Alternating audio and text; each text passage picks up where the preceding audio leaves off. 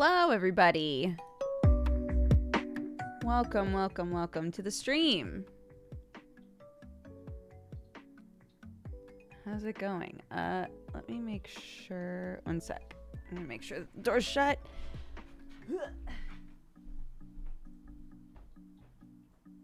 Aha. It is. I will not be waking anyone with my nonsense today.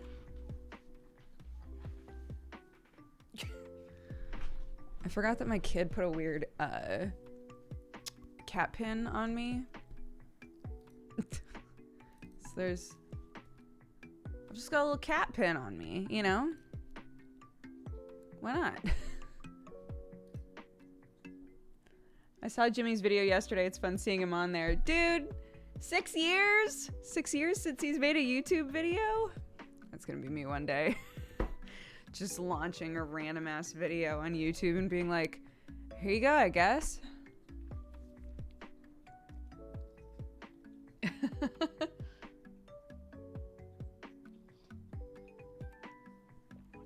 Hello, everyone. I hope you're all doing well.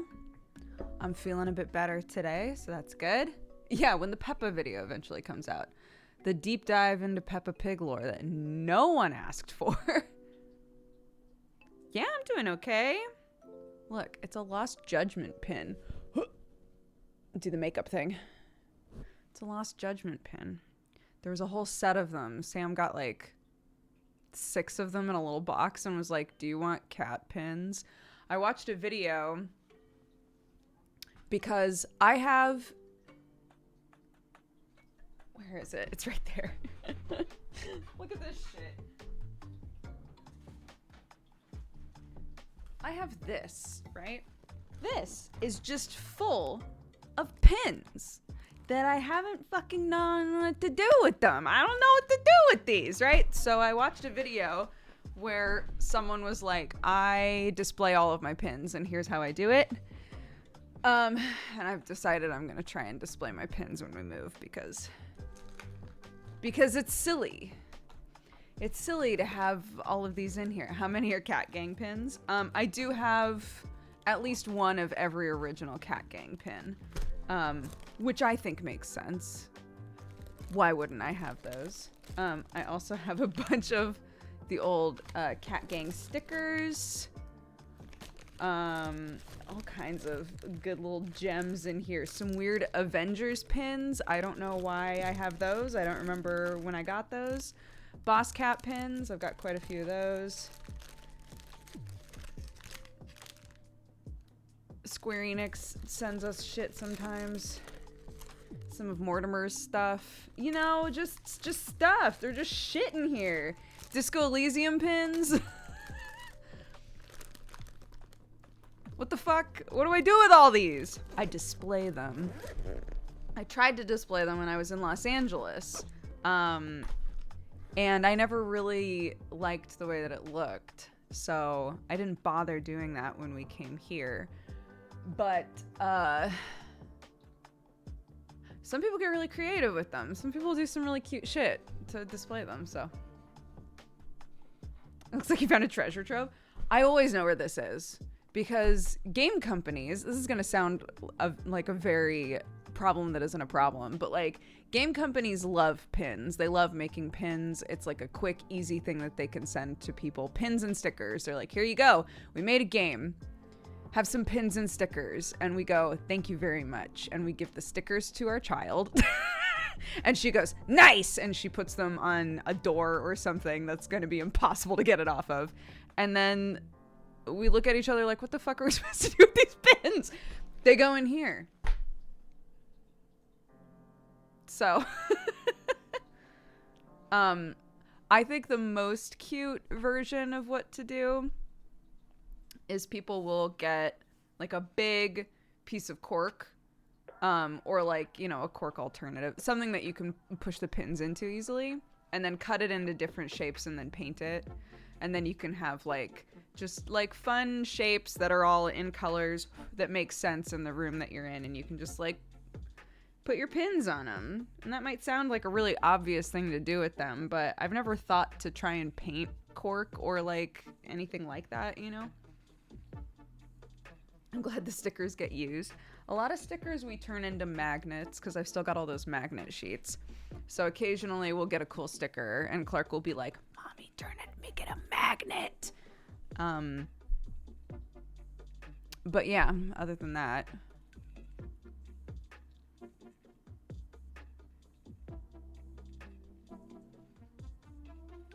I sticker bombed my PC. Nice, nice, very good.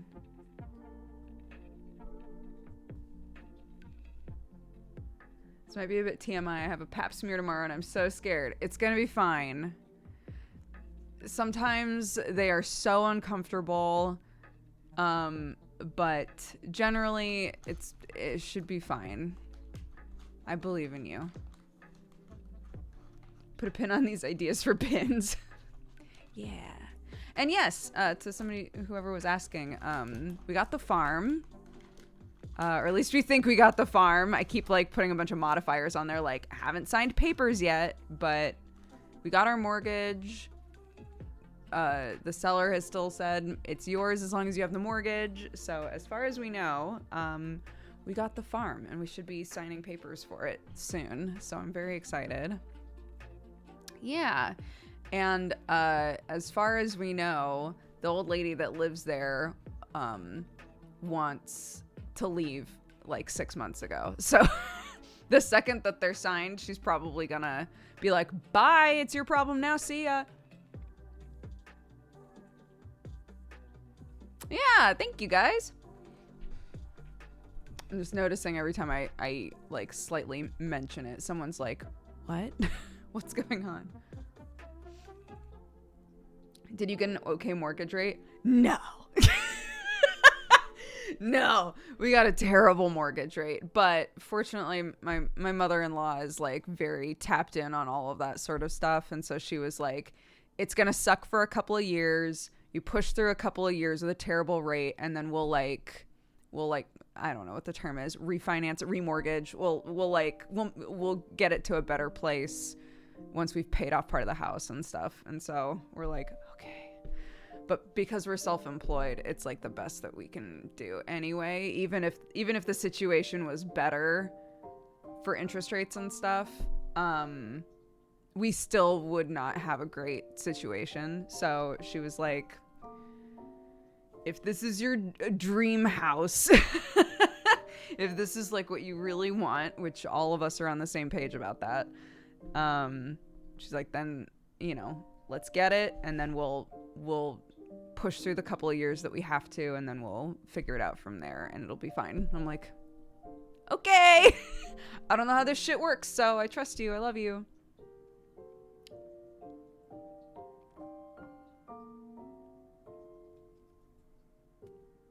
Yeah. So we shall see. It's just how home buying goes. Yeah. There are lots of things that help, right? It's not just Sam and I getting this place. It's also his parents, because they're going to live on the property, right? Like, so they're also part of the buying process. And, we've got lots of just like business stuff going on. And the hope is that one of those things is going to help us pay off a big chunk all at once. If that doesn't happen, that's fine. We'll just slowly plunk away at it. But if we're able to just like knock off a big chunk of it, that would be incredible. So we'll see. Time for some brand deals. No, for real. We were like, we gotta... Where's Raid Shadow Legends? They're always looking for people.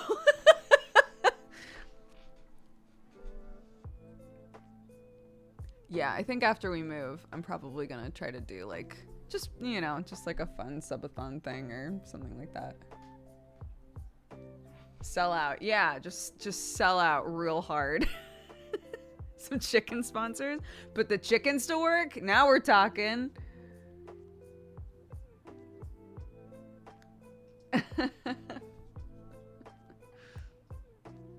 Oh my god. Did Sam tell you guys about what happened with the chickens last night? No, because he didn't stream, did he? Holy shit. So last night, I was like, oh, I didn't check for eggs. So I went out there to check for eggs, and they weren't in the coop, right? It was dark outside. They weren't in the coop. And I was like, where are they? So I'm looking around. Keep in mind, it's like -3 out, right? It's getting cold. They're not in the coop. I come around to the front of the run. The run is shut. So, I guess the wind or something. This one will not close. Fuck this. I'm putting a different one in. I guess like the wind closed it or something. They couldn't get into the chicken run and they couldn't get to their coop, right? So I was like, fuck. So I'm looking everywhere. I'm doing my chicks, right? Because that's what I do when I feed them. And typically they come fucking running. They're nowhere. I'm looking everywhere. They're nowhere. I come inside. I'm like, I can't find the chickens. And both Sam and Clark are like, what? Whole family outside trying to find these fucking chickens, right? We got 2 flashlights going. We're looking everywhere. Sam is walking up and down the street. He's like, could they have gotten past the fence? I was like, no. What? There's no way. But just in case, he's like walking up and down the street. We're looking everywhere, right? So finally, we come back inside, and Clark is just freezing. She doesn't want to do it anymore, which is fair. We got Clark set up. She's, watching something. She's chilling. She's eating. I was like, I'm going to go outside and just, take one last check at things. So there are 2 pieces of our old couch, the pea couch, if you will. There's 2 pieces of our old couch that are still out there that haven't been collected. And I hadn't really looked at those because I forgot that they have a big, cavernous bit in there. So I went over there and I leaned in. Yeah, my cat peed on that couch 18 times and I got so sick of it that I just threw it outside. Anyways, so I get in close and I hear and I'm like, those motherfuckers are inside of the couch arms. So I pull it out and it's not just that they've gone in there, right, to stay warm, which they have, and very resourceful. I'm very proud of them. They could not figure out how to get out because it goes like this. So there was no way you could tell what I was doing. Imagine that this is the opening, right? The inside goes like this. So they're completely wedged in there. They cannot get out. Bro, what the fuck? So I picked up the entire, Sam picked up one. They were split. So Sam picked up one arm, I picked up the other arm, and we walked them over to the run, and we're basically trying to gently tilt them so that they would slip out. No. So I had to squeeze my hands in there and pull them out one by one. They were all obviously desperate to get out of there because none of them, not even Rosie Posey.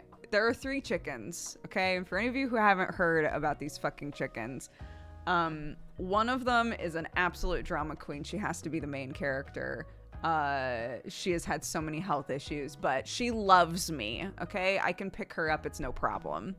The other one is Mrs. Hudson. Mrs. Hudson is the queen of the 3 of them. She pecks at the car door sometimes when she's mad. She's got an absolute attitude. But she also is fine with being picked up generally.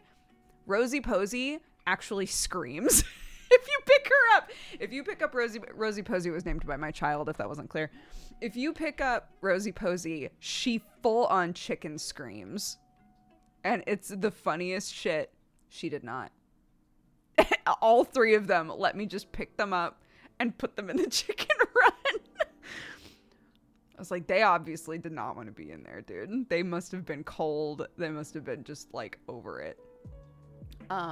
But hilariously, there was one beautiful egg sitting inside of one of the arms. So I was like, nice, an egg. Is the chicken run warm?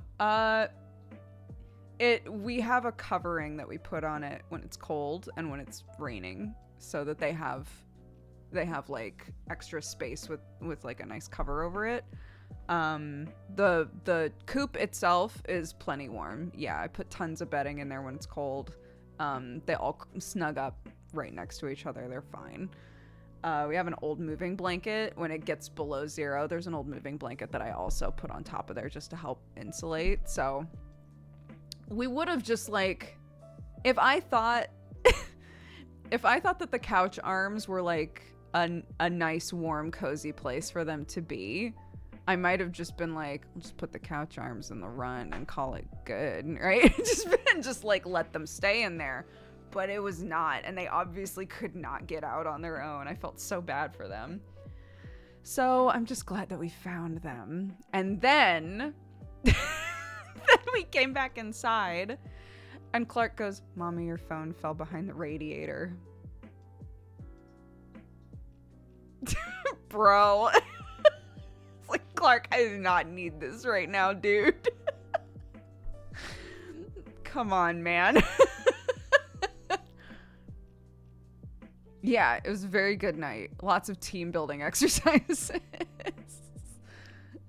It fell on its own, pinky promise. Fortunately, my kid is like allergic to lying properly. She tries to lie, but she cannot look at you when she lies. It's really obvious when she is. So for the most part, she just tells the truth, which is very nice. So literally the second I came in, she was like, Mommy, your phone fell behind the radiator. I dropped it. I was like, okay, thank you. Thank you for telling me. And then Sam comes in with the really helpful information of, the radiator's pretty hot. Your phone's probably melting. And I was like, thank you, Sam, for that. I wasn't upset about the phone falling back there, but I am now. Yeah, moral support, yeah. So then it turned into the three of us trying to get the phone out from behind the radiator.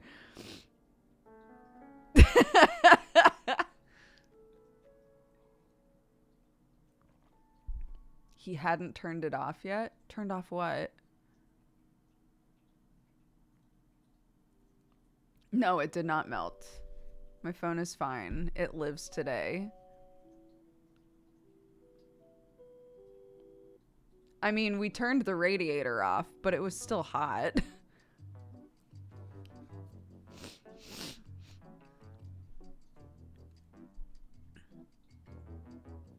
The phone is just fine. It was playing just fine. Honestly, the worst part is that the video that was playing on it was an Alpha Blocks video, which is fine, but they tend to get kind of repetitive sounding after a while, and I was just so desperate to turn that shit off once we finally got it out from back there. Holy shit.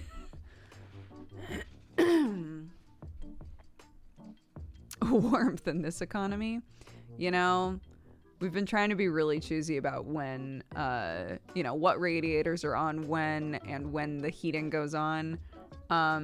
When it's like, it starts getting to, I think it hit like -6 or -7 last night. When it gets that cold, please put the heating on. The other night, it was so cold that I straight up just went in my kid's room and was like, hey, I'm going to sleep in here with you. And my kid was like, okay. It's like, you're warm and I'm freezing. I will use you as my own personal heater. I'm sorry.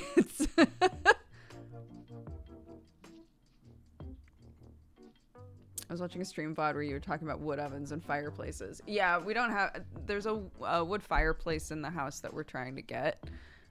which I'm very excited about. I grew up with a wood fireplace, and they heat the fuck out of a house, dude. Are they as safe? No. No, they are not. But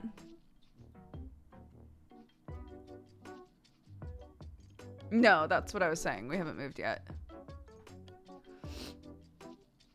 I'm not looking forward to chopping wood again. That's a job that I haven't had to do in, I don't know, 20 years. But I will do it. But I will do it, you know?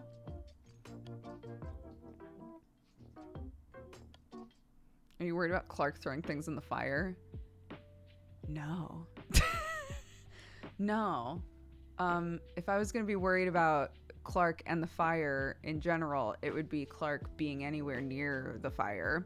You know what's interesting is a lot of times people will get those little like gates to put around their fireplaces to keep kids from getting to the fire, but I guess apparently those are also very dangerous because they typically heat up. They heat up from being next to the fire all day, so they are also very dangerous to touch. I don't know how none of us... My glasses are so... They feel so wonky today. They feel like... Whatever. Yeah, they get really hot. And I don't know what the safer option is. You know? We never had anything in front of the fireplace when I was a kid. There was just a general, like, if you touch this, bad shit will happen, right? There's a video of a shredded girl chopping wood with a wood chopping sword. I know.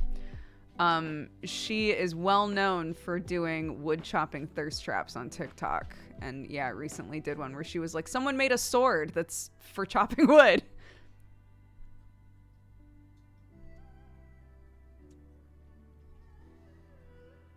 It is a thing, yeah.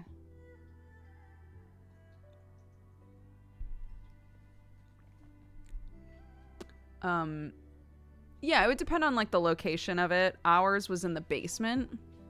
So the only person who was consistently in there anyway was my dad. And we had a pretty general rule of like, just don't fucking touch it. You know, like just don't touch it, dude.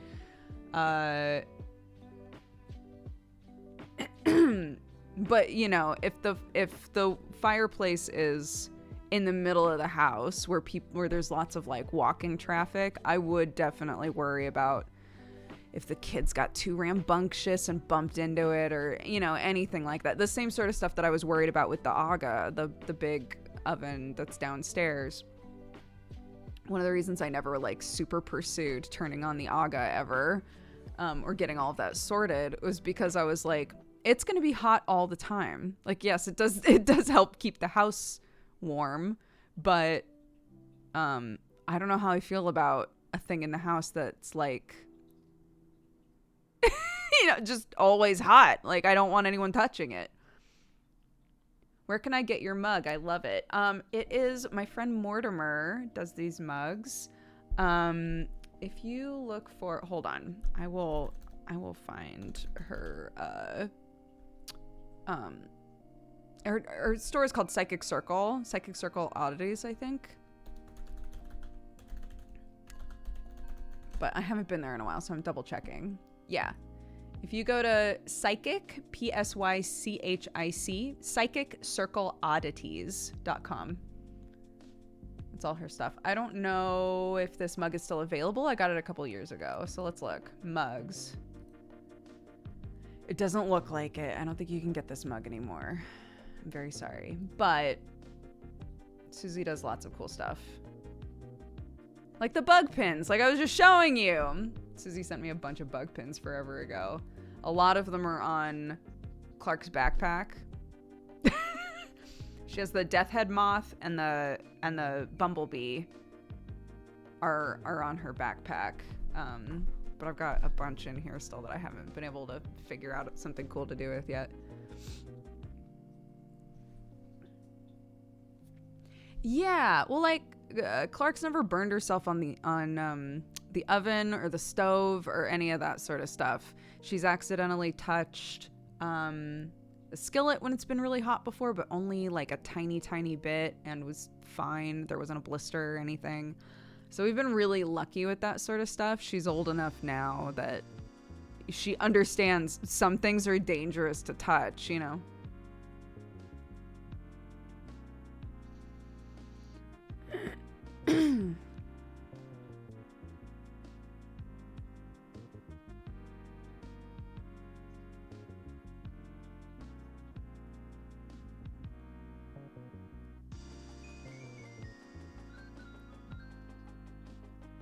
Our rule was don't play near the fire if it's lit. My sister's kids have the rule of not going onto the step or hearthstone. That makes sense. I burn my hands at least once a day cooking. Dude. If you ever see those videos of like old nanas and things like making food and just full on like touching hot oil with their hands while they're doing shit. Those hands have seen things. Things that I hope my hands never do.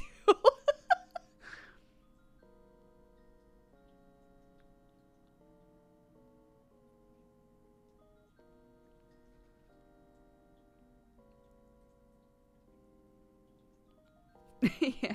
Oh, thank you. Yes, I will tweet. I was gonna tweet, and then I saw Fossabot was like posting about my retweets, and I went, Fossabot, you tell everyone about my retweets? They don't need to know all that.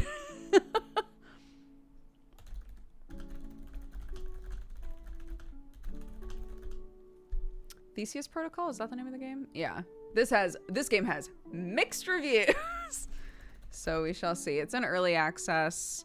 So it looks like there isn't like a ton to do in it yet, but it's Slay the Spire, but with anime girls, you know, so why not? We got to check it out.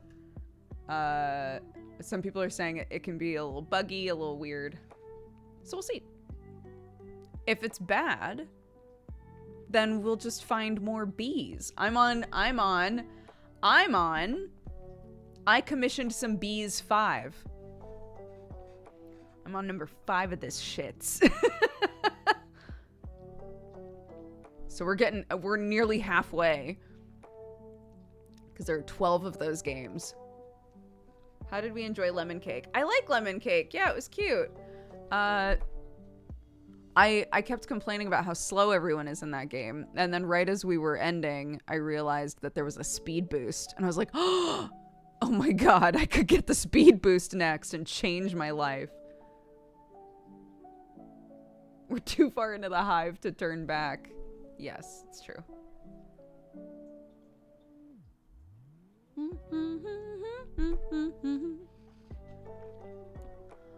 I want to speak just in real life.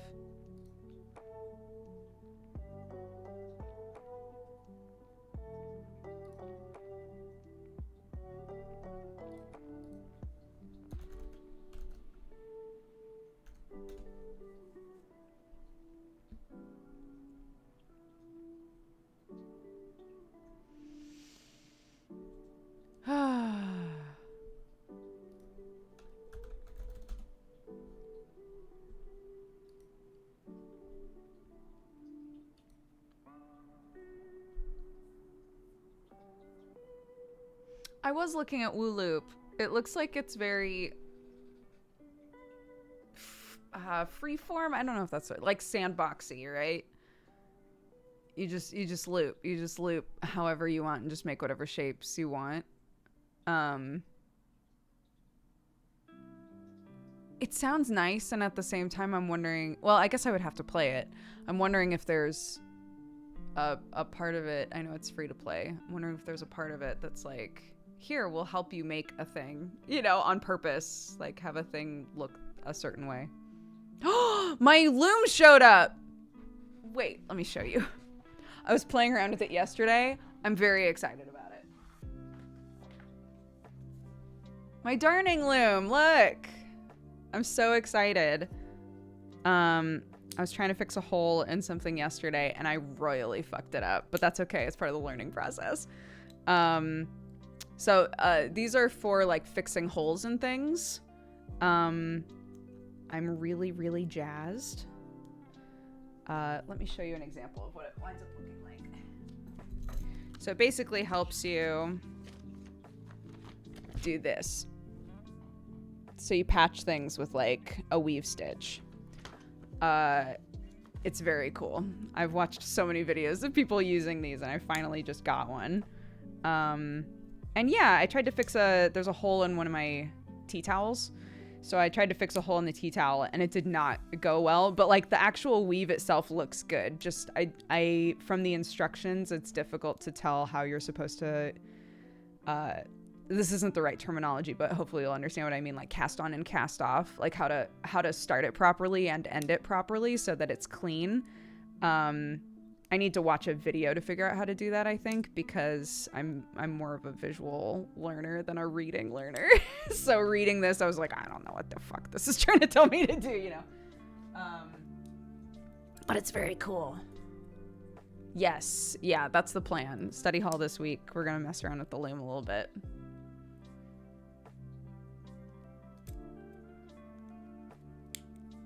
An actual study hall. I know. In this, the year of our Lord 2023. Yeah. It's very cool. I like it a lot. I'm learning to mend and darn. It's so satisfying, but mine are so ugly. I'm sure they're not ugly. I love visible mending, even if it's sketchy and crunchy. Was it pricey? No. How much was mine? Let me double check. If you look up darning loom, there are lots of people that make them. I couldn't remember what these were called, and I was talking about it on stream, and somebody was like, a darning loom? So thank you very much, chat, for always saving me from myself. My purchases. Yes. How much was this? Order details.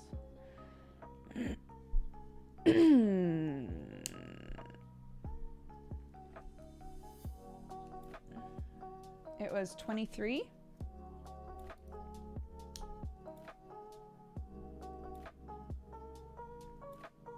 Yeah, I think mine was 23. I don't see the same one that I got on their store anymore, so I'm not going to tell you the store that I got it from. But yeah, look up darning looms. When you said 2023, my reaction was, what? I could You're gonna fix my whole life, you little shit. Yeah, we've got holes in everything, which is hilarious because I also occasionally will pick up a piece of clothing and be like, I don't like how clean this is. I want to put holes in this. So, you know, I just want control over which things have holes and where the holes are. I think that's fair.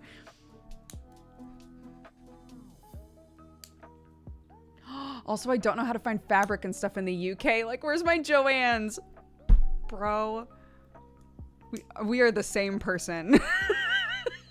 I've talked with my mother-in-law about this so many times. They have just like actual like fabric stores. You can't just go to a craft store and get the fabric that you need. Every craft, like hobby craft and all of that sort of shit.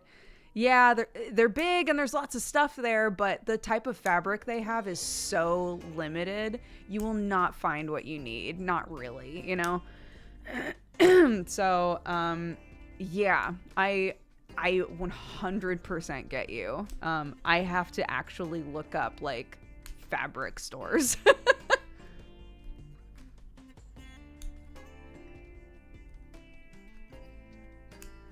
Yeah, so I got that. You guys know that pink sweater with Alphonse's face on it from Full Metal Alchemist? I adore that sweater. It's so clean. You know, it's too crispy. It's like a beautiful, pretty pink color, and there's nothing wrong with it.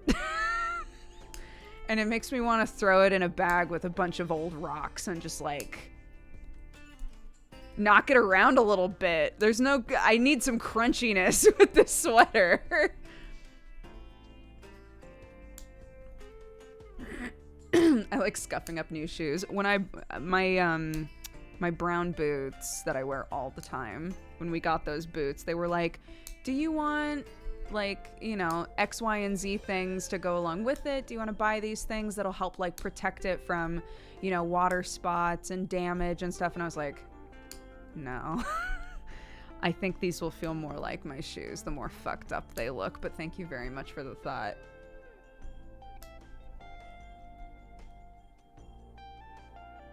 Lamia, that is also a big mood. I have a lot of fabric in this house already. Occasionally I have ideas. So Clark found this little,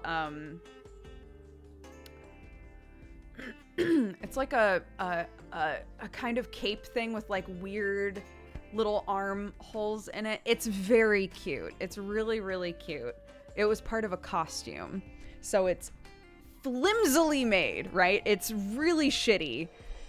But it looks so cute on her that I was like, I want to make a better version of this. Like an actually like warm, comfy, nice version of this because it's so cute.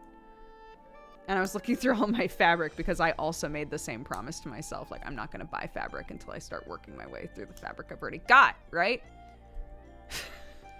I'm looking through everything. I'm like, none of this works. None of this works for a cape. So now I've moved on to... Are there any clothes that are in the bags that we were going to give to the thrift store or to the charity shops? Are there any clothes in there that I could deconstruct and use for this? So that's now what I'm trying to do.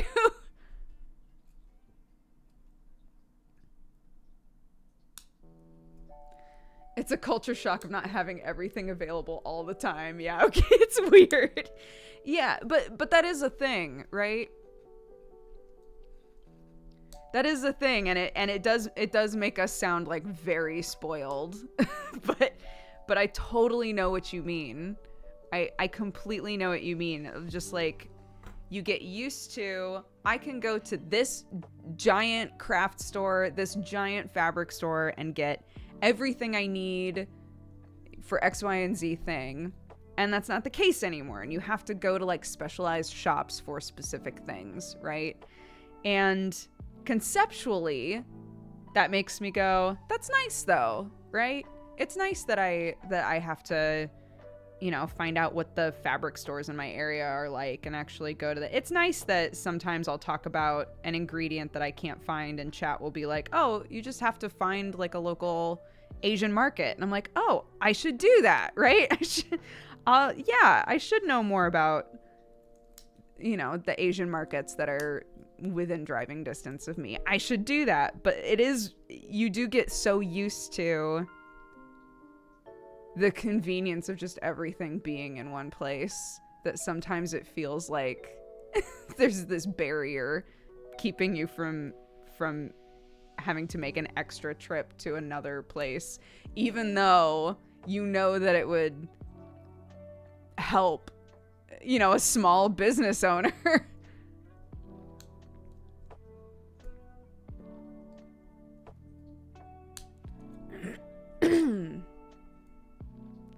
I remember when you guys first moved there, I was shipping you guys ramen. Yeah, we've been out of ramen for a very long time. And I keep thinking, I bet you money that we could find ramen somewhere. We just haven't done it. Specialty shops know their stuff. That's true. I thought you guys found a local source. No, but we should though, John. You shouldn't have to send us ramen. Yeah.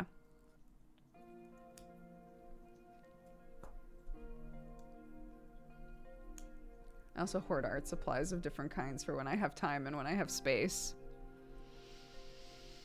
Yeah, I was talking about how my ideal work spot when we first looked at this farm was there's like a whole room that's above the garage. That's meant to be more like an attic, right? But I was like, oh my gosh, I would love to work out of here. But it is not set up at all for someone to do anything up there, right? But my secondary idea for that area was it would be really cool to just have a spot that is always set up for, you know, crafts and art and things like that. Because that's all Clark ever wants to do, which is great. I would love it if we didn't always have to put everything away, you know. And there are plenty of times where we just leave shit out because I know she's gonna want to use it again when she gets home the next day, so I just don't bother putting it away. But like, if we just never really had to put it away, you know, that would be so convenient to just be like, this is the art space. It's meant to be dirty. It's meant to be messy. There's meant to be shit everywhere. You know, we close stuff and put it away when it makes sense to do it, but otherwise we just leave it out if we know we're going to use it every day, you know?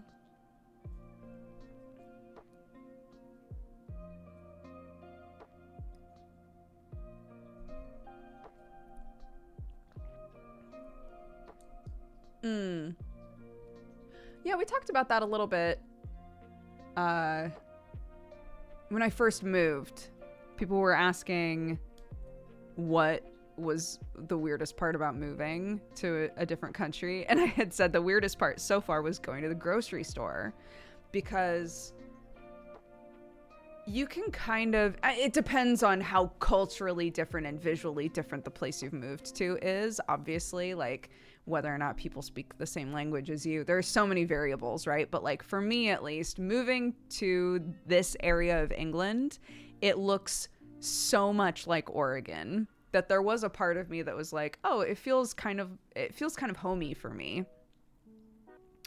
You know, I was still living with the same people that I lived with before in America. You know, temperature wise, it was colder and wetter than I had gotten used to over the last 10 years, but it was fine because, again, it was kind of nostalgic almost. The thing that constantly made me go, holy fuck, I live in a totally different place now, was going to the grocery store. Because everything, the labels are all different. Everything is different. What's available to you is different. And it is oddly disconcerting to go to a grocery store in a different country and be like, oh yeah.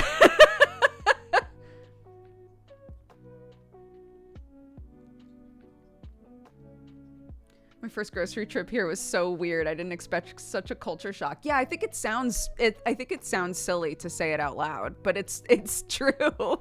It's true. There's a very there's kind of a strong like homesickness response to going to a grocery store and being like, you know, I just want this thing, but I don't know how to find it, and there's a high possibility that I'm going to get the thing that's the most similar and it's not going to taste right. You know, just, I think we associate food so much with comfort sometimes that trying to make a specific type of meal, oh my god, the first time I tried to make green bean casserole here and it was an absolute bomb. Like, it did not go well at all. I was so depressed.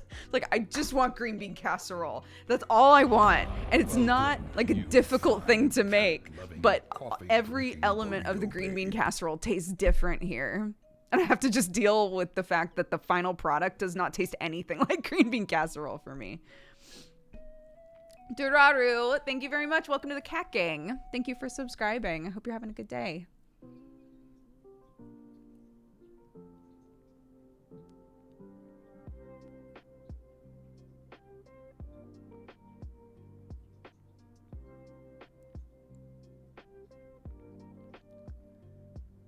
What in green bean casserole is so fundamentally different in the UK?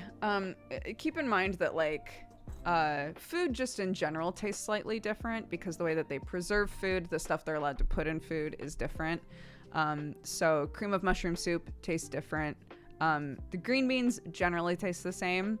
Cream of mushroom soup is different. I have to specifically look for the type of like crispy onions. They don't just sell those here. I have to like buy them online from a store. I can't just find those, right? So getting like fried onions here, they are totally different. They're a completely different thing. So like if we're saying that those three things generally for like American green bean casserole are like the three major rock stars of the whole thing, two of those elements taste and have a different texture. So the final product does not taste the way that I want it to, you know. Butchers sell crispy onions. They will not be the crispy onions I'm looking for. I'll show you. I'll show you what we put in green bean casserole.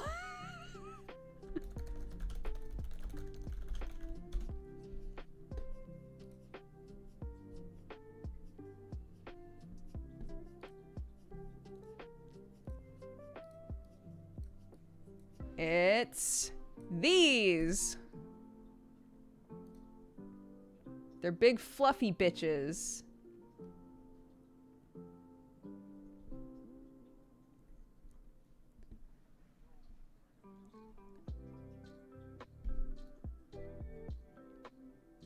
Yeah. So the fried onions, at least maybe you have seen these before. I have never been able to find these in England without going online. The fried onions that I'm able to find in England, the texture is totally different. They are much more onion than they are batter, whereas the fried onions that are in America are almost like, it's almost like tempura. It's like mostly batter and like, yeah, there's definitely an onion in there somewhere, you know? So they're just texturally different.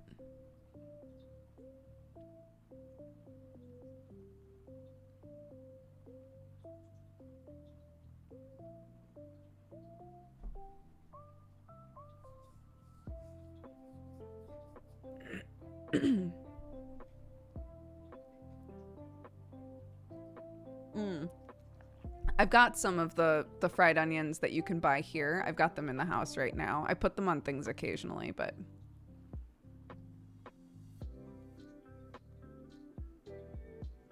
Onion flavored fried batter. Yeah, actually, are there even onions in there? I don't think there are.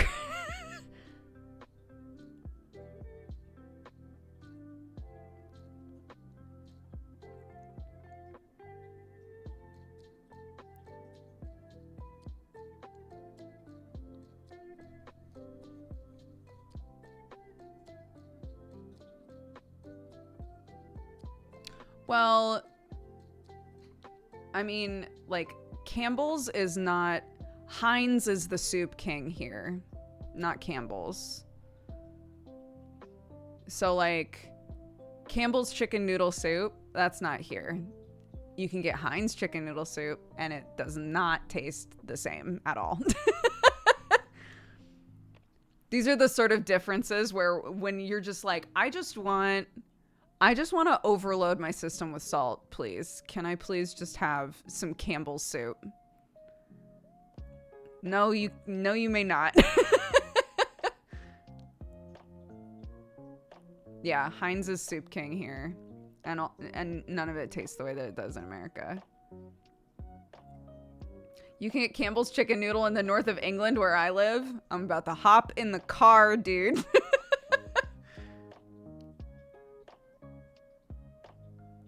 Sprite tastes different. Papa John's tastes different. Pringles are the same. Pringles are the same. Pringles are a constant.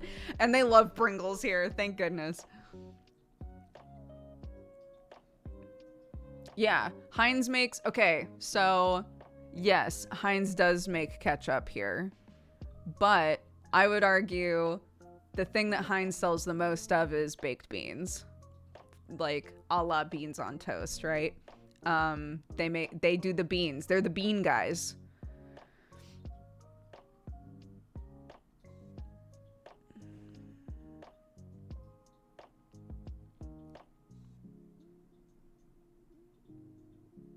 Forget the ramen guy, you need the Campbell's guy. Someone's saying that in certain areas of England you can get Campbell's soup. I'm about to look it up. I'm about to see if I can just import a bunch of shit. Waitrose definitely stocks Campbell's. That'll be why. I do not. Not to sound I was gonna say classist. I don't know that this counts as classism. I do not go to Waitrose. Yeah, poshest. Not to sound poshest, but the fanciest place that I go is Sainsbury's. I don't know. I guess Morrison's and Sainsbury's are about even, but like it's mostly Littles. We go to Aldi sometimes.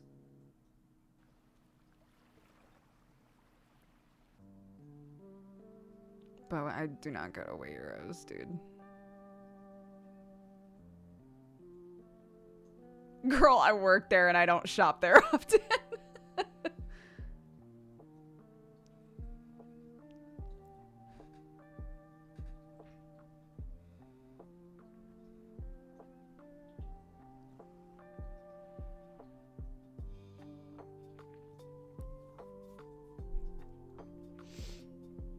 We have a Tesco, but it's like actually a pretty far drive, which is surprising. We have 2 Sainsbury's that are closer than the nearest Tesco. It's weird.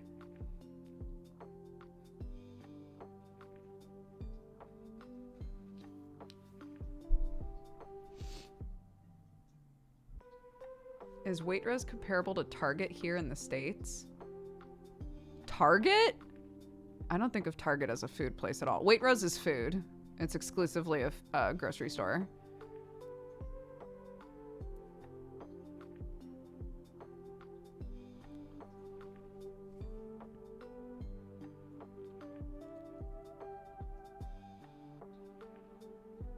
Yeah, I can't even think of a place that's like Target, really.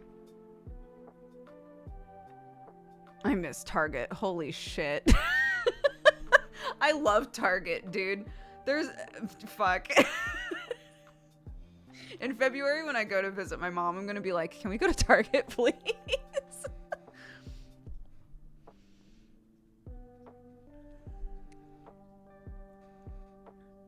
Primark and Madeline are just clothes for the most part. They occasionally have, I guess, maybe sometimes they have furniture, maybe?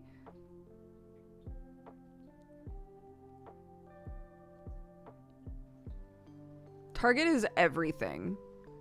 Target is what we would call a department store.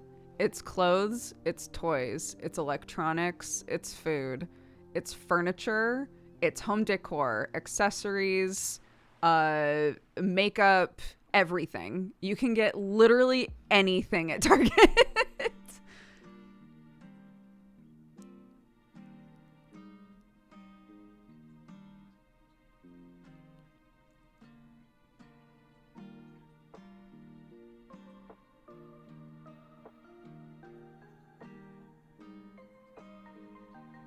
It's everything to me. It is everything to me. I don't think I've ever been inside of a John Lewis, so maybe.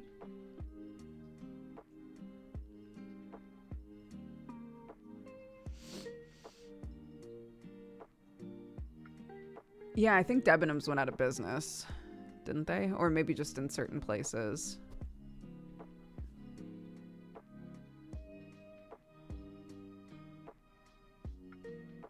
Yeah. So here in America, we have TJ Maxx. In England, it's called TK Maxx. They are the same store. They're the exact same store. I don't know why they're called different things.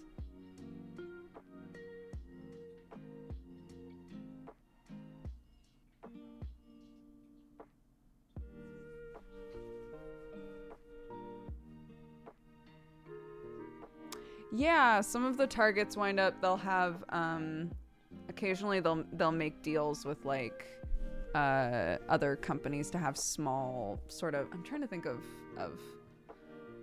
what you would call it, but like sometimes they have banks inside of them, haircut places like a Supercuts. Sometimes they'll have like you can get your eyes checked at Target. They'll have a coffee shop inside. Like you never fucking know with a Target.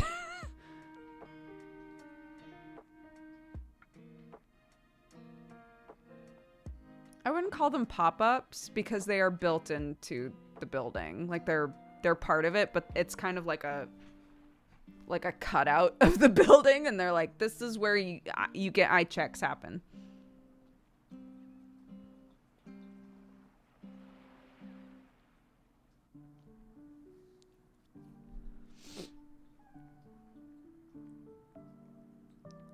There's a Burger King and a Starbucks in my Target. Yeah, I think the Target that was near us when we were in America had a little mini Pizza Hut inside and a Starbucks.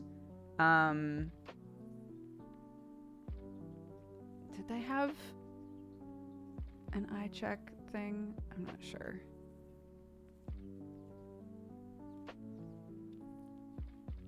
Yes, because I went to the same Target. Oh yeah, we lived close enough to each other that was a thing. I forgot.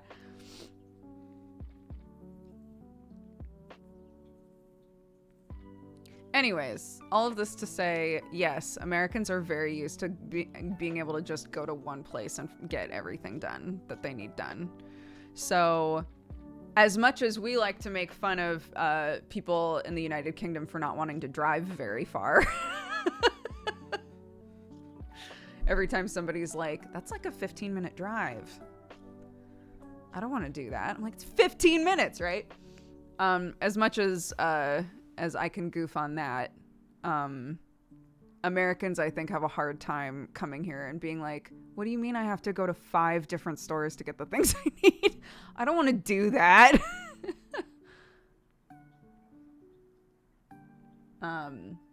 So yeah, that is the thing that I'm having to get used to, for sure. In my efforts to not buy everything online all the time and actually support stores, I have to just like deal with planning out the the appropriate amount of time needed to do however many things I need to do.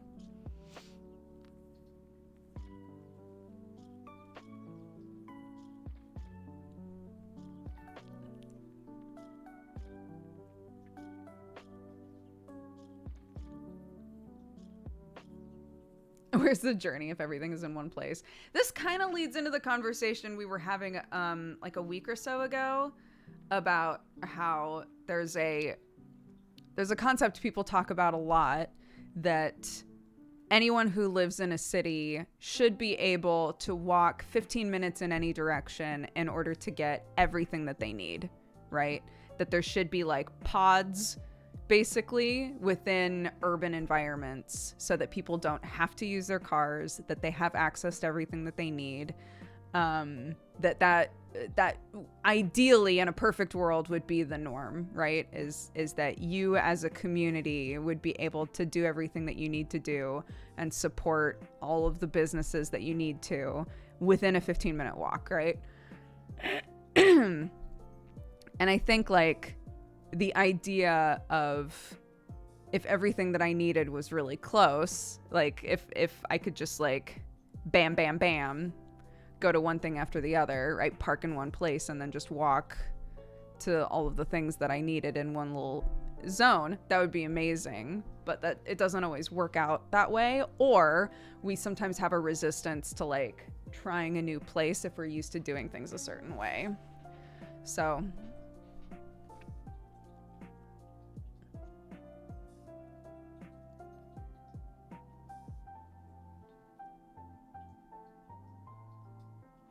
that's just what if the high street was owned by one company? What? I don't know that you, I think maybe we miscommunicated there.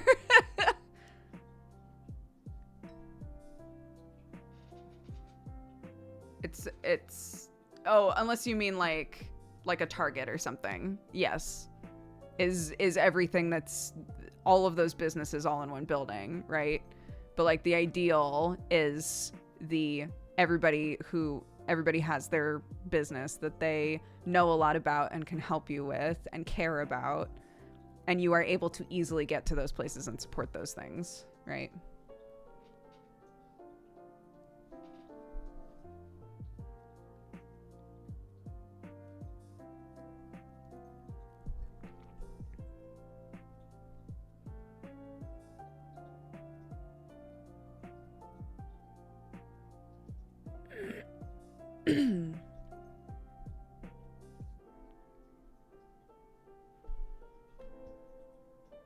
Lazy people will still think 15-minute walk is 3 minutes of driving. Yeah, but I don't give a shit about that. It's about accessibility, right?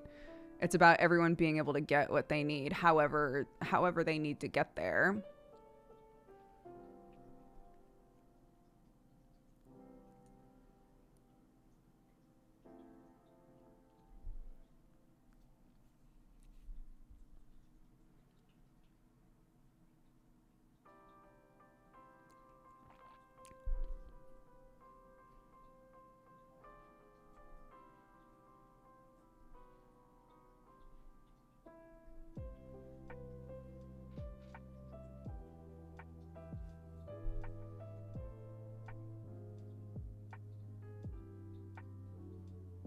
Anywho, urban planning stuff is really interesting if you ever want to read about it. We don't need to get into it. I'm not an expert. I just like reading about it.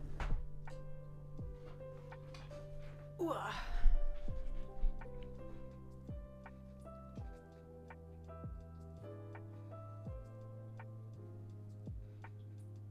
There's a warehouse store nearby that used to be really good for that.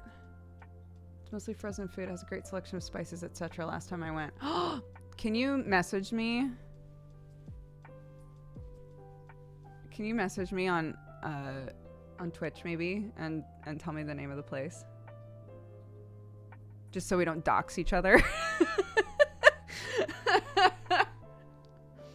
We found out last stream that Salty Turkey and I go to the same singing teacher.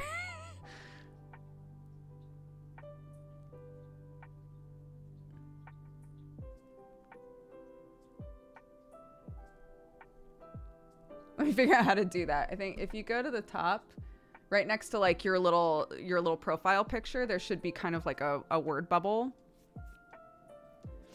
And you can send a message that way.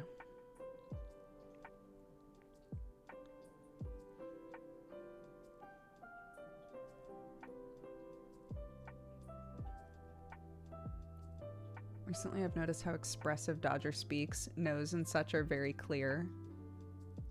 Do you mean that I enunciate a lot? Like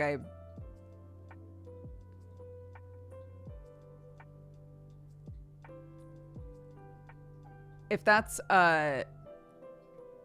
what you mean. Oh, my body language. That I do a lot of this shit.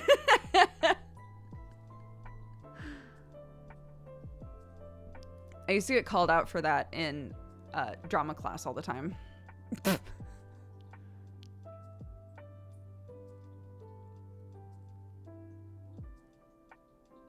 Yeah, I gesticulate while I'm talking about shit.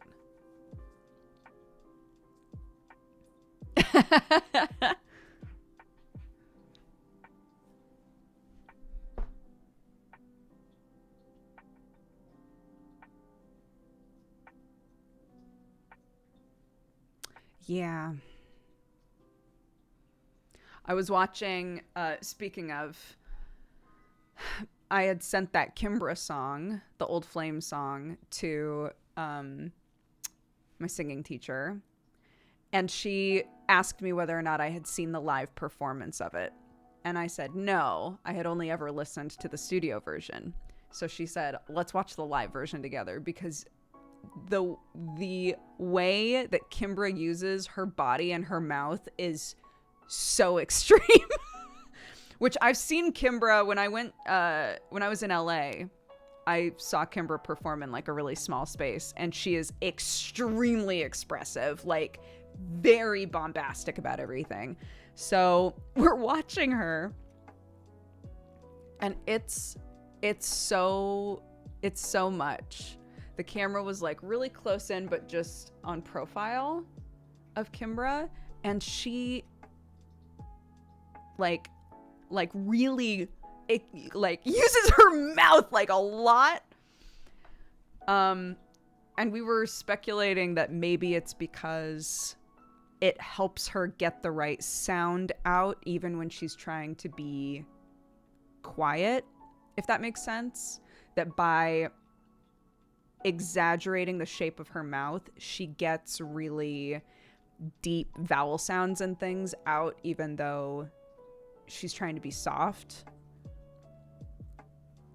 It's very interesting. I love Kimbra too. All of her songs have such a vibe.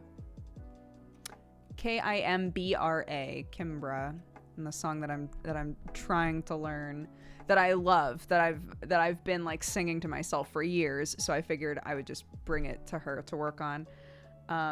It's called Old Flame, but she was the other vocalist on Somebody That I Used to Know. A lot of you probably know that song.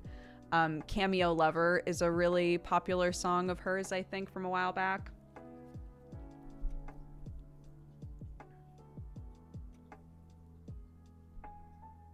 But yeah, all of Old Flame Live is her like over enunciating, like her mouth is going wild and her arms are like doing this sort of shit. And I was like, damn, she's really going for it. Oh, Settle Down is also very good.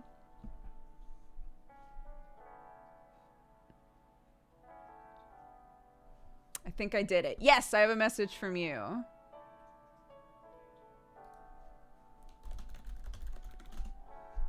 Thank you very much. Yeah, look up Kimbra Old Flame. And watch the live one. She really gets into it.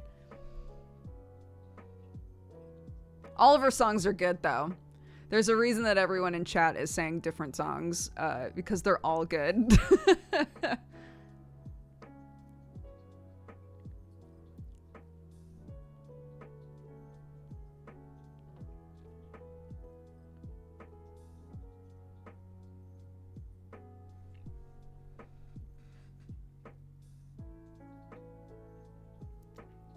But since I'm specifically trying to work on low notes that like gliding more naturally from low notes to high notes without like pushing them out, having more control that way, and like transitioning easier and all of that. Old Flame has lots of really like low jazzy stuff that then goes really high. And since I love that song anyway, I thought that it would be a good one for me to try and do.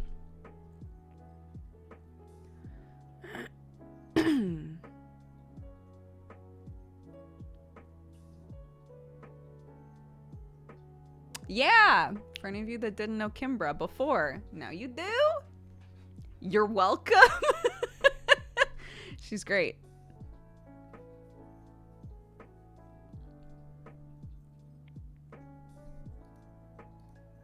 I didn't intend to sit here and chat for this long, so sorry about that. But you know, sometimes we just get on a roll.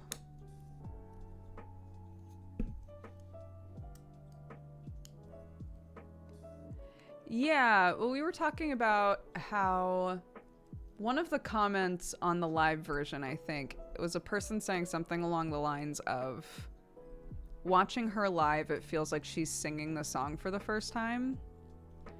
And we were talking about I equated it to when artists don't intend on drawing in realism, but they still study realism, right? So they learn everything they can about realistic drawing, and then they feel really comfortable just kind of doing whatever the fuck they want beyond that, right? Messing with anatomy, messing with you know, how everything is drawn. They know the fundamentals, and so they can more like intentionally fuck with shit. And we were talking about how sometimes that happens with music too, where there'll be, you know, the kind of like classic way that a person would expect a song to sound. And then sometimes the artist, every time they sing it, it sounds totally fucking different. Because they're just like, I'm just going to mess around with, I'm just going to do it different this time because I want to. You know?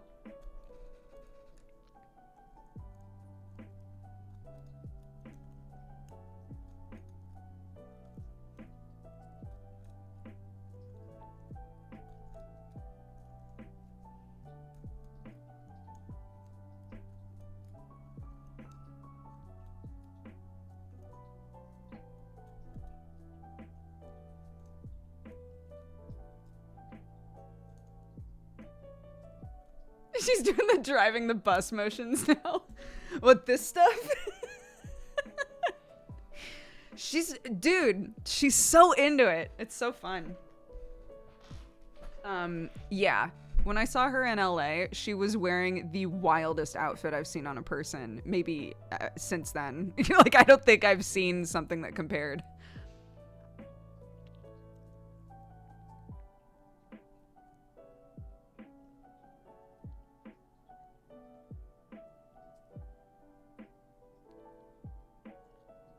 Yes! Yep. That was when I went and saw her with Jeannie. I'm back from checking out Kimbra. My only review and comment is yes. I'm glad. I'm glad to share the word of Kimbra. J'adore.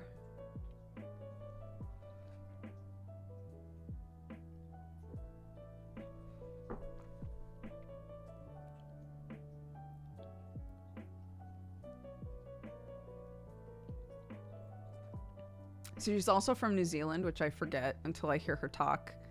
I don't think she's lived in New Zealand for a long time, so her accent is pretty light, but there are certain things that she says sometimes where I'm like, oh, right.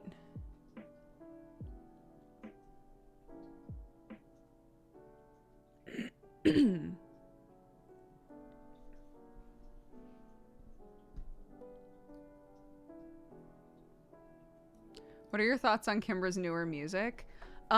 So as far as I know, she's only put out 2 songs in the last couple of years, right? Replay and Save Me. I like them both. I think they're very different. I would be surprised if it sounded just like her older stuff, you know? Save Me, I think, has like a really pretty haunting quality to it. Replay just makes me want to dance. I don't think there's anything particularly special about Replay. But I think it's got like a bouncy dancey quality for sure. I don't know that it's gonna be a song that I listen to, you know, a couple of years. I don't think it's gonna be an Old Flame or a Cameo Lover or any of those sorts of songs for me. I don't know that it'll have that lasting effect for me. But I think Save Me is very pretty.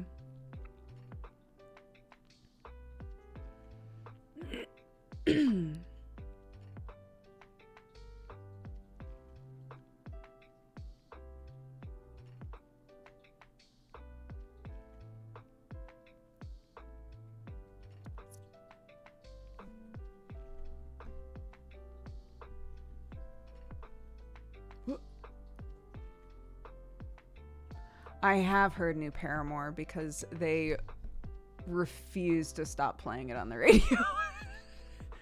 Not that I have a problem with it. It's fine. I like it. But man.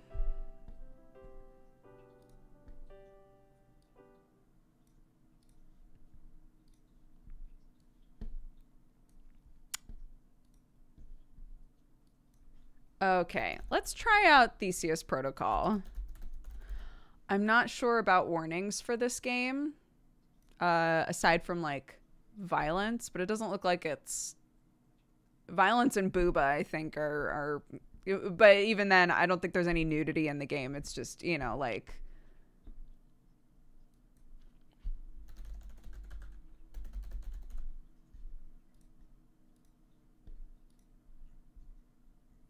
Are you a Marina fan? Marina and the Diamonds? Yeah.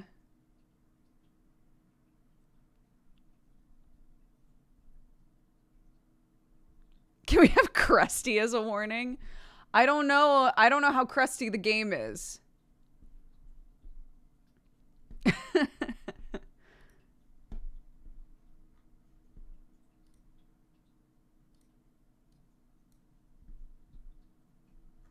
I'm not sure about crust, to be honest.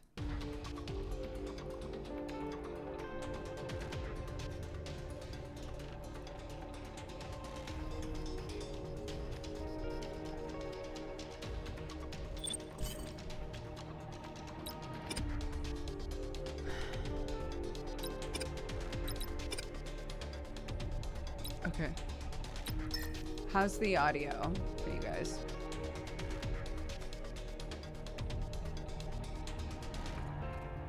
Warning, mixed reviews. That is a legitimate warning. But for the most part, it's been like, the English translations are kind of busted, or, oh no. It's fine. I'll deal with that later.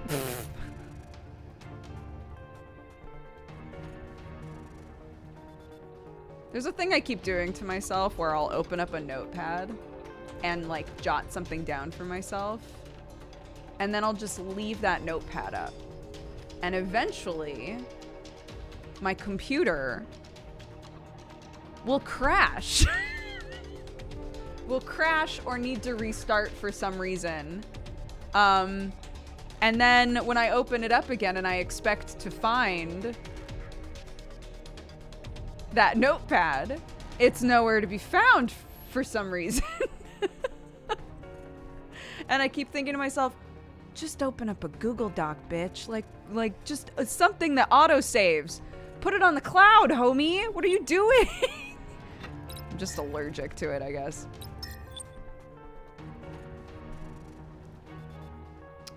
Anyways, invalid login. What do you mean? Oh, of course. Of course it is. You were correct. You were correct, bot. That was wrong. Okay.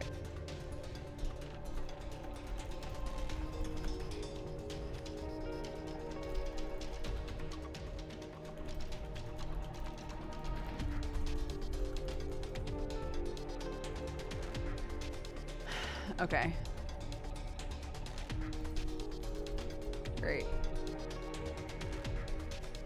Okay, Cracks Knuckles, are we ready?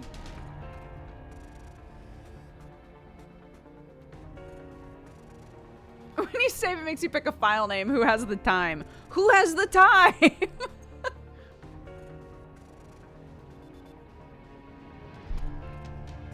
Okay, let's try this out. So, this is a roguelike deck builder, a la all of the other roguelike deck builders that are in our lives, right? Slay the Spire, I think, probably the most common and popular one in recent memory. It's in early access. I believe that there are 2 different characters that you can play with currently. Yeah, can't play with her. So I guess let's try it.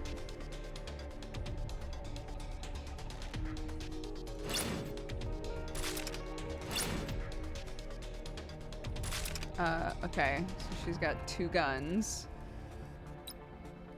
And whatever this is. Oh. Oh my god, I have no idea what any of this shit means.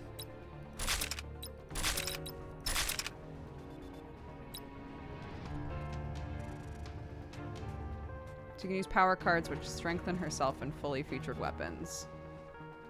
Okay. Sure, let's try. Are you like the ironclad of this game? Are you just head empty hit shit? Because I'm fine with that. Are these different, like, starting builds? Like starting decks? Gain 20 shield for a week, deal 8 damage to a target. Deal 6 damage, gain 1 valiance.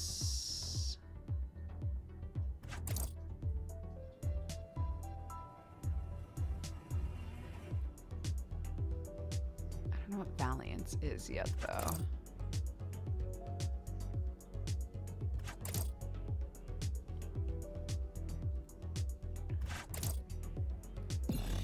We'll just click the first one. We'll just figure it out, you know? Shield, armor, and HP. Shield and armor are 2 different defense mechanisms. Shields last 1 turn and will be removed at the start of the next turn. Armor lasts on the character until it is broken in successive battles. When attacked, shield takes the damage before armor. HP shows the maximum damage one character can take. When HP reaches 0, the character dies, right? At the start of each turn, you draw cards from your draw pile and gain 3 action points by default. The number at the upper left corner of a card represents the action points needed to play the card. At the end of the turn, all the cards in your hand are moved to a discard pile. After you play a card with exhaust, it's removed in... Great. So far, exactly like Slay the Spire. Each character has their own exclusive weapon with different special effects. Weapons have different charging status and deal different damage and effects on enemies. You can convert the cards you don't need at the moment to charge your weapon. The number at the upper right corner of a card represents the charge point of the card. So, do I have to wait until it's charged to use it? Move your cursor on a card and long press right click to charge your weapon. Cards charged into weapons will be exhausted. Okay. Unable to use the weapon, but you can view the charging progress. When the charge bar is fully charged, you can use the weapon to attack. A weapon that is already charged will not clear the charge points due to turn switching.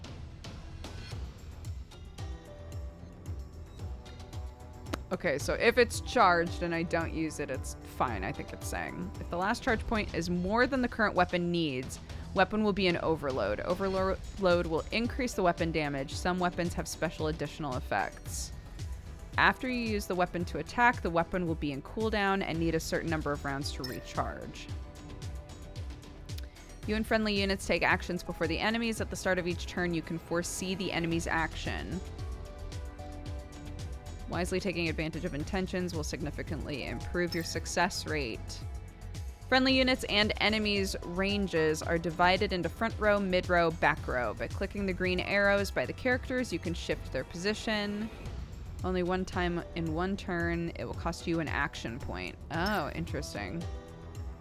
Some effects may force characters to shift position when a character is moved to a location where there are already units.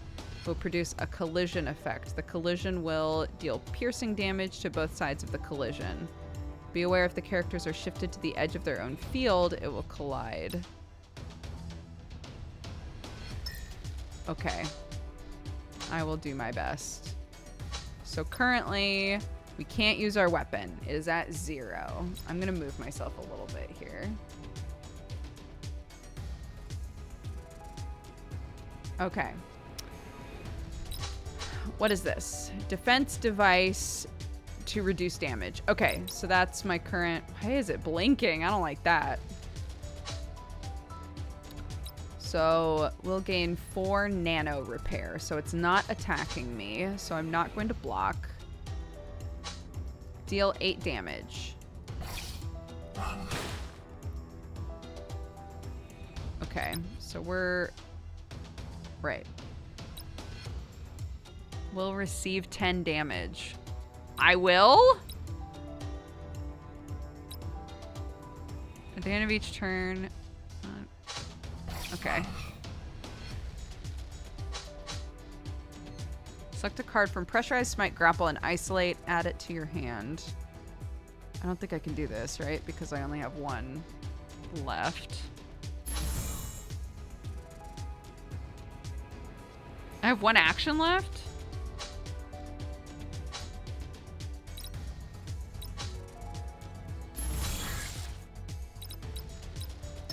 Whatever.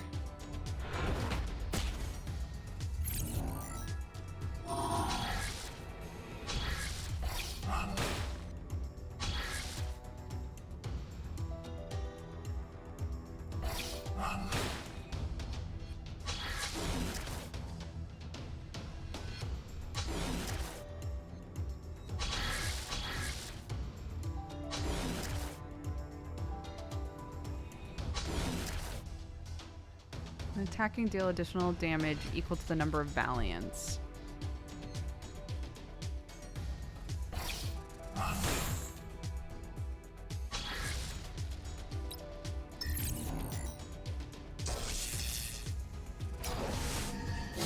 Okay.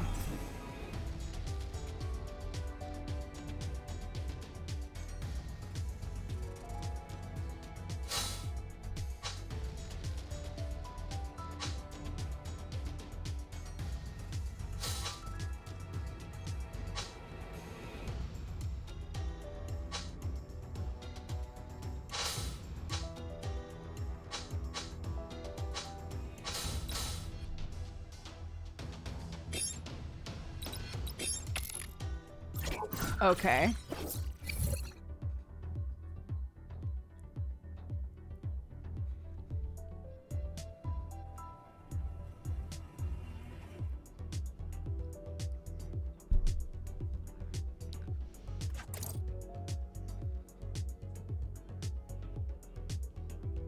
Oh, this is the reward preview. Oh, I see.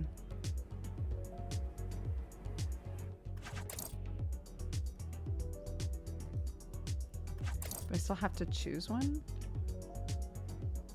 I don't think I understand exactly what I'm choosing one for. Like what the point is of that.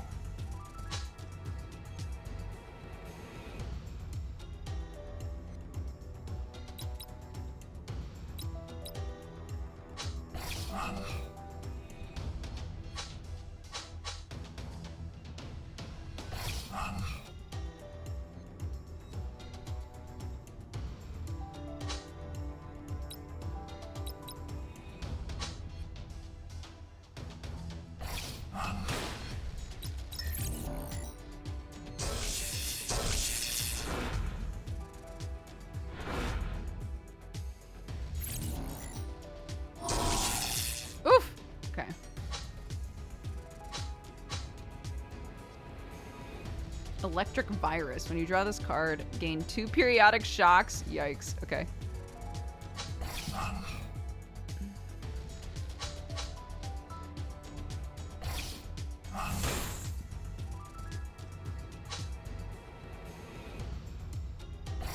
I think... No, they're not down now. It's okay. Yeah.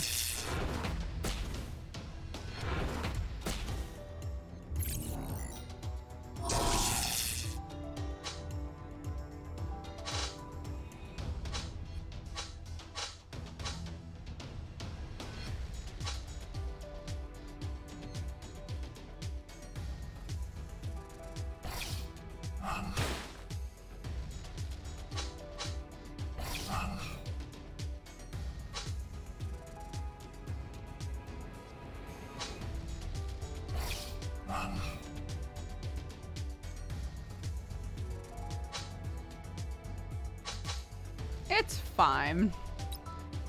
No.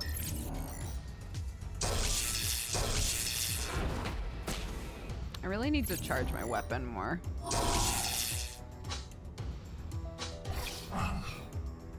What do you mean wrong target?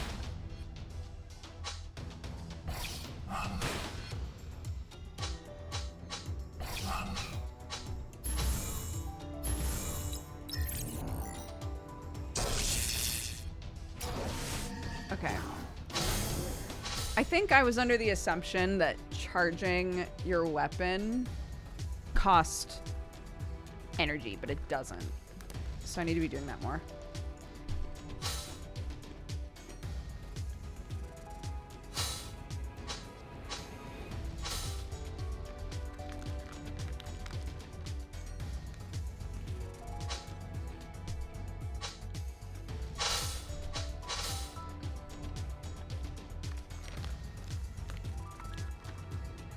Thank you, I am feeling better.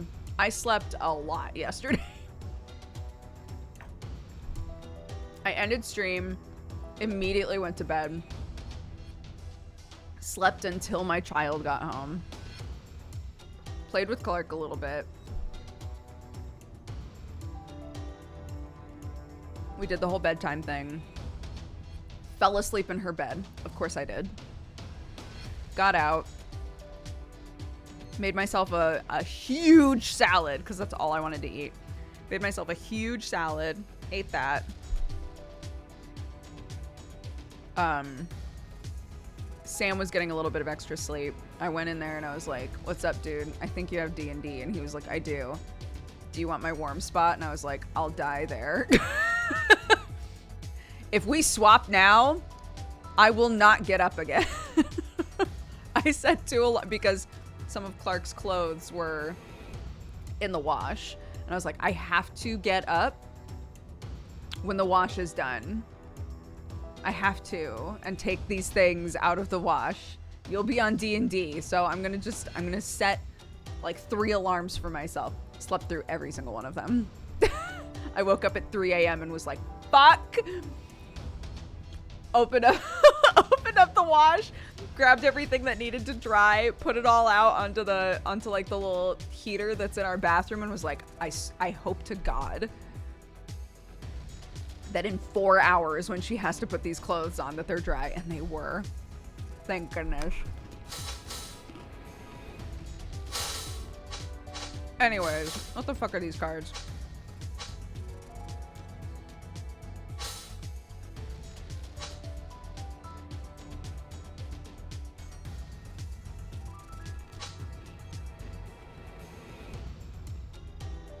I don't have anything that's giving me adrenaline, I don't think.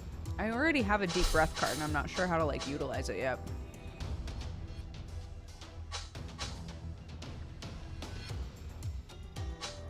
I'll take this.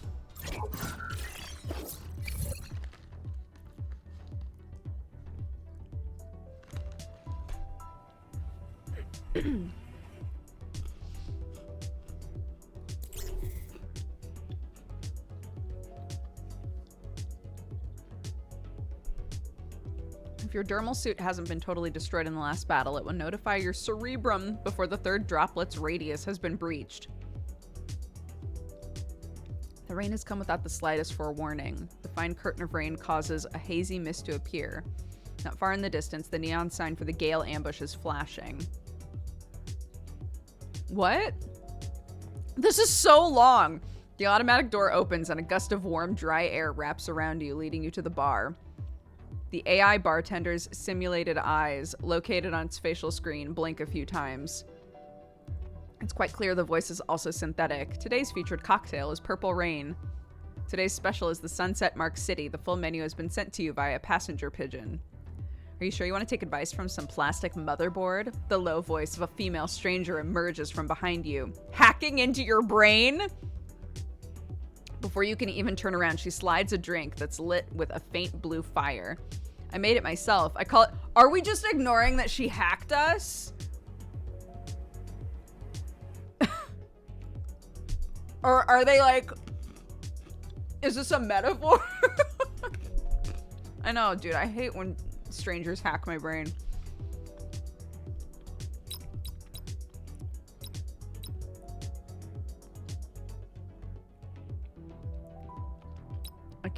I can't get the Purple Rain. I don't have enough money. I'll take this.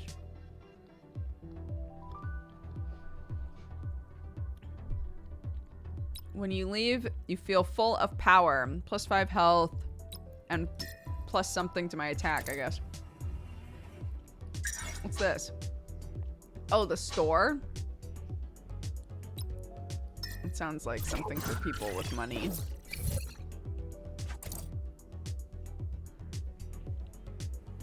Oh! There we go. Mm-hmm.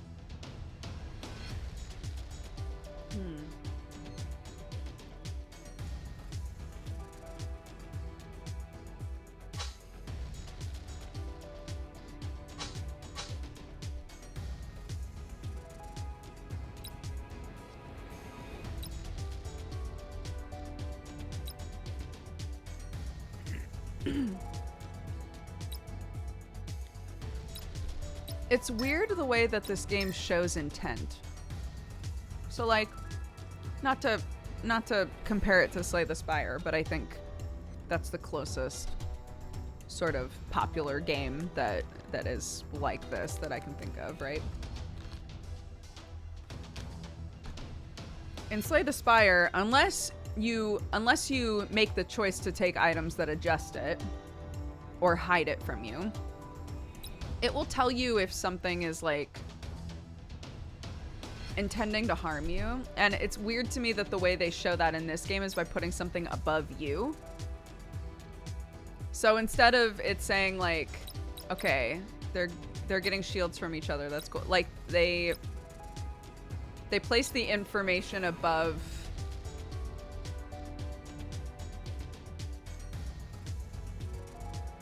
So if something's gonna attack me, I don't see that reflected above them as their intention. Instead, it's reflected above me as something that is going to happen to me. And I don't think there's anything wrong with that, but it is different enough that I'm having to adjust how I look at stuff, if that makes sense. So like I have to hover over this to see who's attacking me.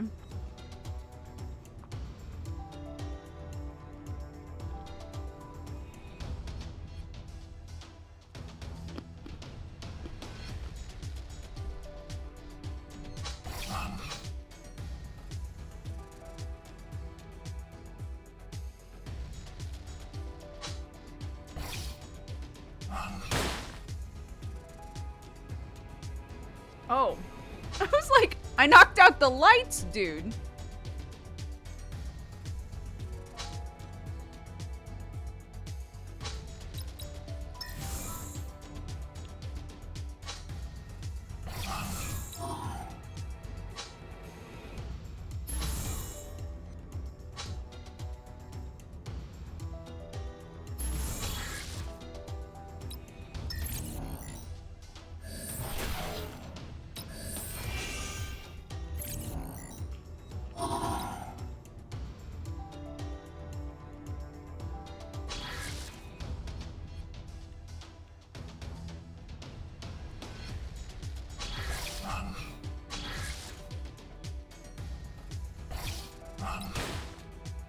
Oh!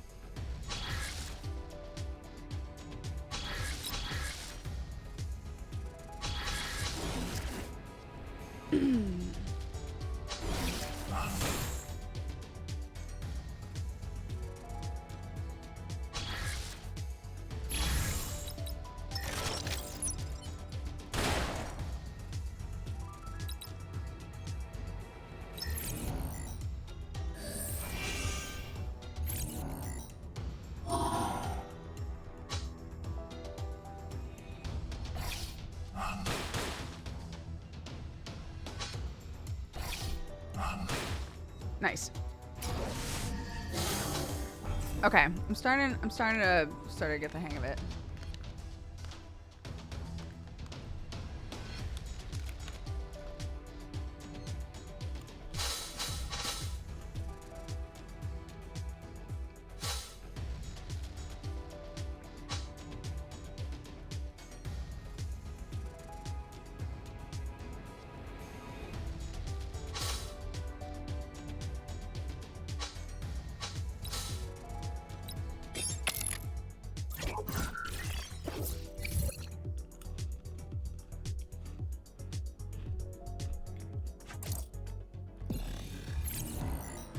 Oh goodness.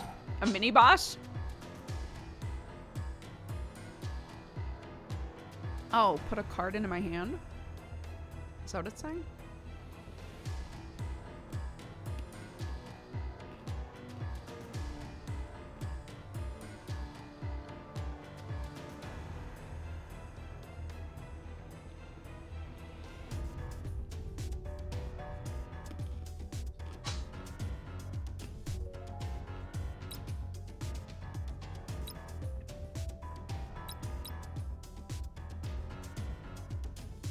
Times 3.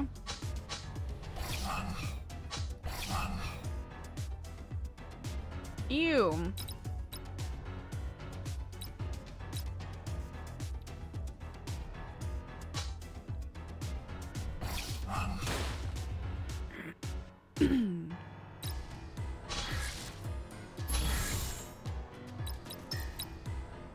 Oops. Nope, never mind.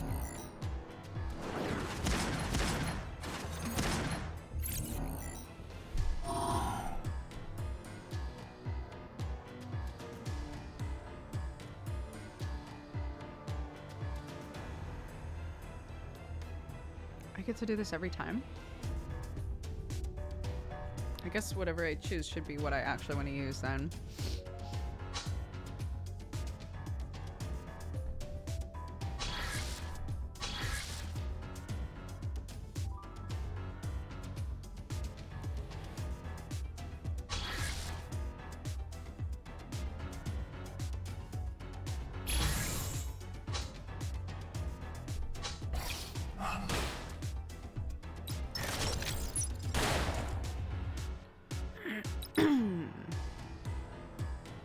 Well, can't defend myself. It's fine.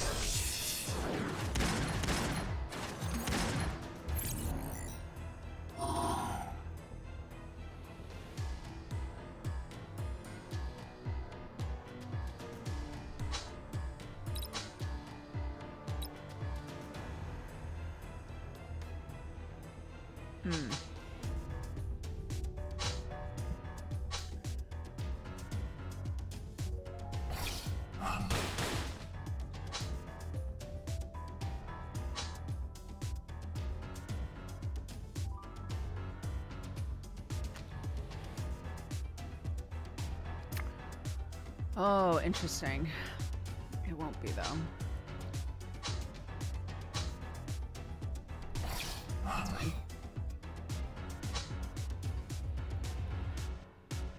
Weapons on cooldown. Right. Okay.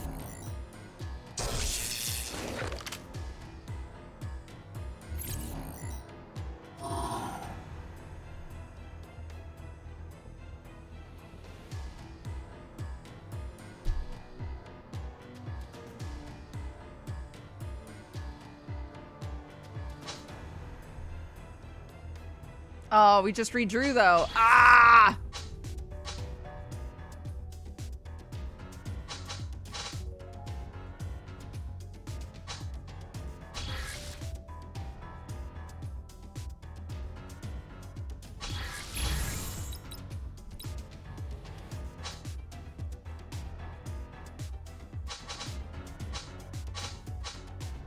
Ten times 3.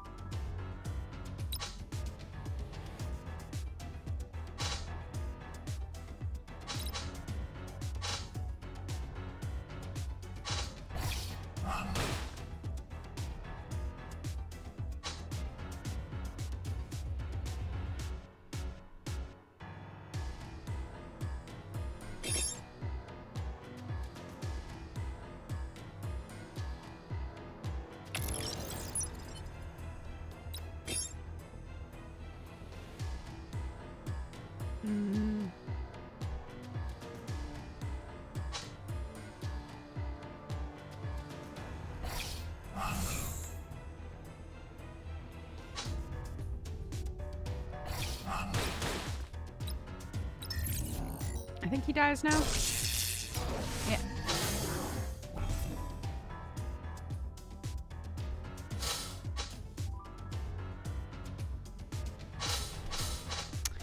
It's interesting because we haven't reached a point where, like, I've been able to get rid of a card. It's weird to me that I get 3 cards at a time instead of choosing, like, 1 card at a time.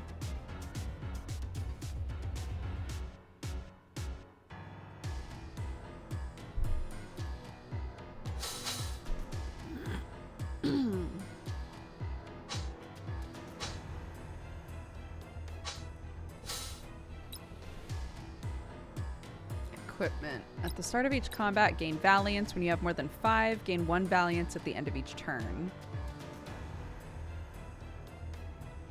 At the start of each turn, add a random card with periodic shock. Then add an electric virus into your draw pile.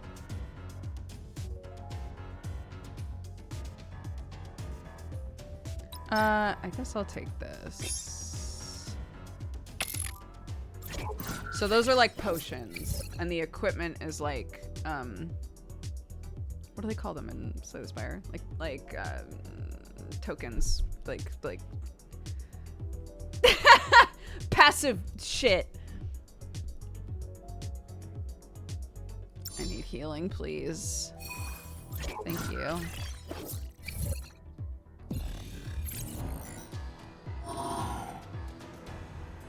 Anime versus anime. I don't know if I have the strength. What's this?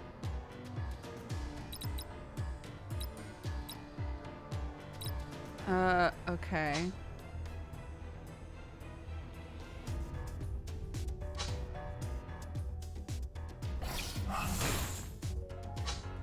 I'm gonna try to load up on Valiance now, if I can.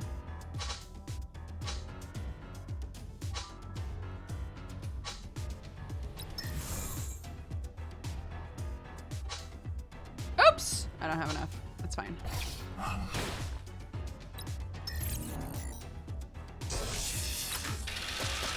Ow! My body.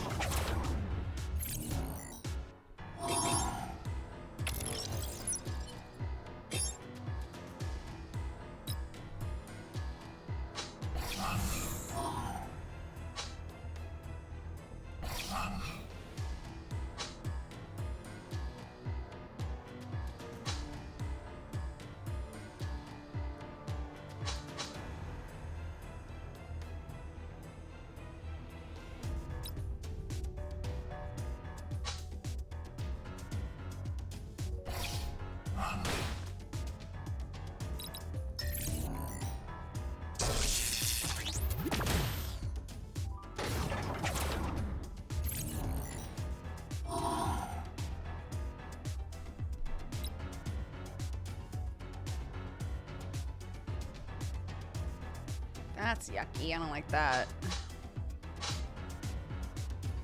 So if I try to gain 24 shield, I won't gain that. Got 20.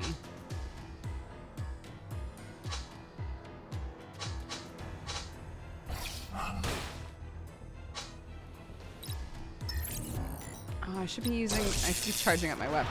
I don't know, I'm not thinking of that. She pushed me! Rude.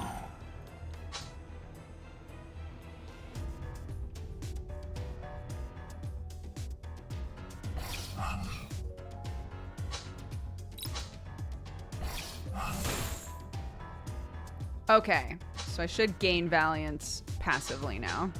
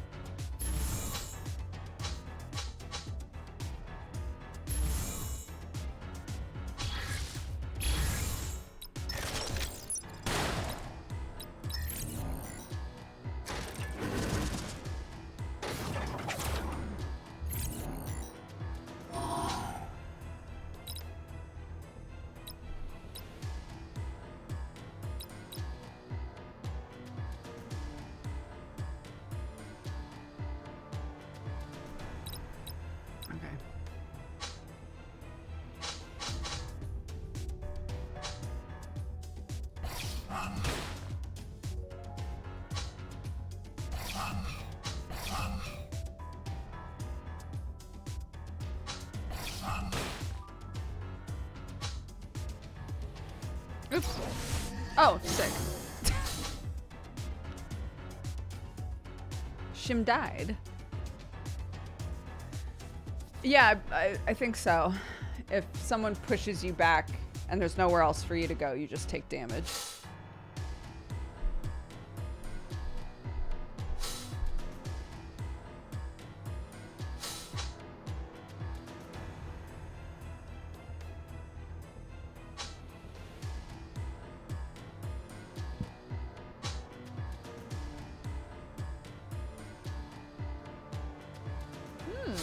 That's fun.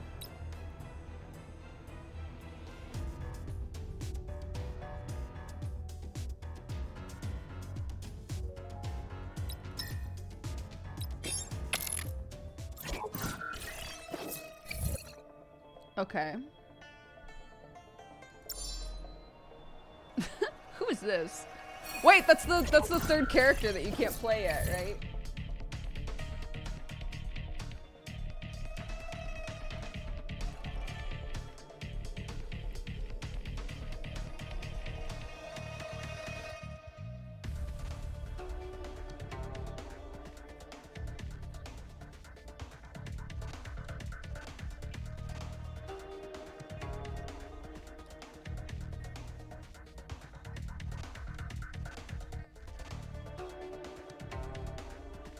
Sorry, one sec. I got a message from the school.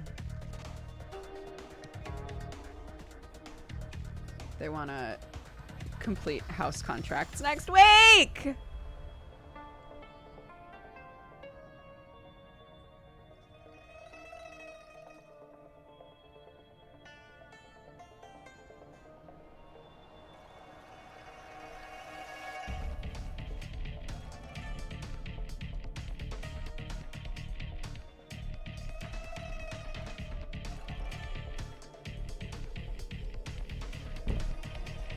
Yes.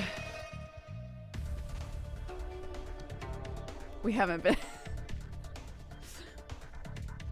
Oop.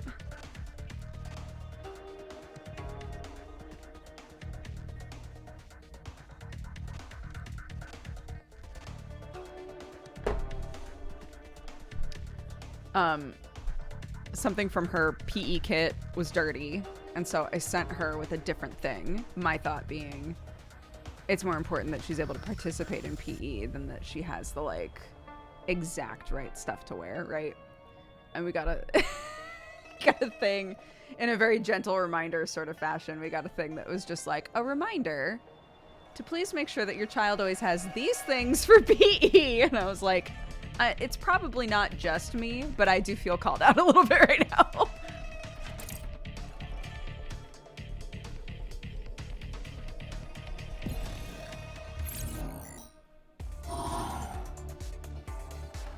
At the start of each turn, all units gain shock. Oh, interesting.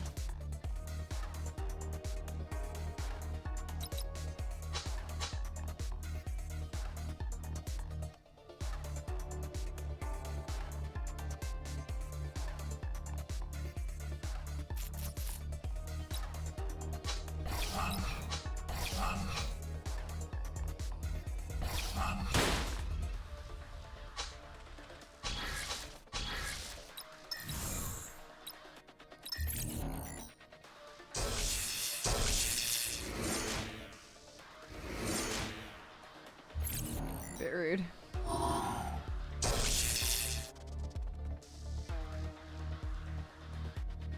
You have to own a house to go to school? What?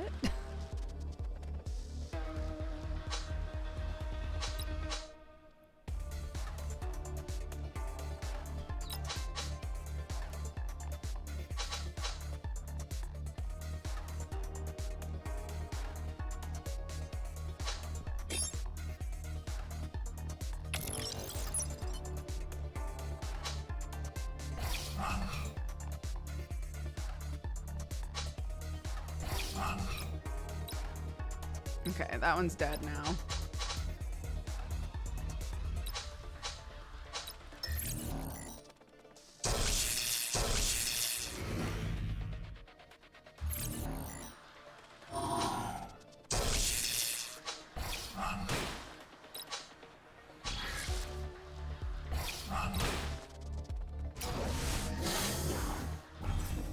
You said the school called about the house? No, those were two separate things. Sorry. I got him. The reason that I went like this is because my mom texted and said, hey, they want to do house contracts. And then I said, hold on, I got a message from the school. They were separate things. I had both at the same time.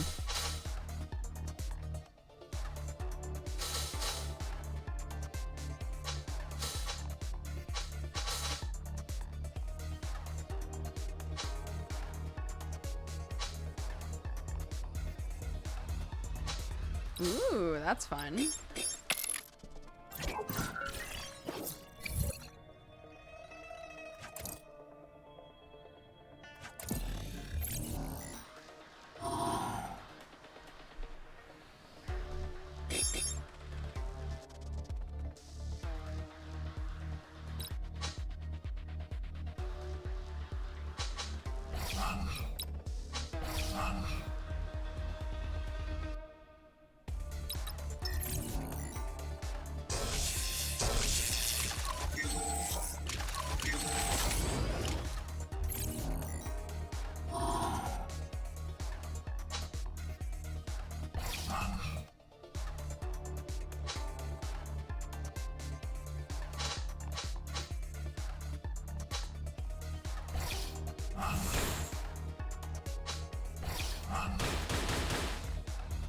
Damn.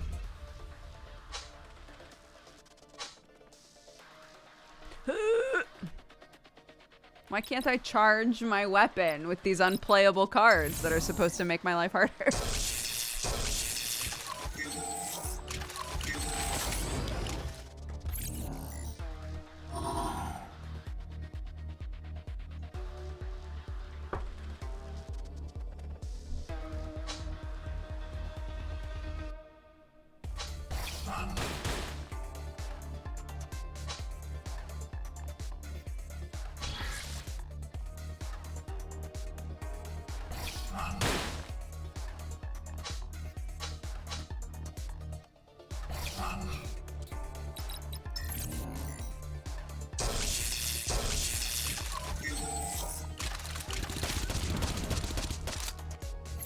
Ow, my body. No!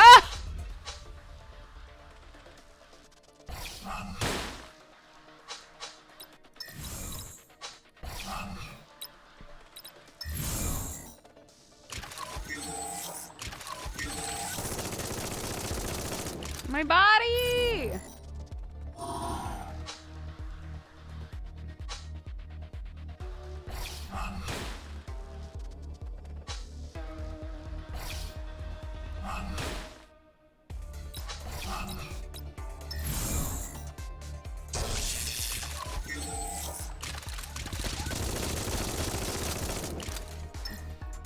That's fine.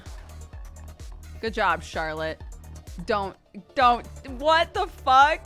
What do you mean I didn't hit level 2?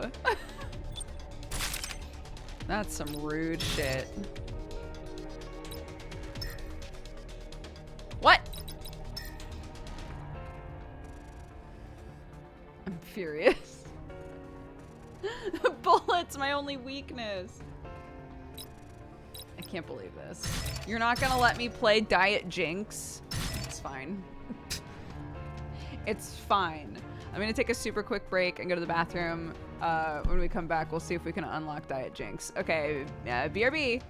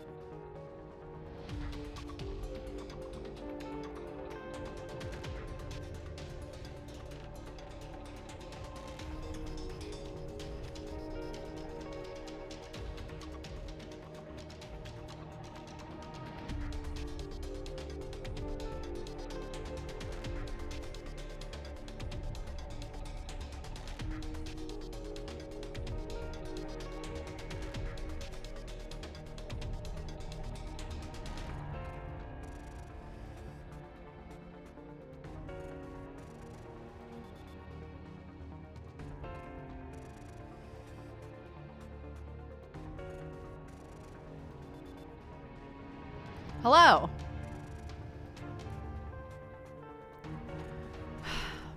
Are we all ready to go back to hell? It's fine. I'm re-experiencing the feeling of when I played Slay the Spire for the first time, where I was like, I don't know what any of this shit means. At least I'm coming into it with like a base of knowledge about the mechanics and how all of that works, right? Because it's almost identical. But having to learn what the cards are and how they interact with each other, doing that from zero. And I can't even play Diet Jinx. It's fine.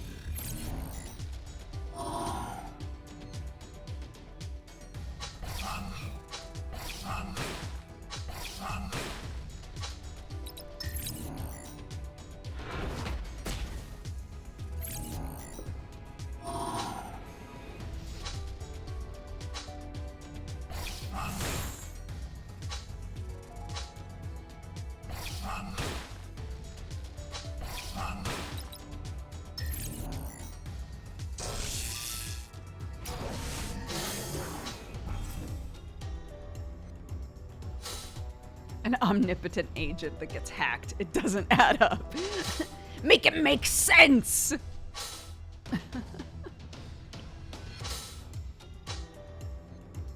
Keep in mind, again, this game isn't originally in English. So some of the words, like the ways that they're choosing to describe things, I'm giving it a little bit of leeway because potentially words are being used in ways where it's not the full intention of what the person meant, you know?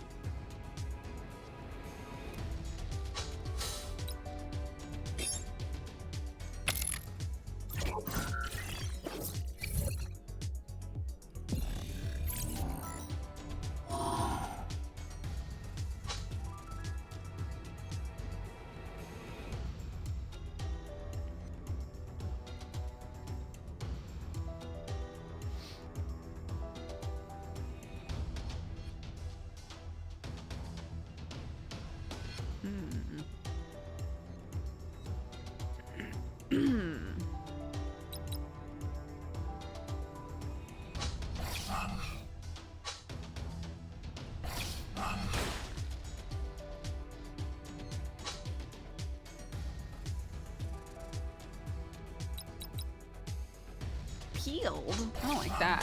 Why is it called peeled? That's yucky.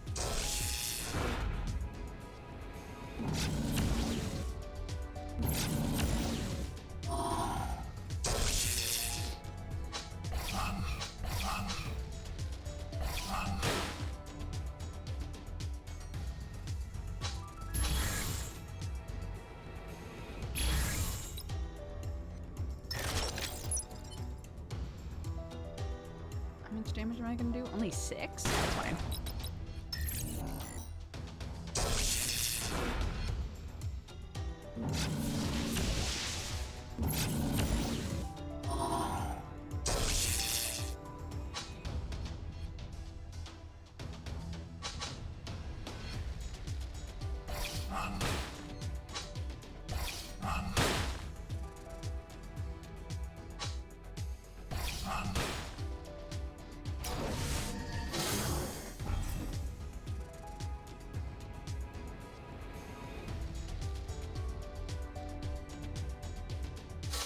Ooh, that's nice. If I, you know, I don't have anything that's giving me shocks yet. It's the only issue. But then I would have 2 cards that like benefit from me shocking myself.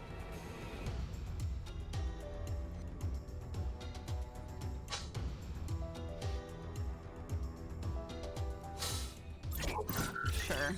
We'll just bank on eventually finding a card that makes sense. Follow the address Leo gave you and find an apartment at the end of Arc Street, Mark City. You put on the short-term frequency device. You see code overspread all over the furniture, refreshing the room in front of you as it was in Leo's memory. A bunch of code flows directly to the corner, constructing a vivid blue-haired girl. She catches a glimpse of you and turns back to her music world. Do I have to go, Dad? There are plenty of data analysts dying to work for the consortium. The vivid scene makes you subconsciously want to reply until you hear the voice of Leo. You realize you are just a spectator. Work is not life, Mia. No such thing as freedom in the making money business. It's true, humans are not free creatures, Dad. But not coincidentally, humans can create music. Comparing to high-spec frequency device, short-term version cannot leave the owner of the memory and analyze in a third-party angle. It's not likely that Leo can't find one. He just doesn't want any analysis. You're pinned onto an invisible wheelchair and can only make a cold grunt. I've lost the thread now. While you listen to Mia and Leo go head-to-head mocking each other's life, you look around the room via Leo's view. Oh, like we are Leo? Leo glances at Mia. After confirming that she's still focused on the screen, he reaches out and quickly pulls a piece of paper out. I said, "Don't touch my stuff," Mia shouts, but it's too late. Leo stares at the black letters, like he's burning a hole through the paper. Clinical diagnosis: bipolar disorder. In fact, in the time when morbidity rate of anxiety and depression spiking, it's common for youngsters to catch mental disease. But that doesn't mean a father can easily accept the fact. Unexpectedly, Mia smiles, showing her white teeth. Thanks to you, Dad. What the fuck is going on? Short-term frequency device beeps. You need to switch segment. You take it off and start waiting for its loading. The sound of Boat's whistle rings when the number reached 99. Long, short, long. What is happening? I feel like my brain is being hacked. Are we being hacked right now? Whether the short-term frequency device is loaded doesn't concern you for the moment. The AI female voice drags you onto the matrices. Please remember you baseline words. Composer freezes the flowing time, fabricating the eternal movement. When answering questions, please repeat baseline words to pass the test. Cold mechanical sound surrounds you. If you wanted to look into your best friend's eyes again, what should you go through? Is Mia my best friend? I don't know anything anymore. I should look into my enemy's eyes 100 times. That's the one. Minor emotional fluctuation detected. You've passed the baseline test. Logistics system has automatically delivered new items according to your current item usage. I don't understand. I don't know what any of that was about.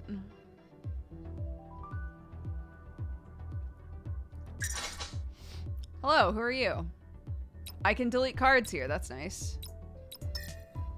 Equipment. Prank treatment?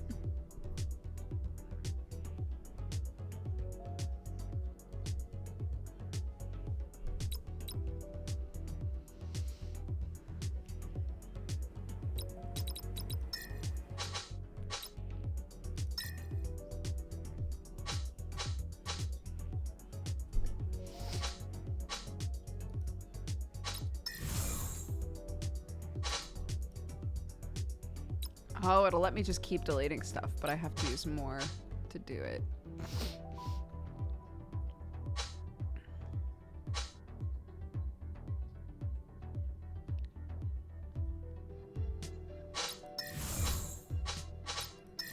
Sure. Just delete all of them. Fuck it.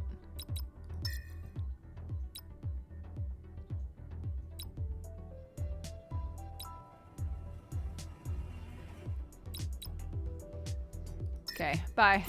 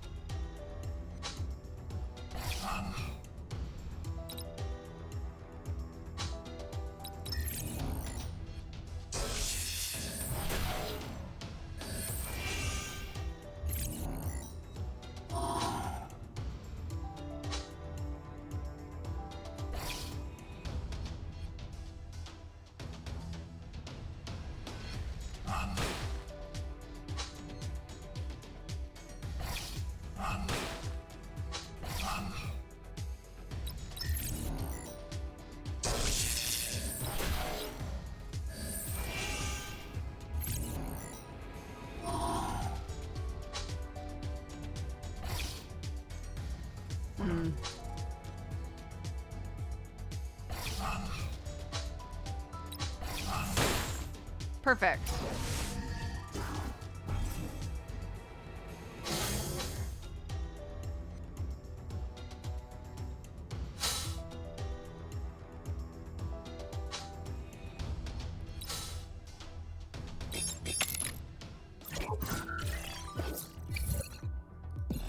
Mini boss time. Oh. Not as cool as the last mini boss.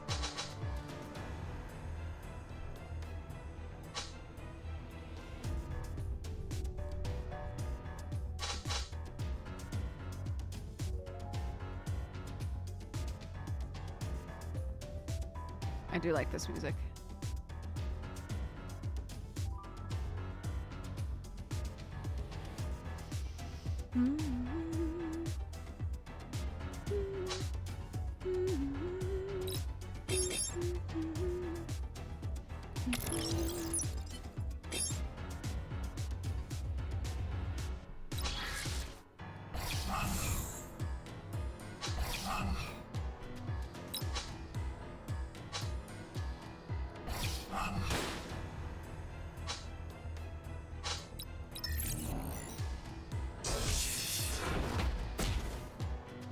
It is Wednesday already, yep. Hump day, as my mom would call it. Because it's the middle of the week, so you're going over the hump.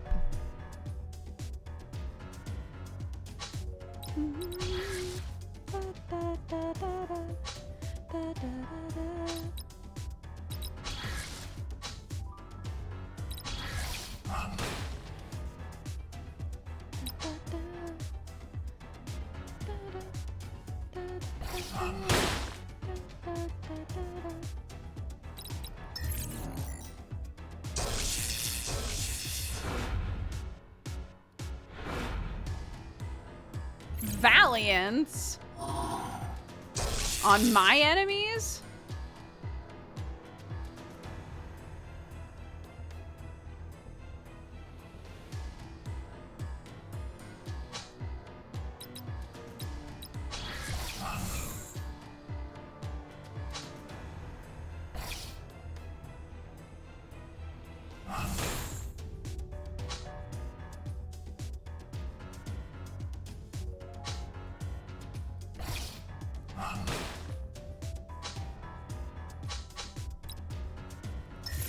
Anything else?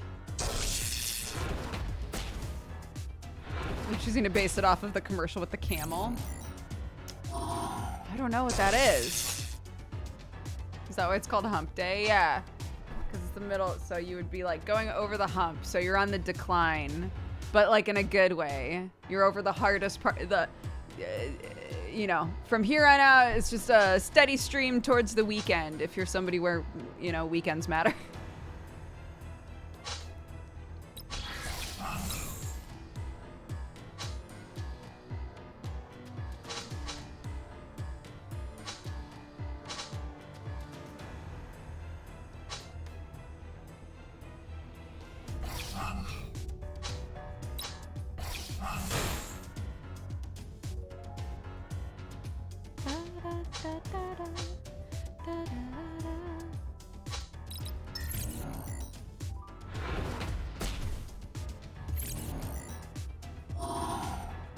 I'm the wage slave where weekends matter. Yeah, my mom, that was my mom's life, my entire childhood and college life. So just like, it's Wednesday. Bye.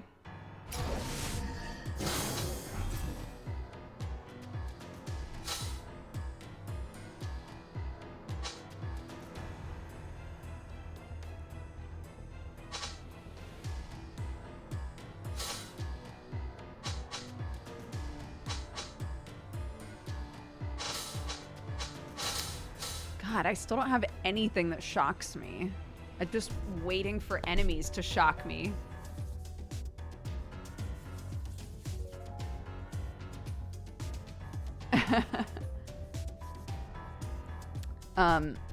My sister works at a hospital. I've talked about that before. And her weeks are like, she's worked there for so long that her weeks now are like 2 extremely long days in a row, and then 3 days off, you know, and then like a couple more extremely long days, and then a few days off.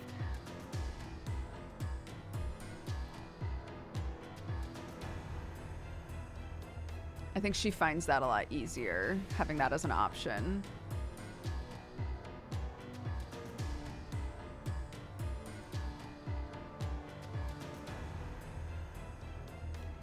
To just have, you know, like a 12+ hour day where she's fully in hospital mindset and then gets to just decompress.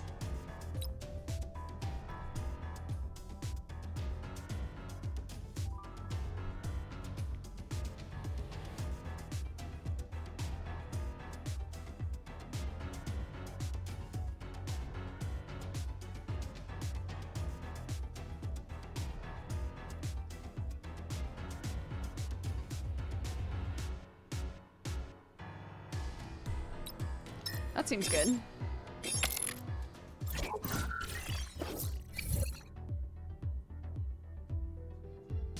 Let's heal up a little.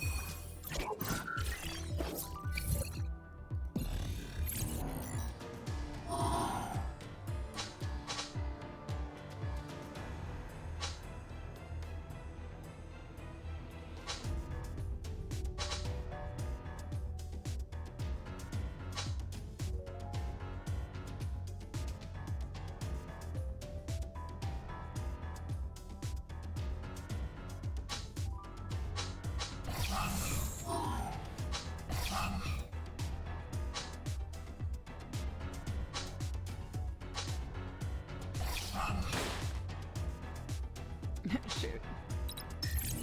I gambled.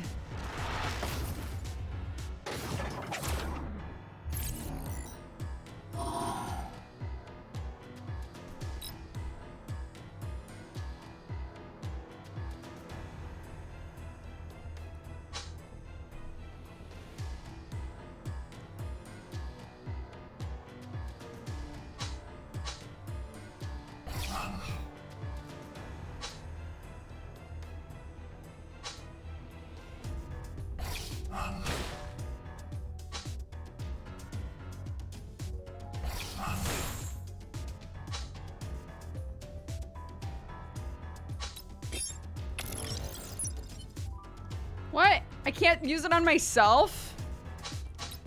That's pretty garbage. You should be you should be able to use something like that on yourself to give yourself shock and then use an item.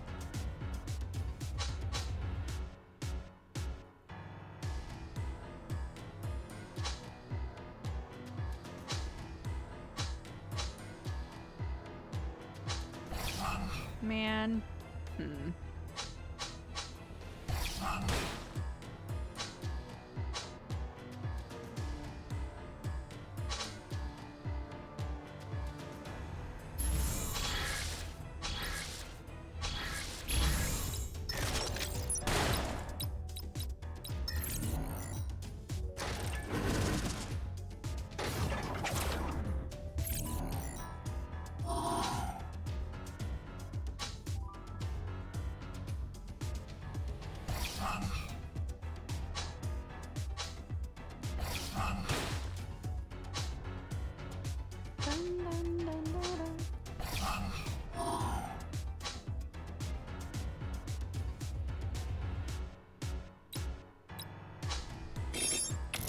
Alright, whatever. Then I'll give it to you.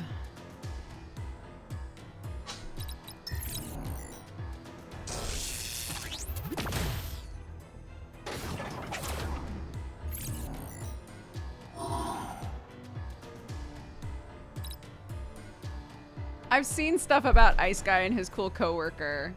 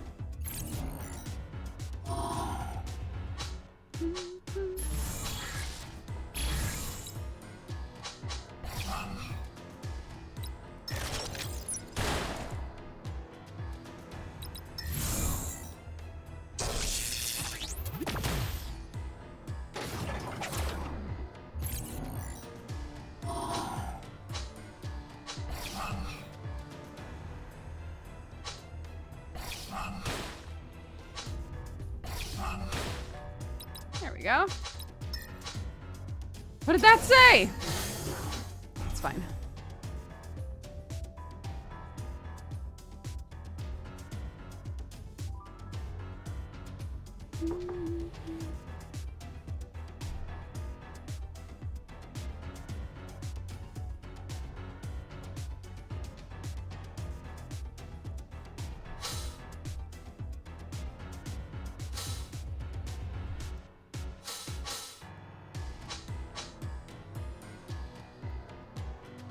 Yeah, I was explaining to, actually this morning, I was explaining to Clarky all of the different jobs that my sister's family does.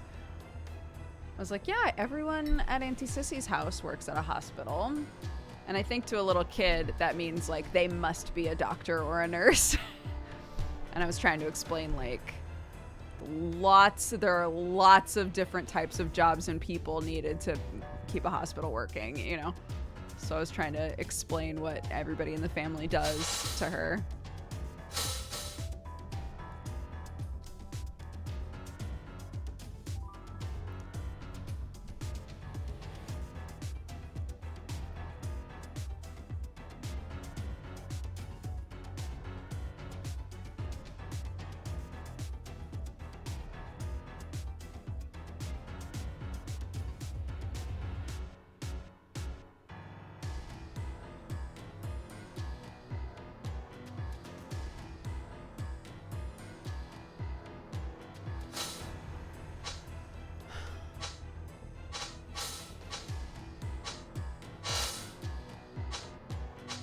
Where is my shock myself card? Why have I not gotten that yet?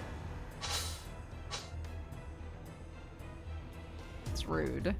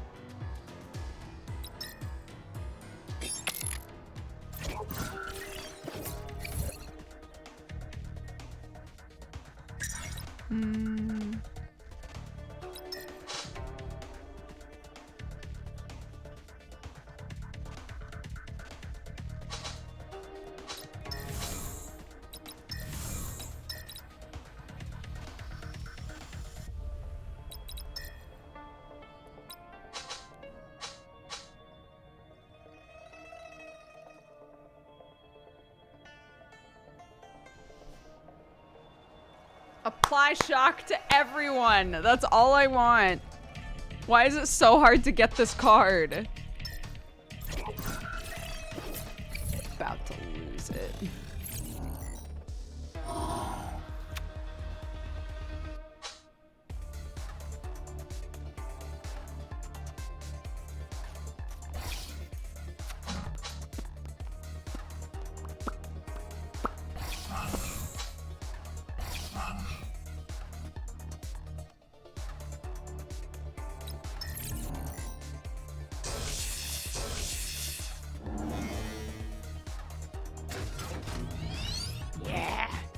Shock. Do it.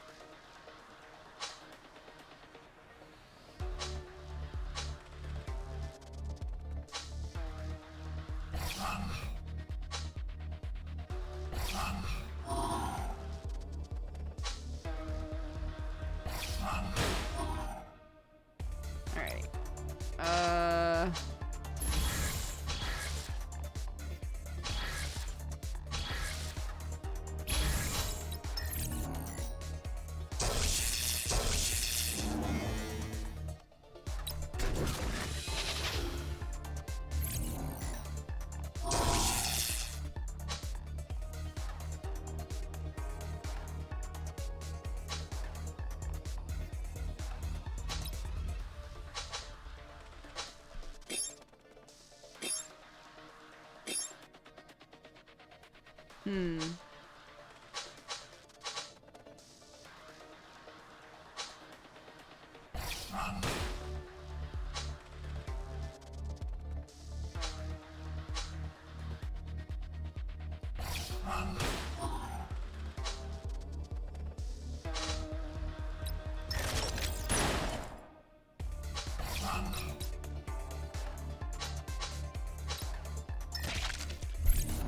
don't have any shock on me. Hi, Nick.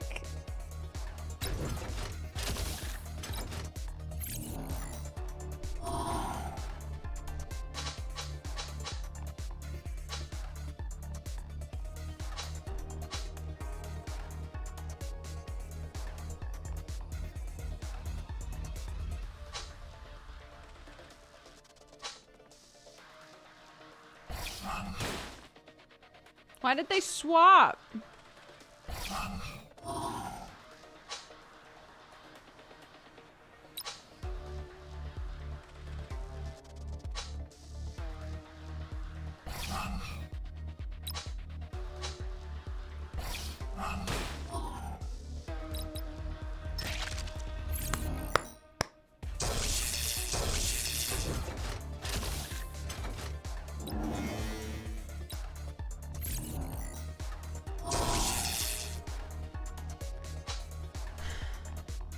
Is this supposed to be divide shield or divine shield?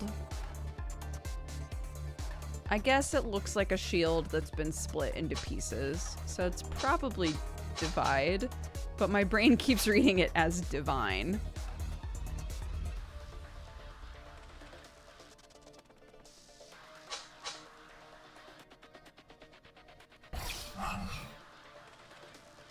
Okay, that guy's dead.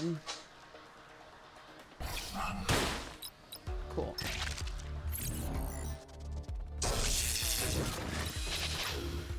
My body.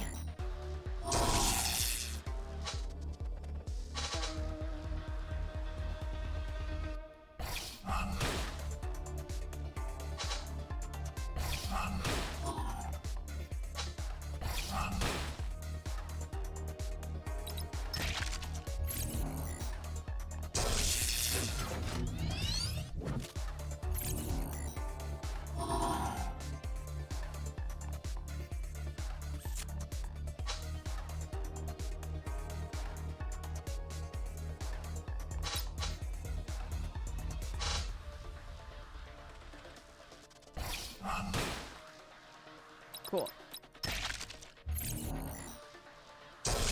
And die. Yay. Oh, actually, Nick, you being in here just reminded me.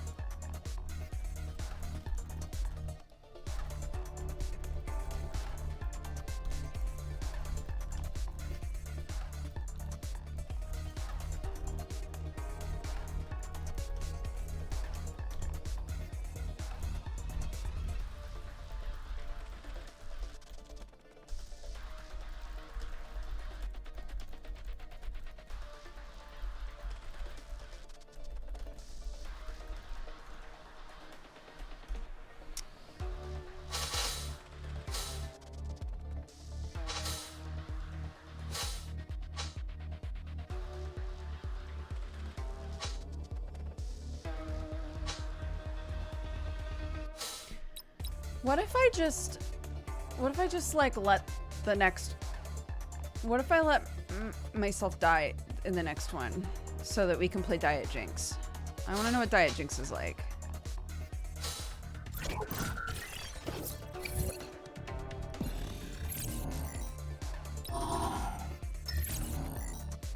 Shoot me! Shoot her!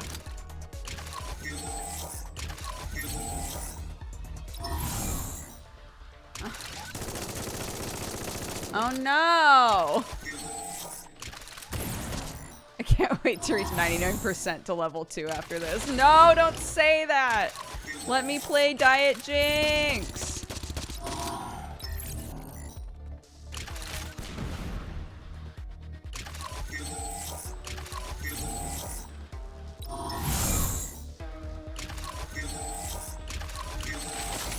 Oh my god, guys, just shoot me. I'm begging you. Oh my god, guys. You don't have to keep putting shields on. I'm so vulnerable. Here we go. Now we're talking.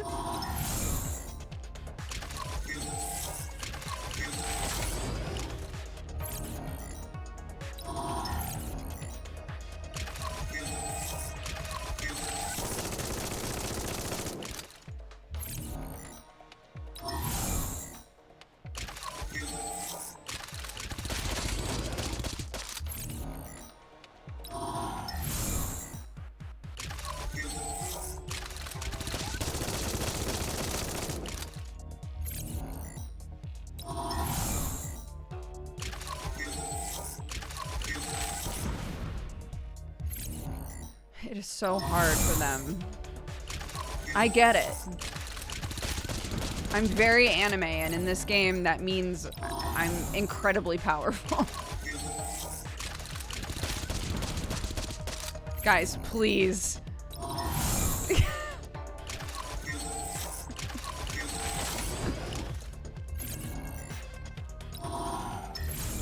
Come on, guys. Oh no, my shield is too high is the problem. Fuck, because I have that item that every turn adds more and more shield. No! Okay, wait. Oh fuck. Guys, come on.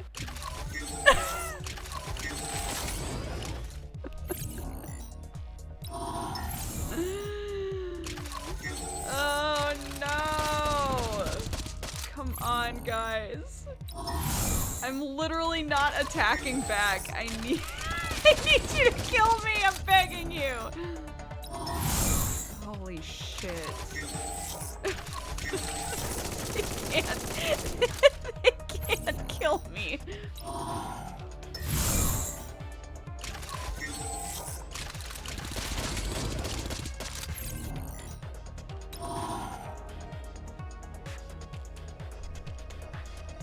What the fuck do I do?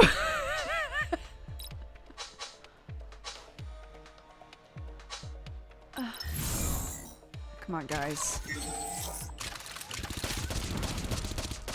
Oh my god. Okay, I have to just kill them and then hope that the next fight I get one shot. That's all I can do.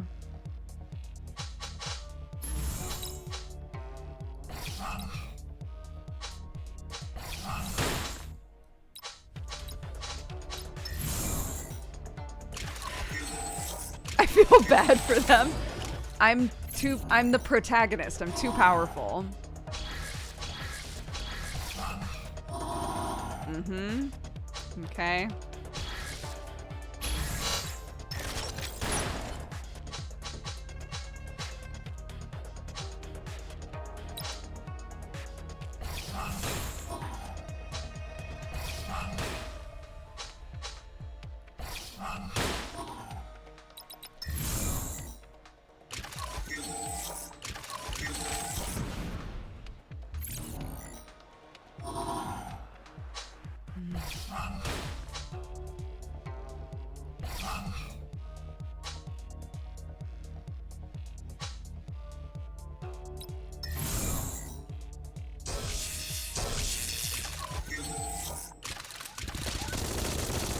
Come on, yeah! Now we're talking! Good job, guys.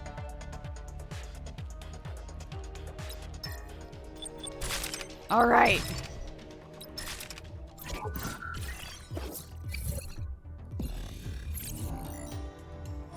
She has summons! Let's go. Nina has several loyal mechanic companions that you summon through cards, props, and equipment. Minions also have life value. Different minions will have their own combat ability. Choose wisely to protect or sacrifice them. Nina has a unique mood mechanic. Different mood values bring different combat experiences. Nina's current mood and status at the icon above her life level. Minimum 0, maximum 100. Okay. Nina's mood is above 60 at the start of each turn. Gain 5 valiance. Put 2 random virus cards in your hand. Nina's mood is between 10 and 30 at the start of each turn. Remove. This is like Princess Peach. Do you remember when Princess Peach's entire combat ability was her mood swings? If Nina's mood is below 10, gain 10 adrenaline and 15 shield. Yeah, okay. During battle, you can adjust Nina's mood value in 2 ways. Playing a card drops your mood by a fixed 5 points. If you play a 2-color symbiotic card that requires a choice, choosing a blue card lowers your mood. Choosing a red card raises your mood. Okay. Why does her hair also change? As a classic example of human-AI symbiosis, Nina and Sting's form switching in battle is the aspect that attracts the most attention from scientists. You can let Sting take control by using the weapon switch button. Sting time! Oh my god. Sting time lasts for 2 turns. Okay.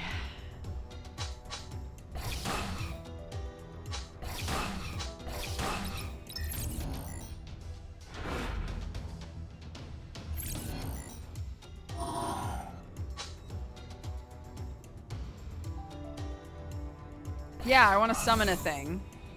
Who am I summoning? I don't know what the difference is. It's cute! I'll take it. I can't do anything else.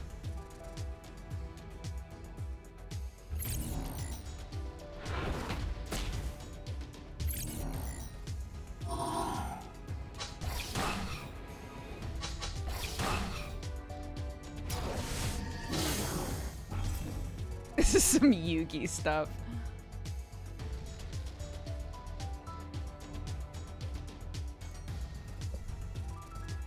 We can't see it. The snow globe is covering it. I'm the summon! It's me. I'm the summon, guys. I'll move myself next time we're in a fight.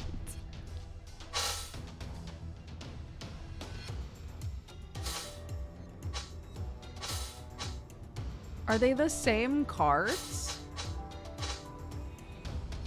Okay.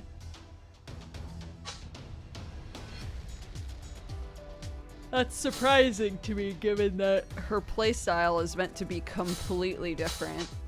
But okay.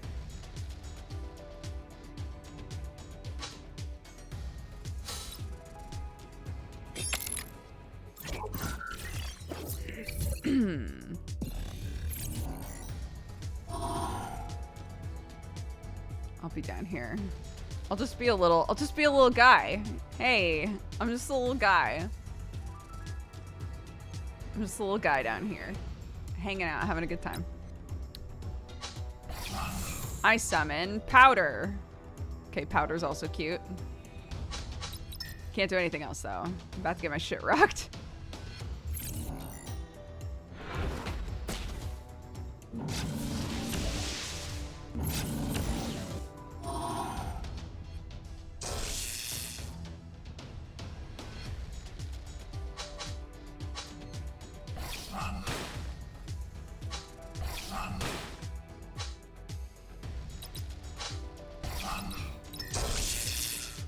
I'm getting cold again.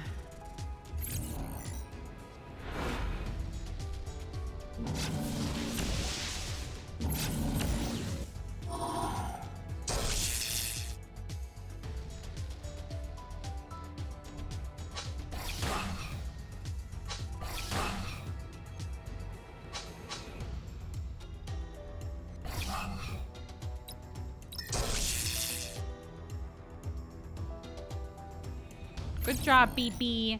Good job, BB.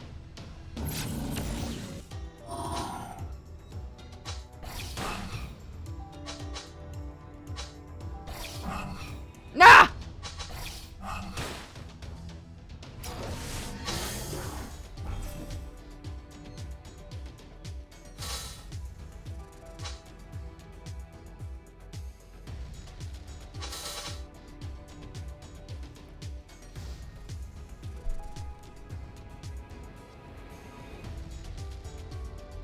I might be doing a sponsored thing for Forspoken, potentially. That's still, like, in conversation.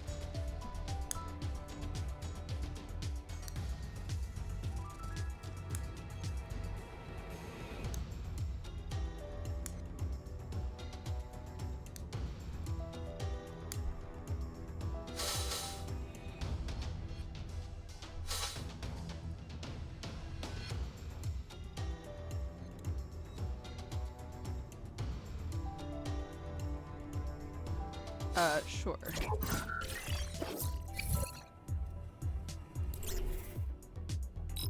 Oh, it's this again. Let's try it. District 8. You awaken your hidden power. Sounds right. Sounds right for this game.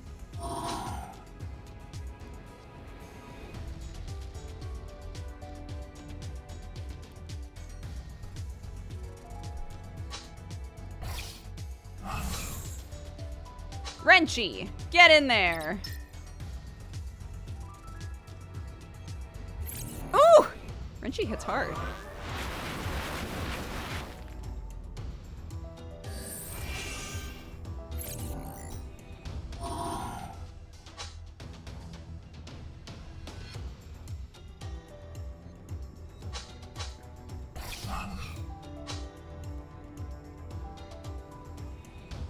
Nice.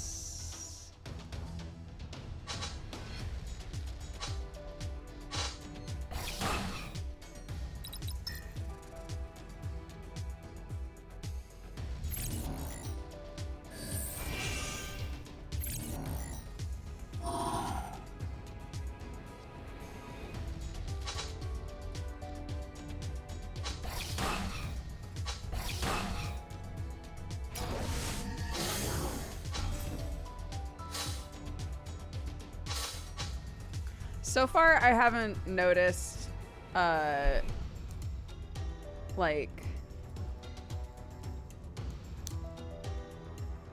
trying to think of how to put this.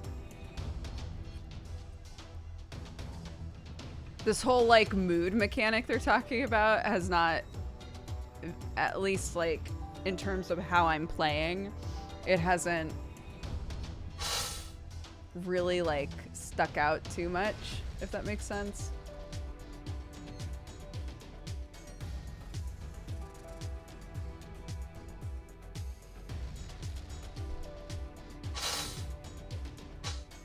It's still in early access.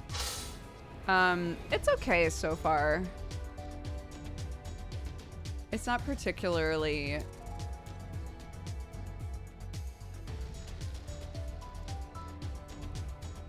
There isn't a ton of variety to how you can play, it feels like. It's kind of why I was surprised that, for the most part, the cards are all the same, even though the two characters you can play are so different. I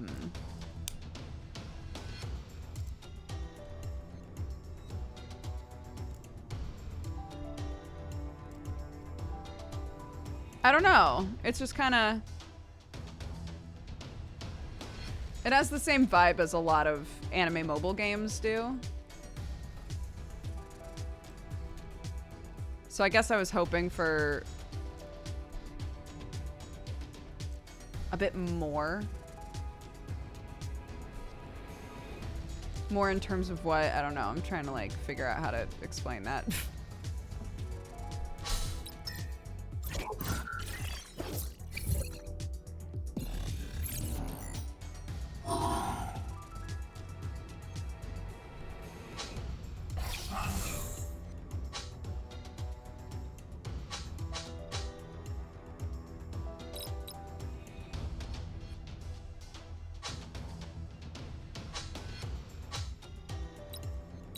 Right. Yeah, but I also remember kind of feeling that way about Slay the Spire. I was like, it's fun. When I first played it, when it was in early access, right? I was like, it's fun, but, you know, the graphic style isn't really for me, and it's taking me a while to understand, you know, what all of the cards mean and how to use them together. So I'm trying to remember that that's how I was feeling before, you know?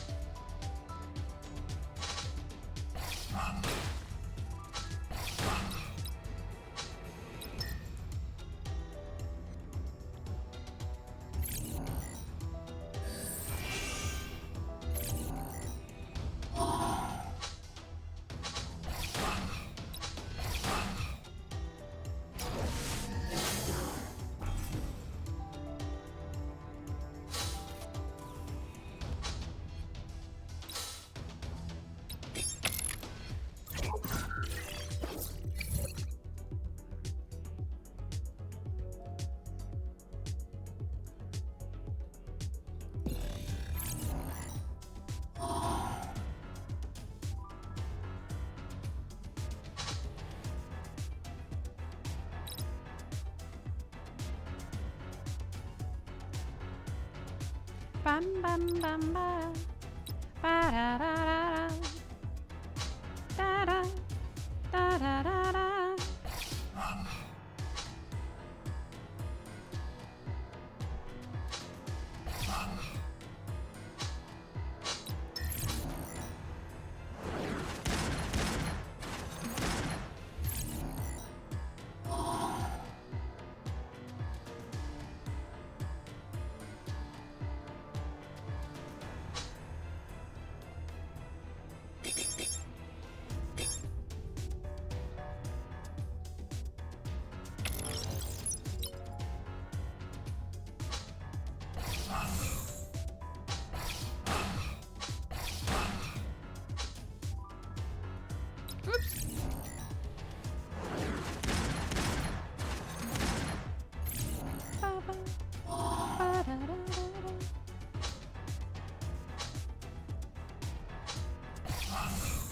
Let's get wrenchy out here, dude.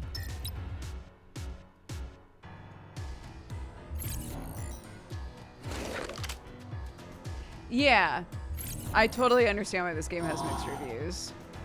It's just like, okay.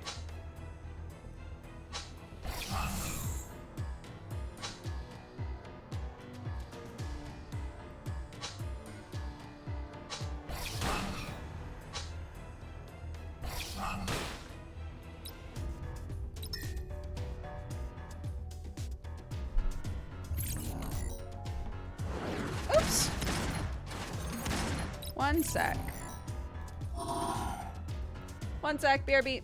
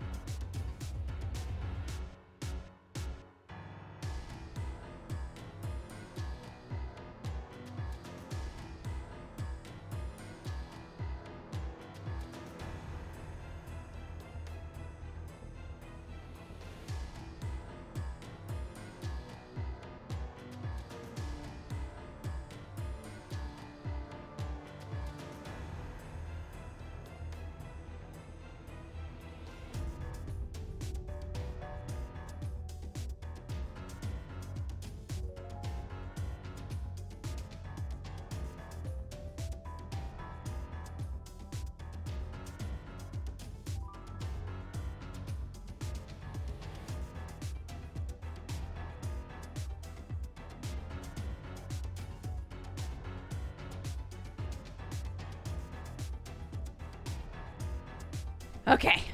Hello. Sorry about that. Ooh. Okay.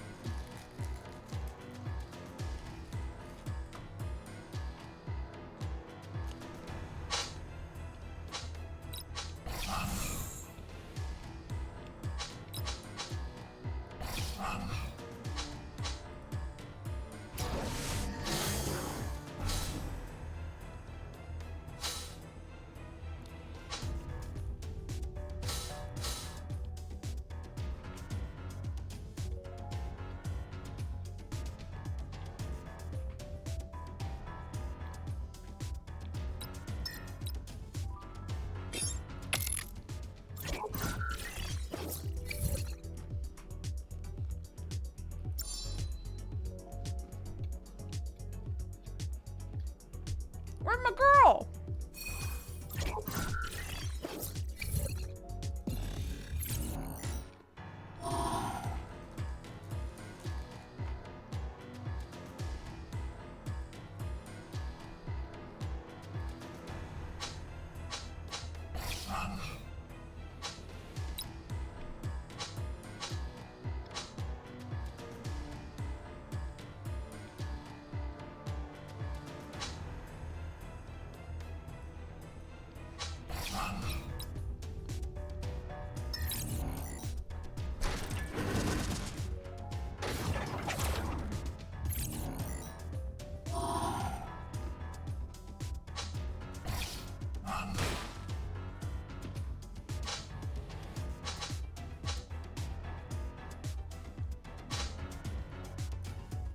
Oh, right. Shoot.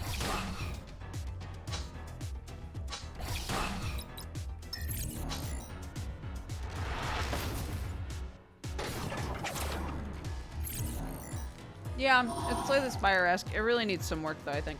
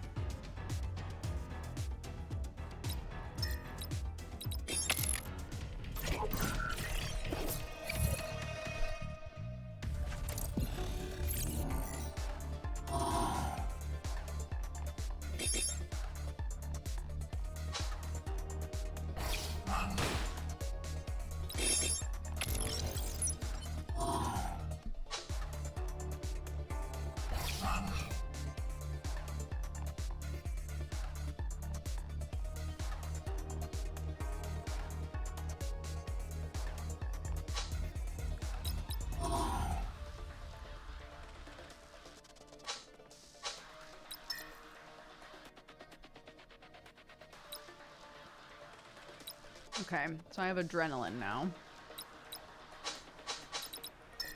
Which I'm not really sure how to use, but that's okay.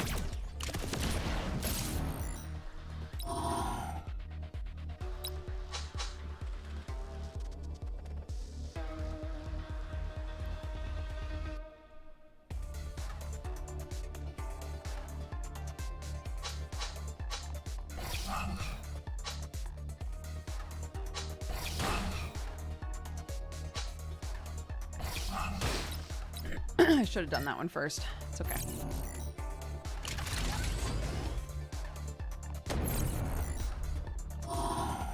No! I don't even know what that was. I didn't even notice there was a thing there.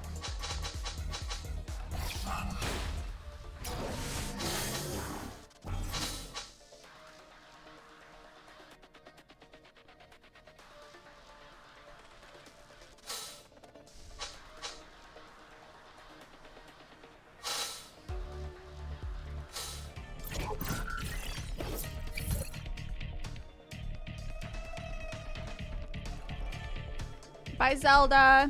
Sleep well.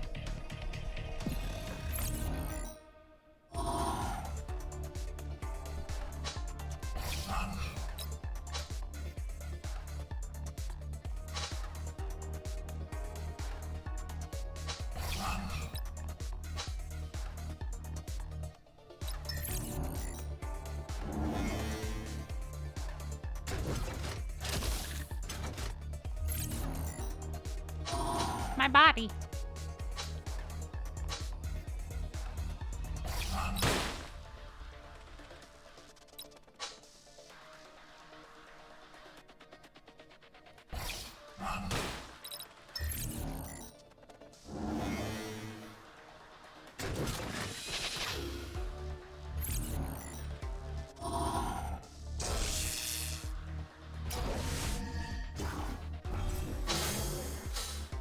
I don't know what the credit conversion thing is either.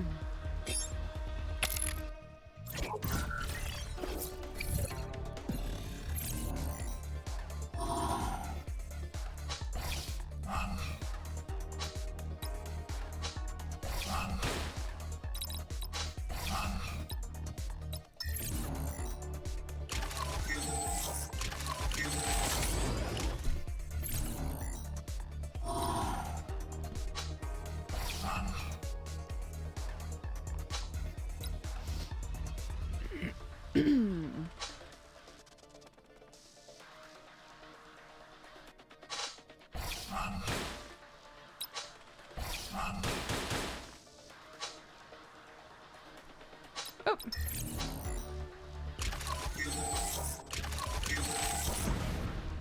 I wonder why I retained that.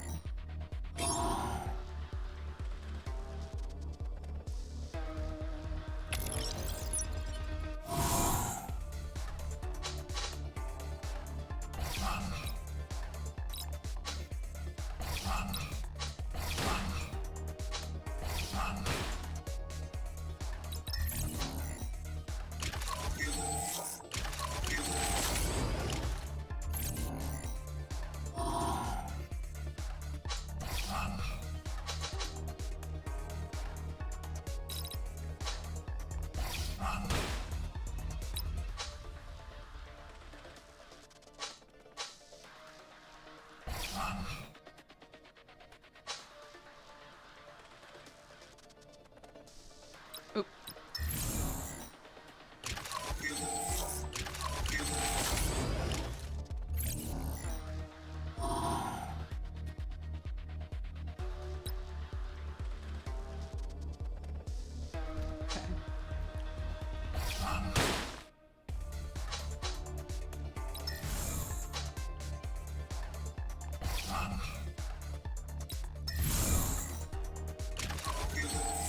Okay, something is helping me retain one card each turn. I'm not sure what it is.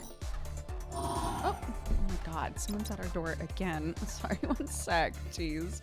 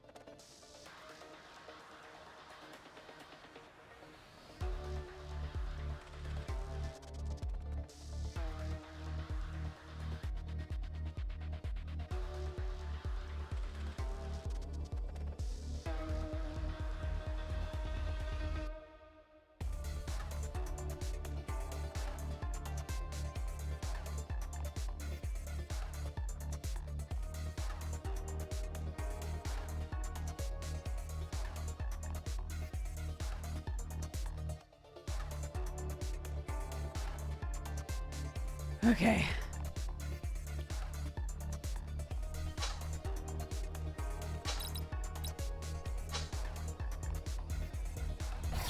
Sure, that's all I can do.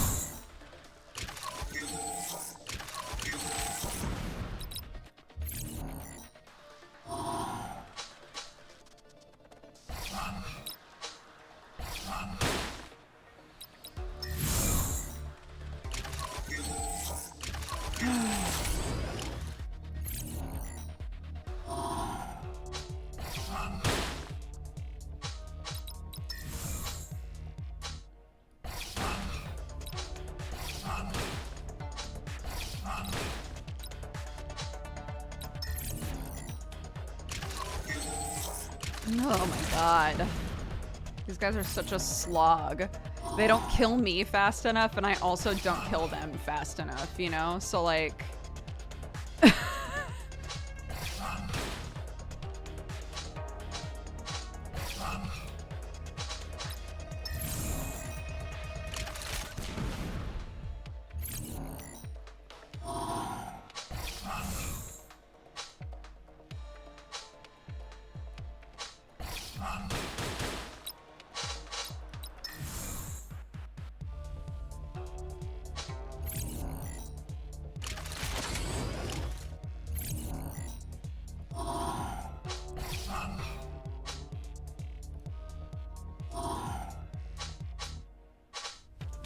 Oops, no, no, no, no, no, no.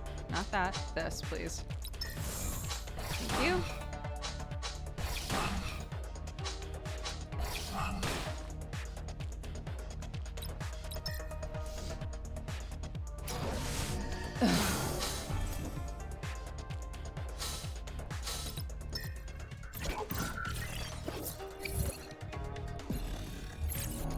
All right, these guys look like they should be able to kill me.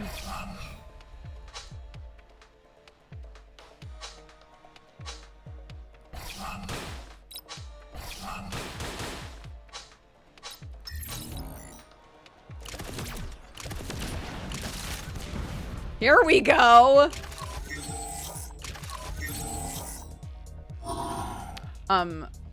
Once I die in this run, I'm done with this game for today.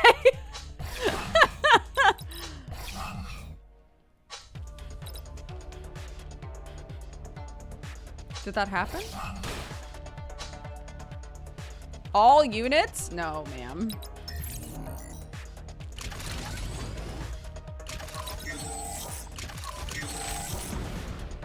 Here we go.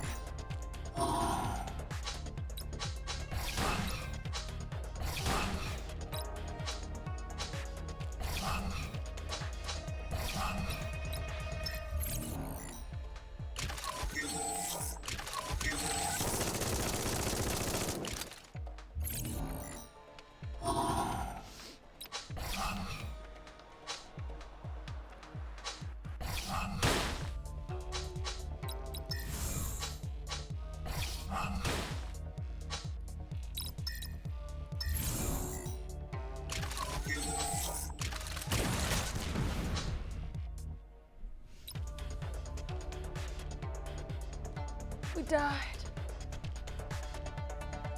We did it. Let's see if we hit level 2.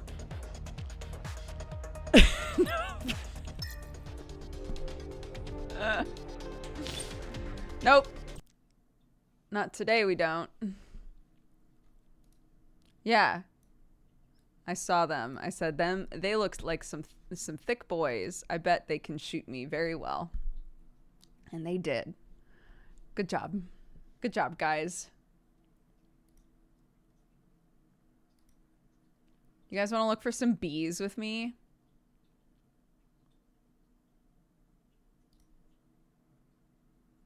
My sub notification didn't pop through. No! Happy 80 months, bud. Thank you very much. Yes, the bees. Always the bees. Yes, the bees. We're 49% of the way through on, I commissioned some bees 5.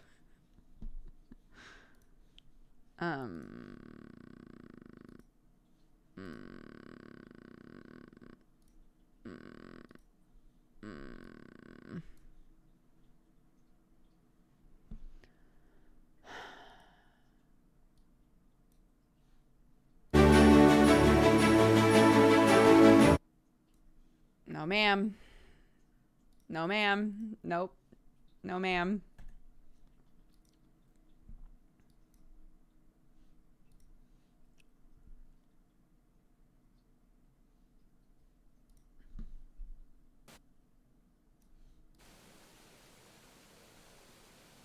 I'm awake.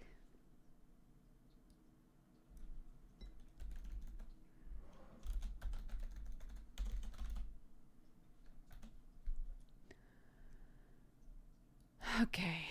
I commissioned some bees. Oops. Nope. 5. Great. I love that every single I commissioned some bees is on the Twitch list. Okay. We have 1 bee left. And 1 honey themed item left. Okay, we got the 1 honey themed item. There's 1 bee remaining. You guys are operating at a severe disadvantage because you don't know what the bees looked like to begin with on this map. So, enjoy. How many of these games are there? 12. There are 12 of these in total. Found it. Okay. Oh, yep.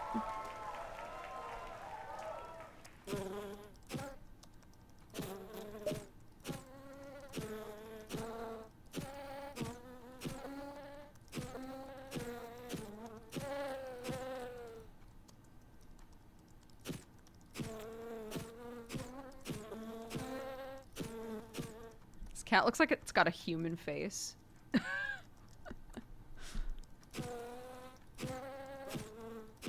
Where have they found pictures of just like cats with human faces on them?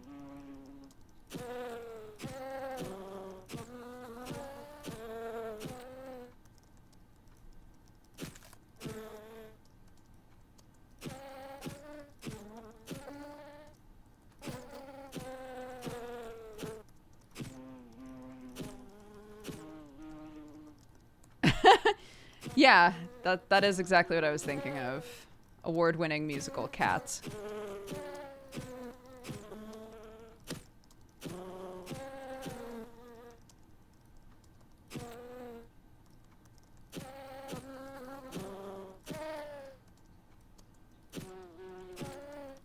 Ah, they're just like me, for real, for real.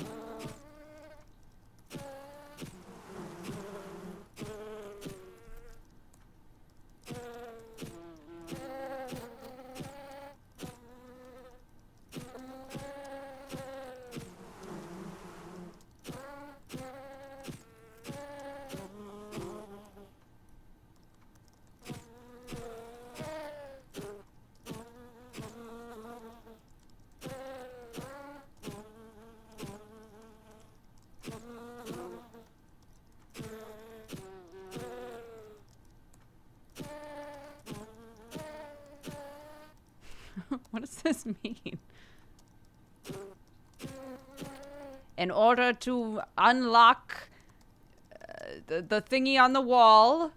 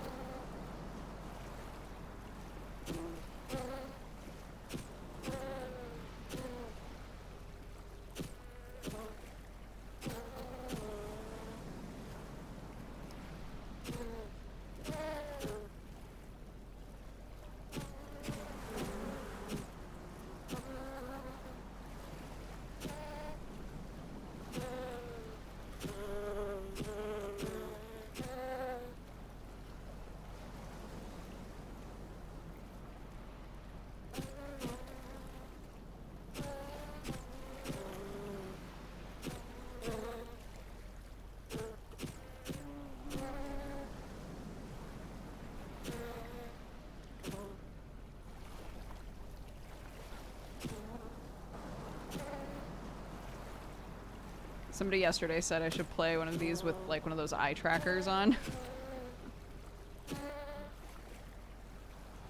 That would be so infuriating though, because you'd see how often I look directly at something and not click it. Like not register that it's a thing. Say in this example that it's a bee. You'd just see me look directly at a bee over and over again and not click it. Oh God. Oh jeez, this one's gonna be hard. Fuck.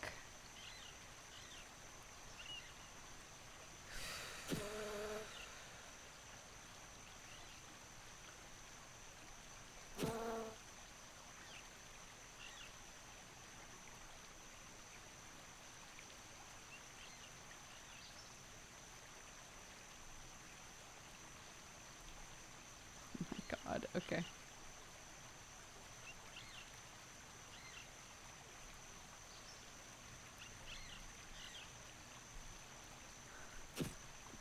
Me just like, bees?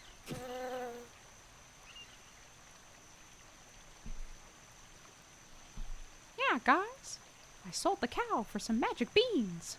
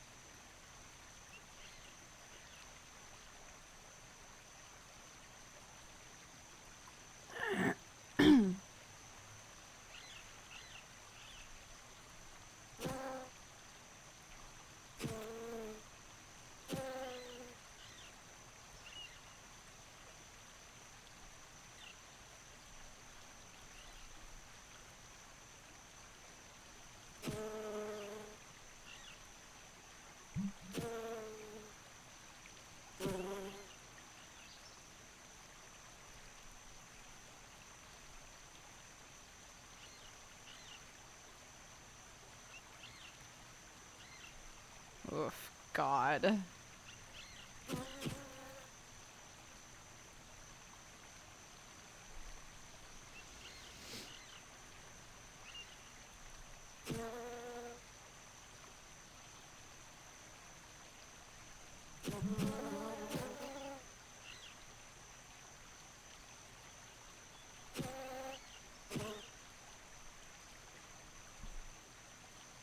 Where's Waldo? But instead of Waldo, it's bees. Yeah, that's the pitch. Yeah, that's basically what this is. Except if every picture of Waldo was drawn by a totally different person, and Waldo always looked like a different man.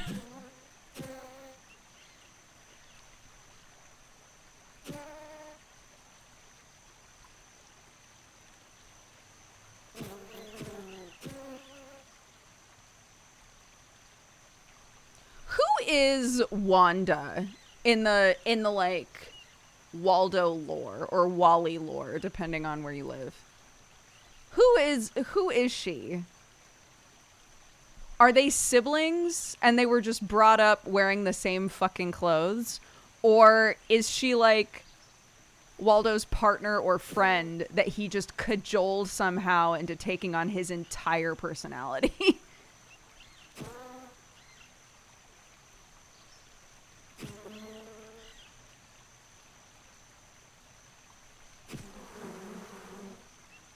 It's like, Wanda, I gotta be real with you. I only wear the stripes.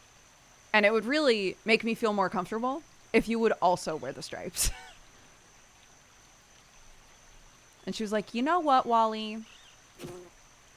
I've never really cared too much about clothes. I'm not like other girls. So, yeah, I can do the stripes thing. I can at least try it out, you know, test the waters. And they just both never looked back.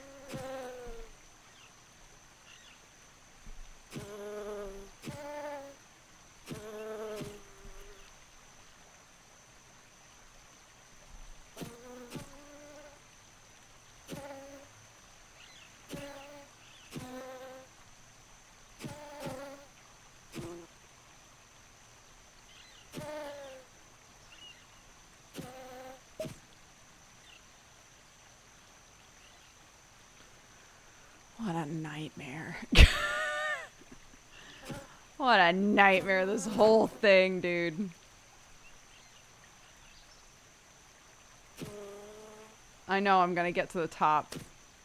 And I will be missing so many bees. I just know it.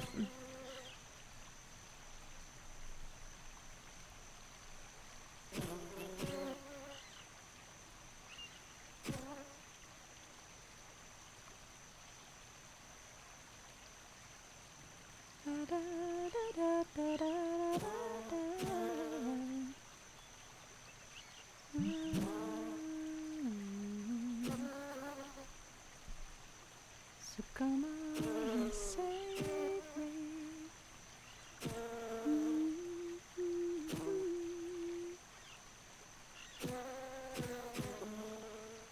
Oh yeah, people were asking for music. Well, you don't like the unsettling silence with just the sound of bees? Bit weird, but okay.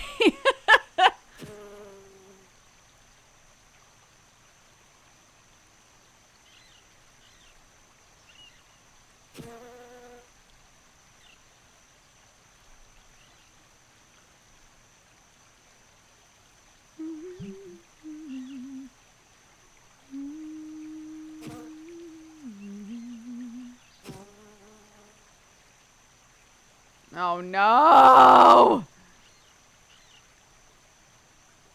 Oh my god, I have 18 that I missed.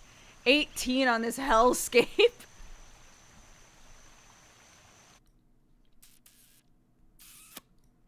Okay, hold on. Maybe some Zelda and Sleep. Zelda and Sleep is nice. Or,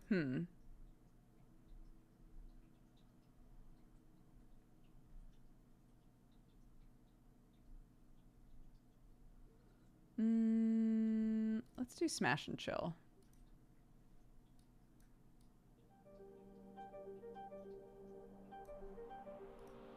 Let me know if that's a good level.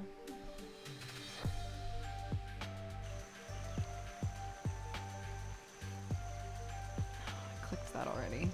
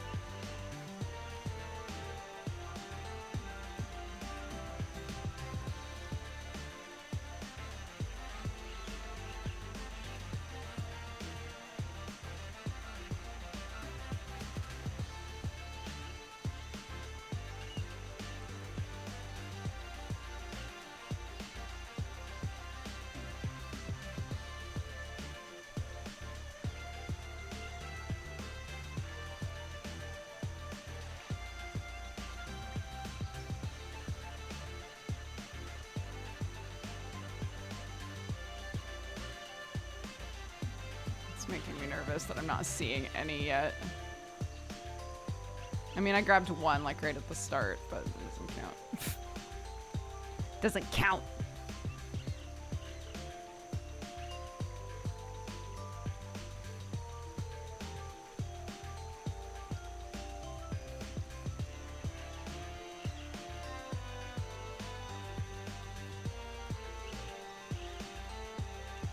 It does count. I'm just being petulant because I want to find more. And the number is still so high.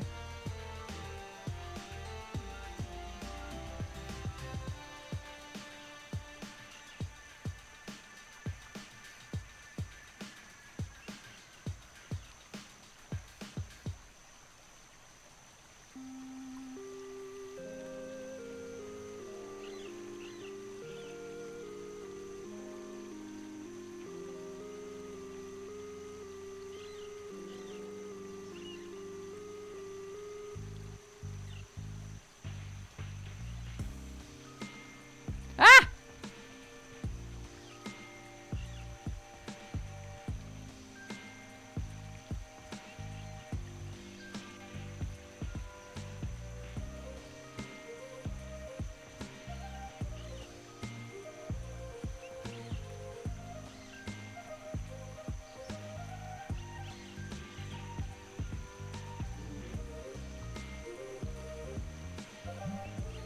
Sixteen of them? I must be missing them constantly. There must be a bunch down there. There's just no way.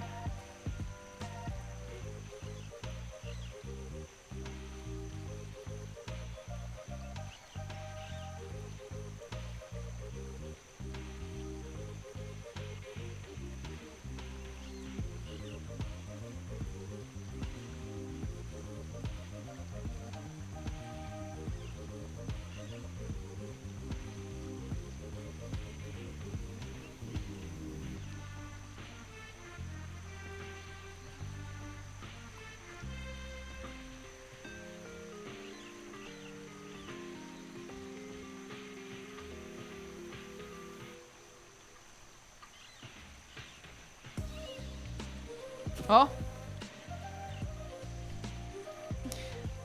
It's down to 15. I don't think we've ever hit the, like, wiggle around point this fast before.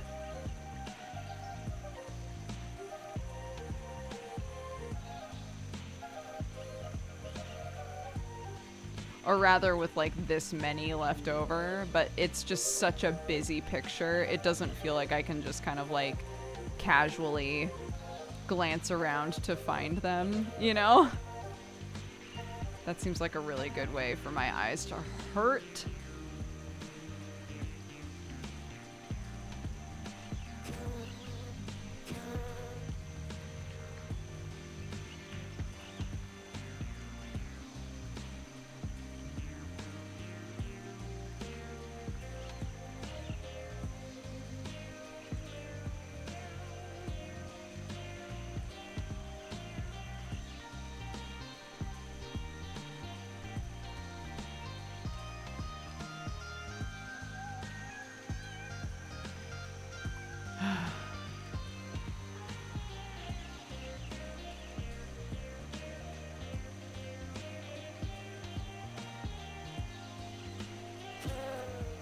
Okay, we're down to 11. Oh. 10.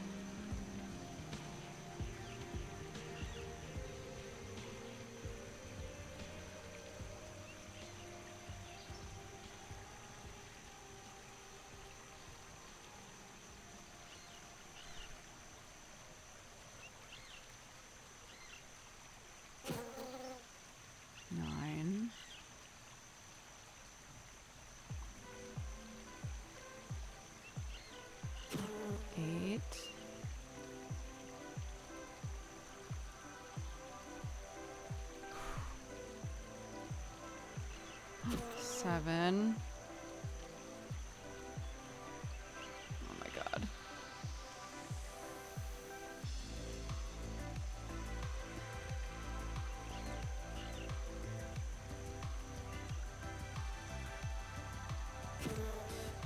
Six.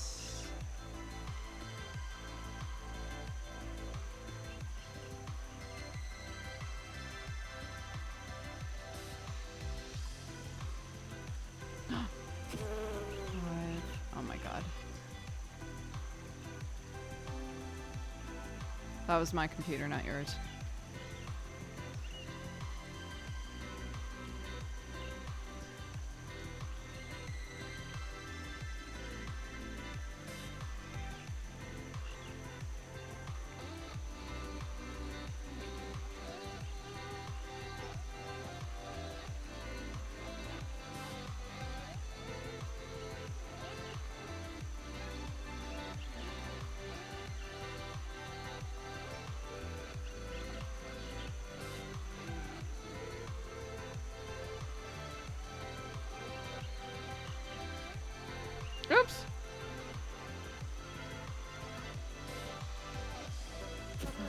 4, 3,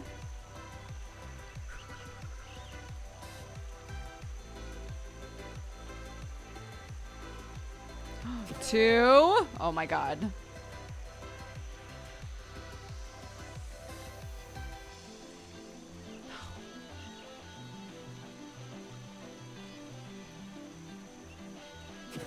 One. Fuck. Okay. Was there one that I missed? Was there one that I missed that people saw?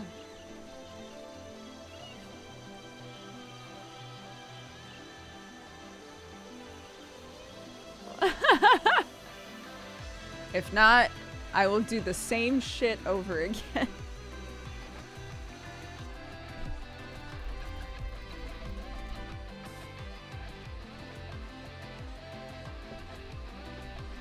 Yeah, it's B time.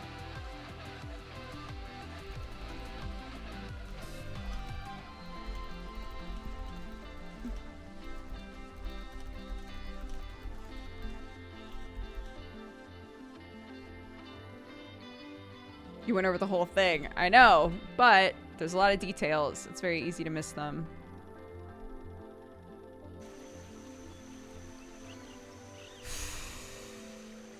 Let's try going up and down instead.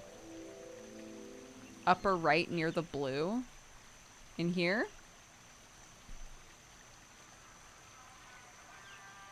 In here somewhere? Oh! Oh my god. Look at you! The eyeballs. Oh my god, I hate these type of bees. They're just scribbles.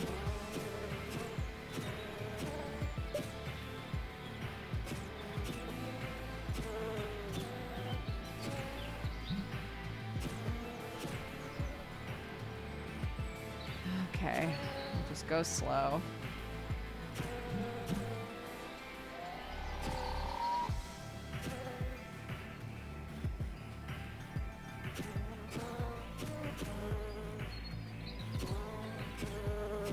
I hate when they just look like flies. I complained about this last time, but I'm serious. I don't like it.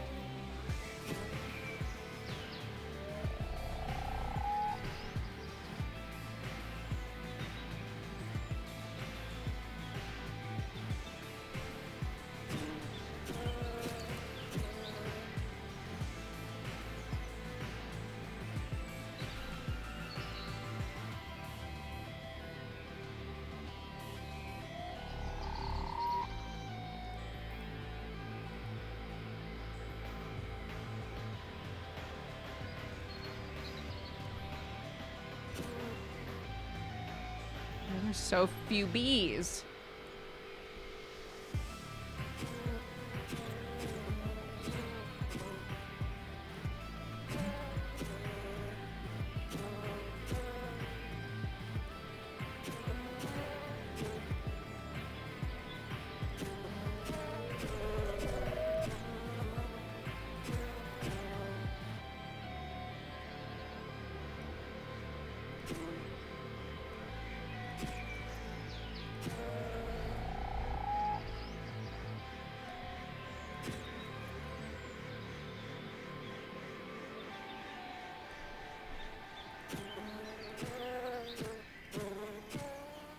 He's going, ah! Bees underwater! It doesn't make sense!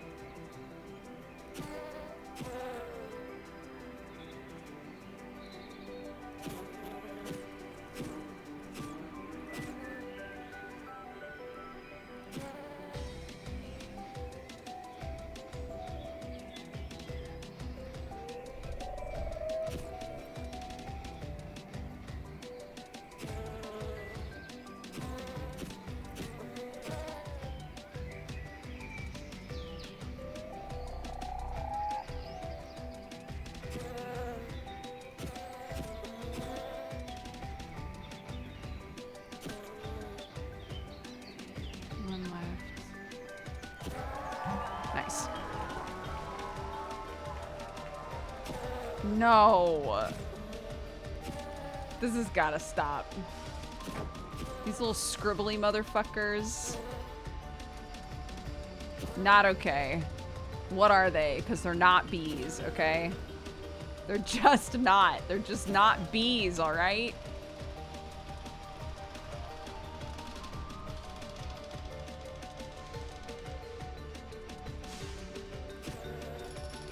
Like, come on, man.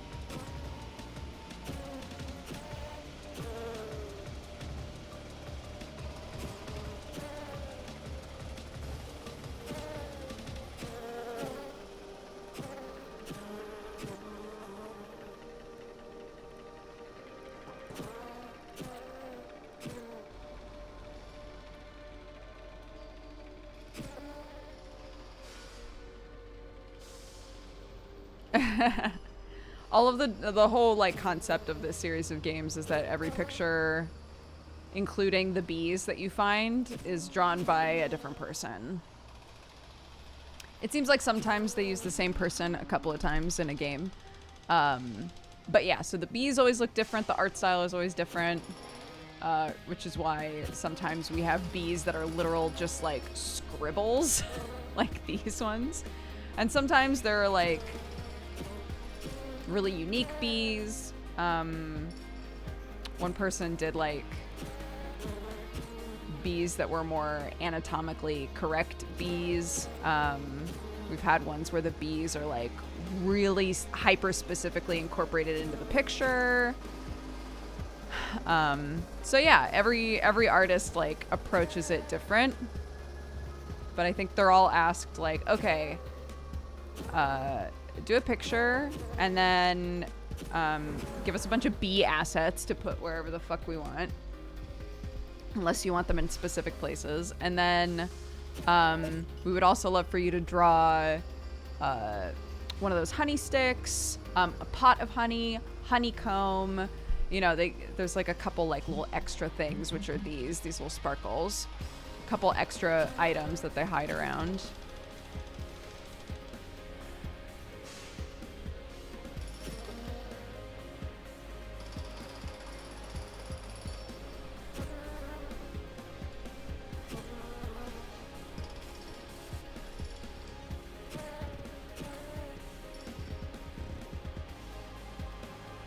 Left.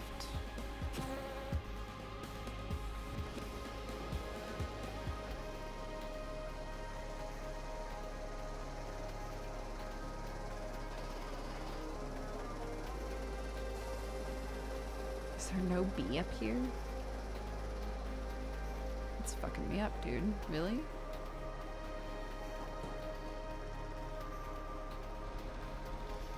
I feel like there should be another bee in that top corner.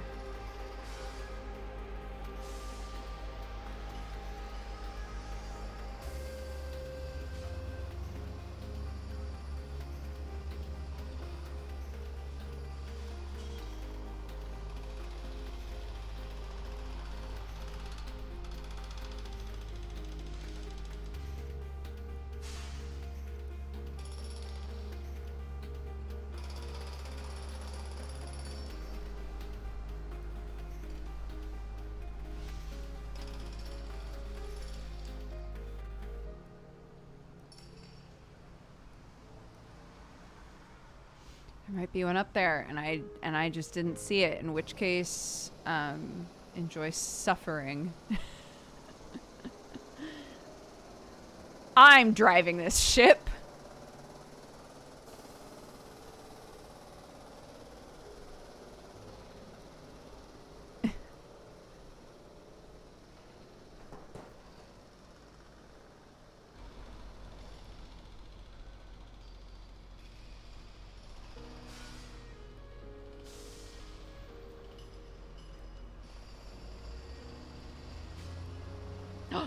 Found him.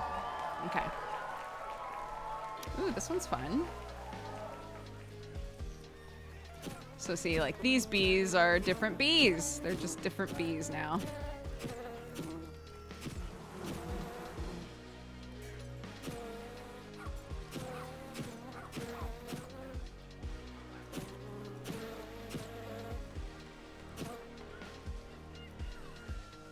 I think this one will work well with kind of zoning it out, so that's what I'm gonna do.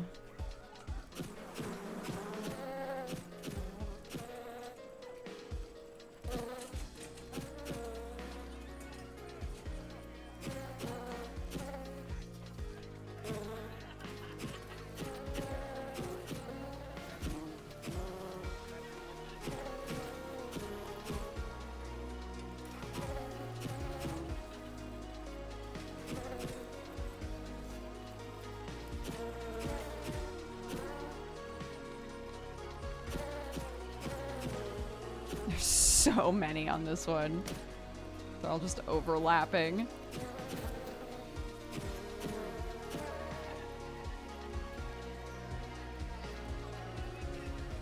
Okay, ducks.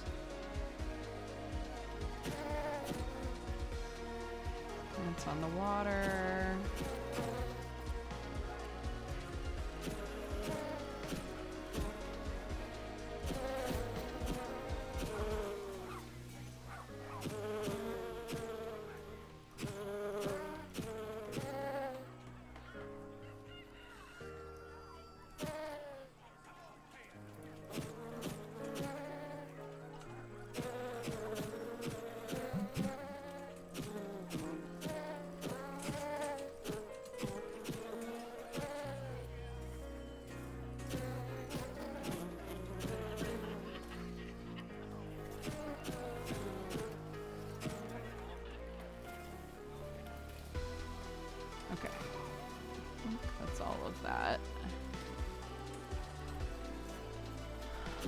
House, this wall, window.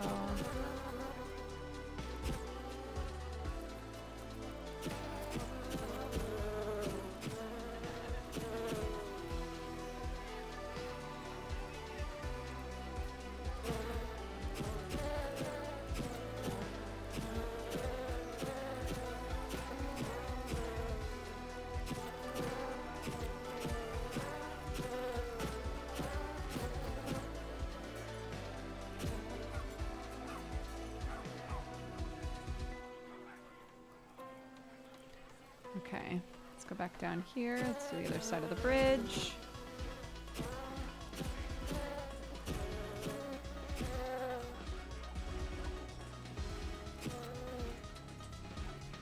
Okay, we'll do this small green bit.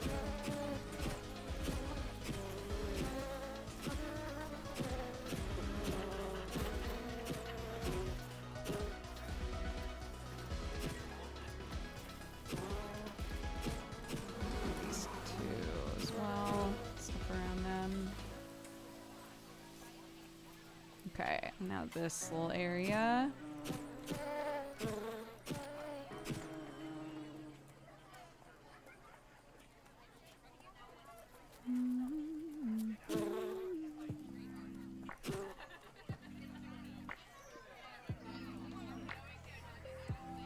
Okay, are we looking? 47 left. Okay, that feels right for the amount of space that's left. Okay, we'll do the gazebo.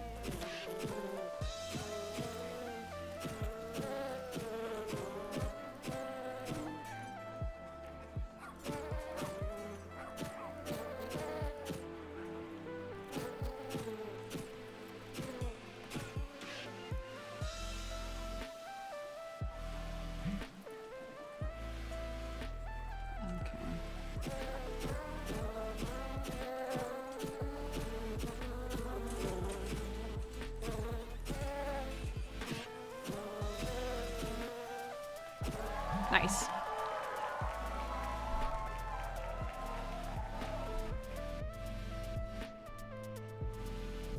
Da, da, da. Da, da, da, da, da, da, da.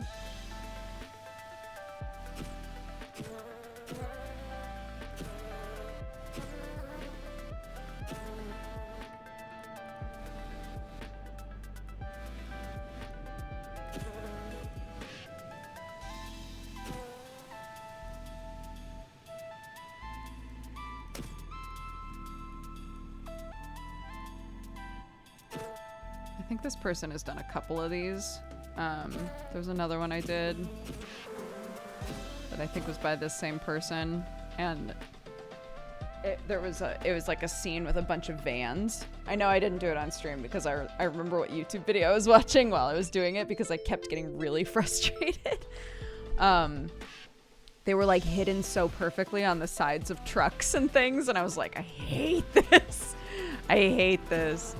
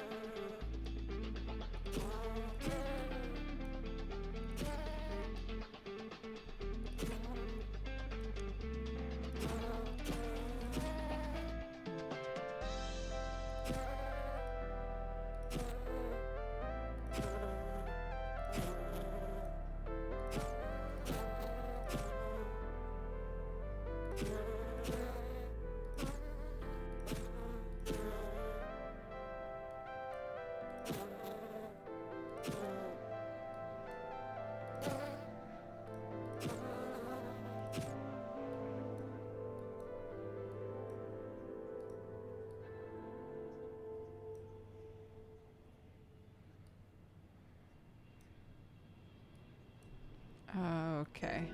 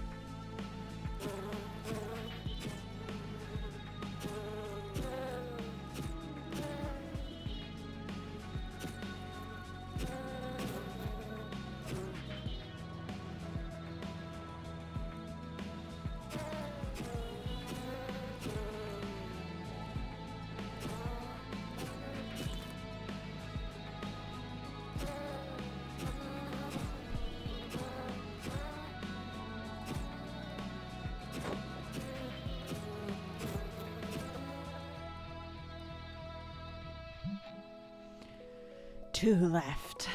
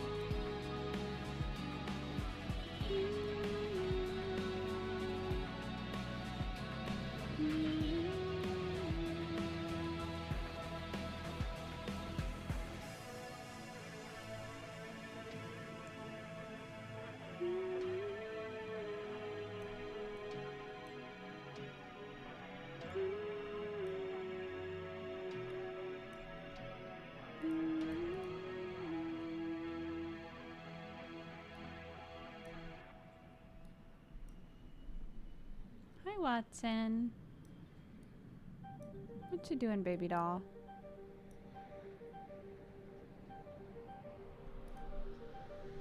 Yeah, we got some snow, and it's also been just like freezing temperatures from the last like 3 days or so.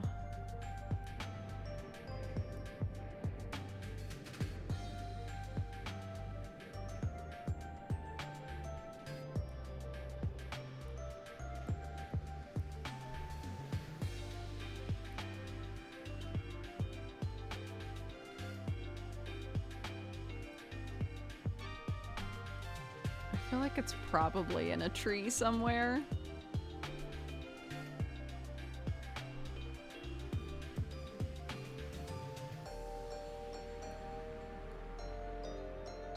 But I do not see it.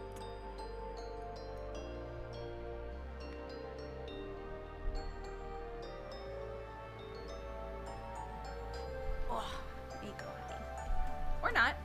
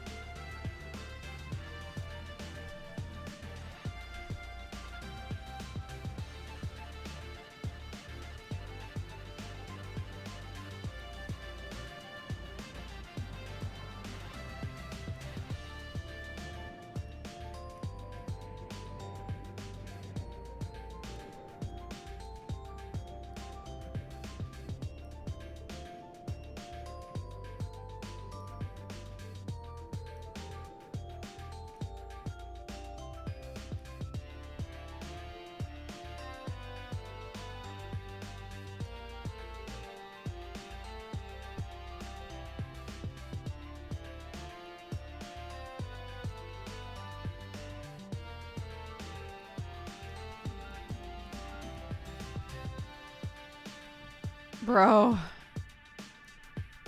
Where's this fucking bee?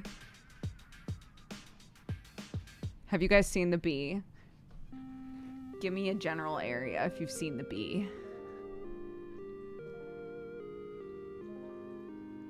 This is not game music now.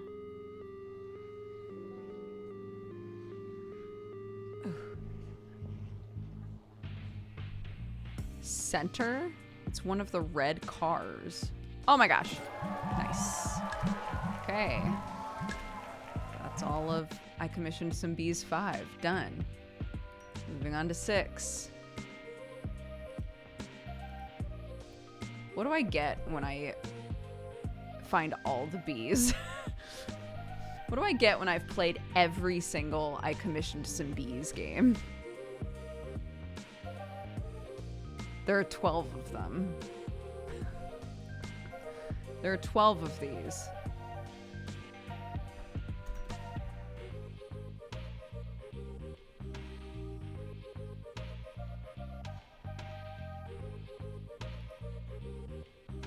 Why is 6 not...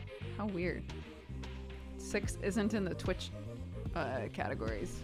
That's very strange.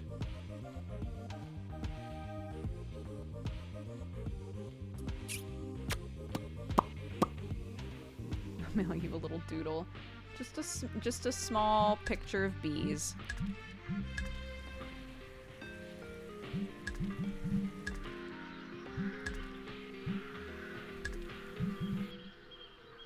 Oh, okay.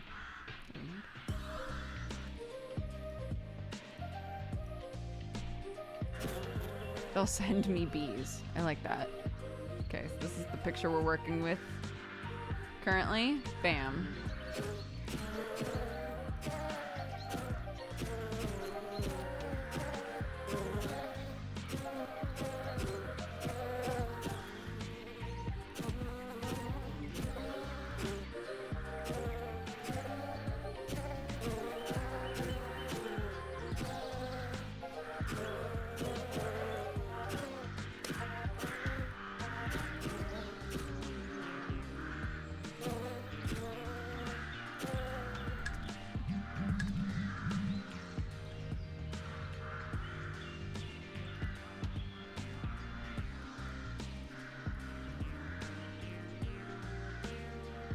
Wait, where is that? Oh, it's that. Oh my god. It's like, where is all this cawing coming from? It's gotta be the game, right?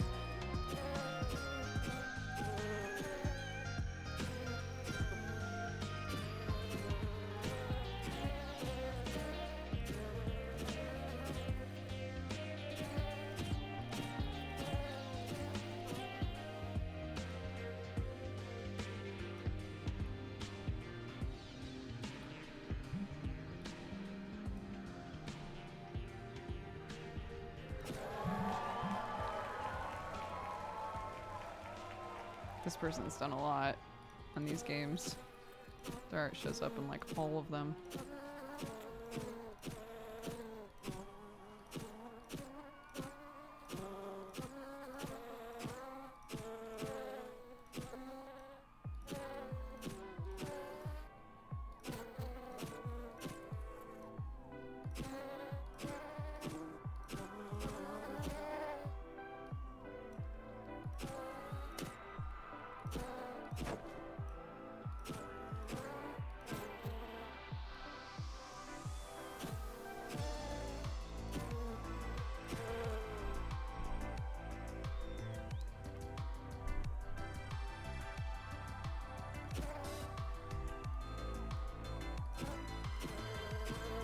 Yeah, I like these bees.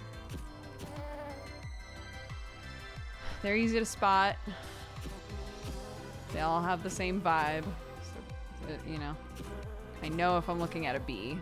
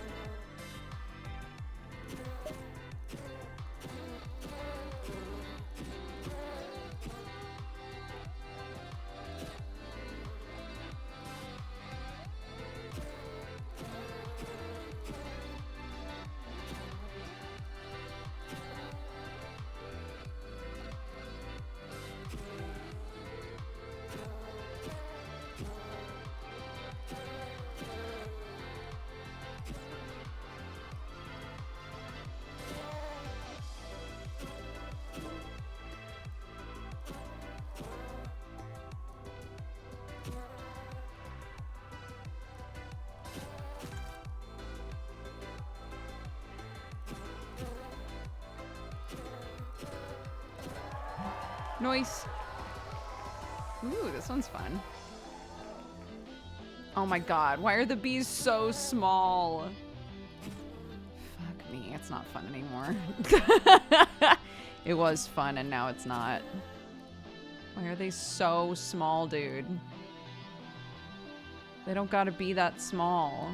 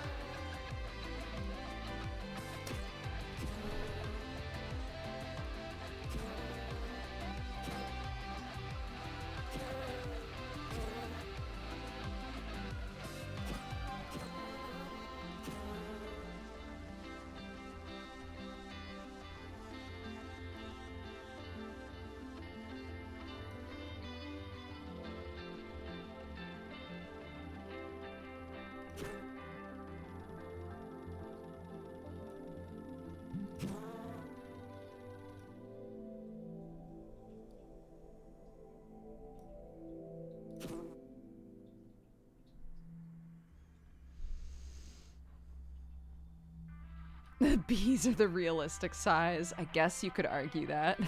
But this is how small they would be in this world. Yeah, okay.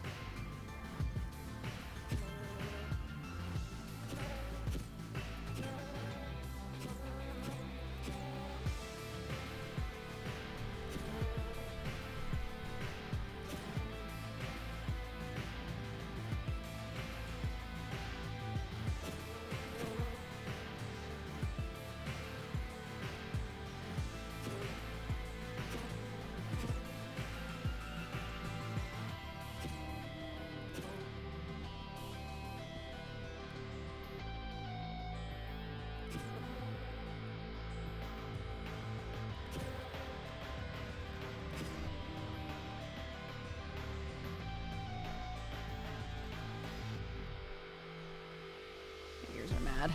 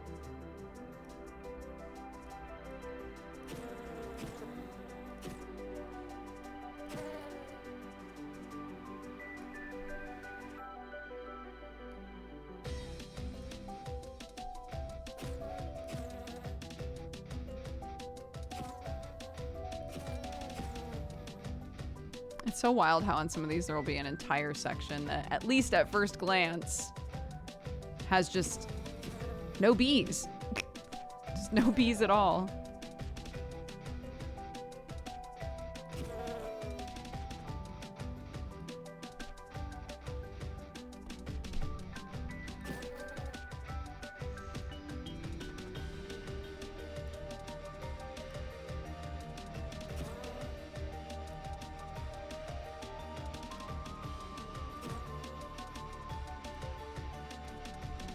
Okay, there's 5 left that I didn't see on first glance.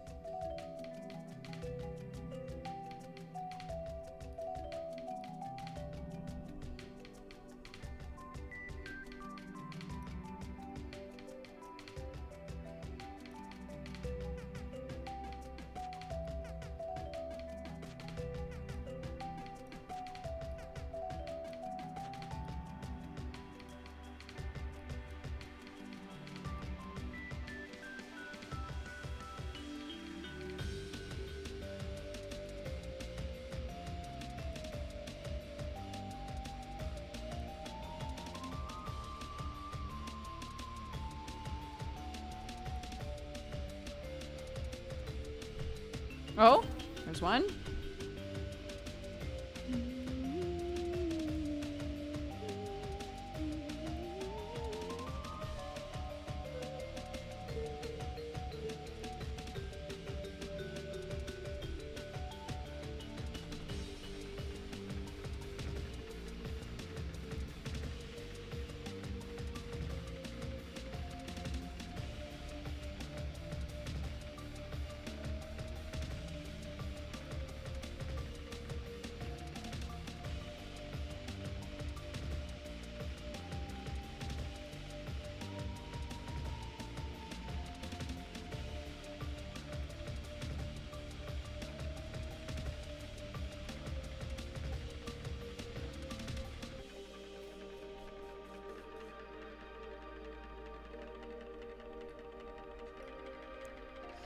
Lots of little mad scientist kids in here. What was the name of the game with the card style combat you played before? Today? Before this? Theseus Protocol. It's in early access. It just came out. Theseus Protocol.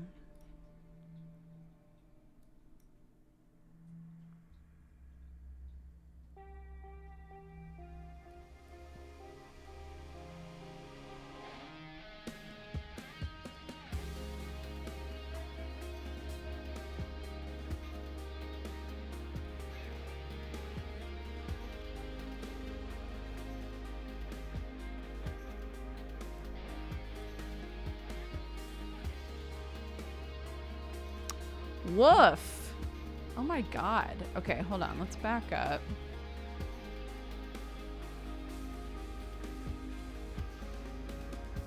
Because there's also two just like general honey items that we haven't found.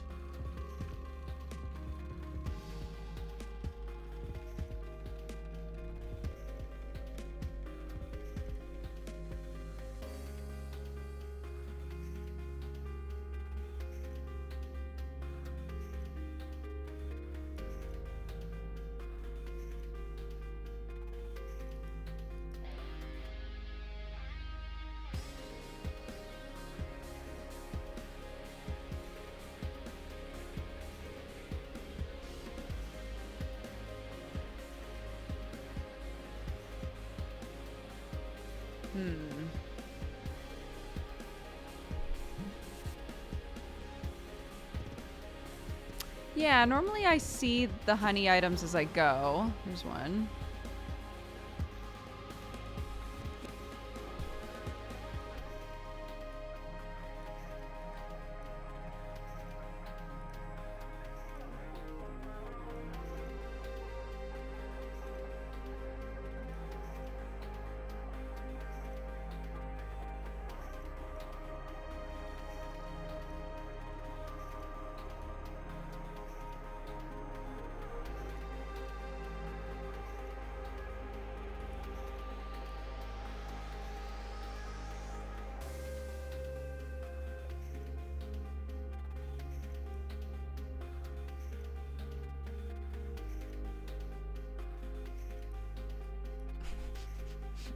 I like this guy. He took a little tumble and was like, you know what? I'm good. Things been getting pretty wild around here. I think I'm just gonna play dead for a while. So I don't have to deal with all this.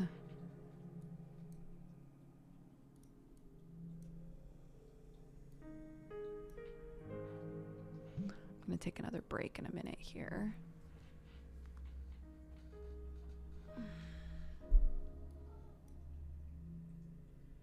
Just a really quick one, because I need to go to the bathroom.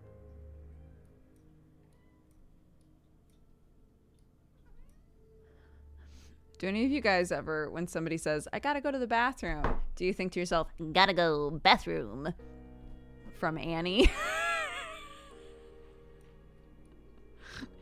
Because I hear that every time. I will now. I gotta go to the bathroom. Gotta go bathroom. Oh, there's one.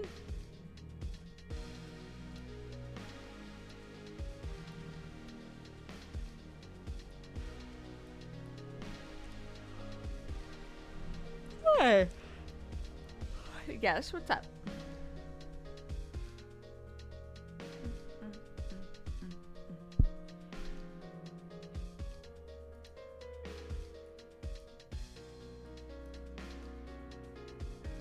Really?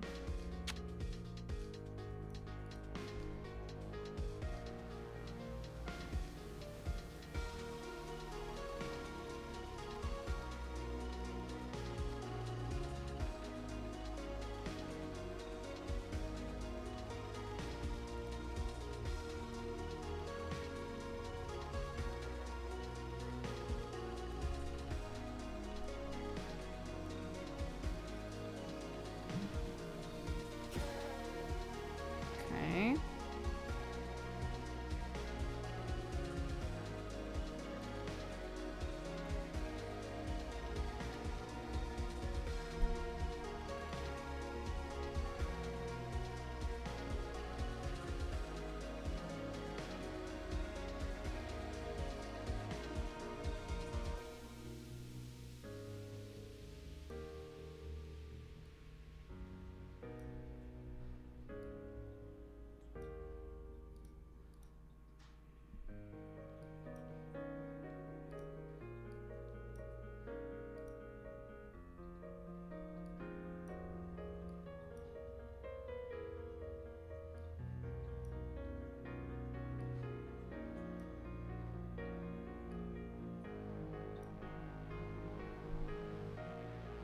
Oh my god.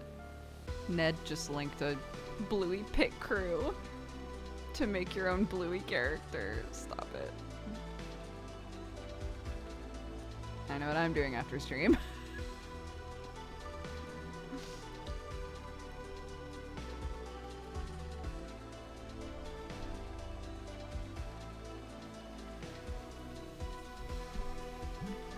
What is... Oh my god. Like, sure, if I can't find the bees, sure, but like, taking this long to find one of the honey items? Oh, there it is. God. Okay, so now there's just 2 bees left.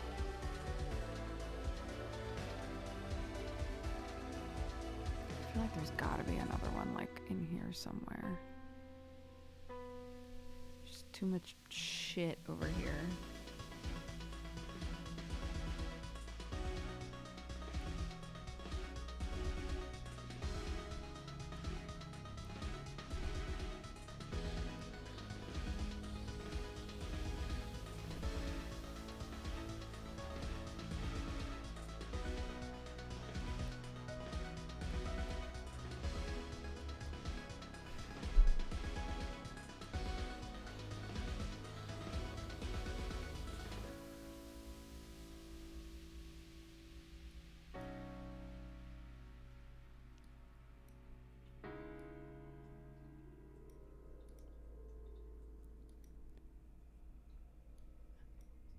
Okay, chat, where have you seen one? Give me a general location. We have 2 left that I have not been able to find.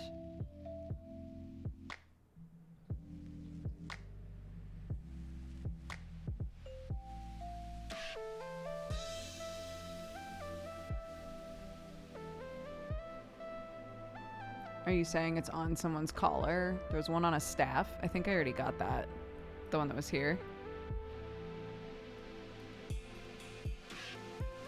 That guy has a collar. This guy has a collar.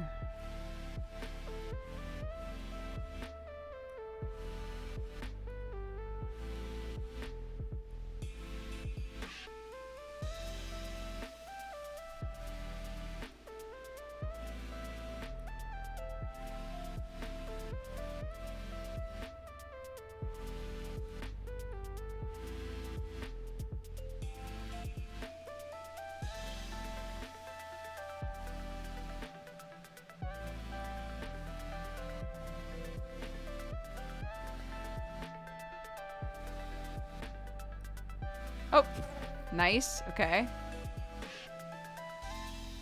There's one in the jail. Okay. Or near the jail area.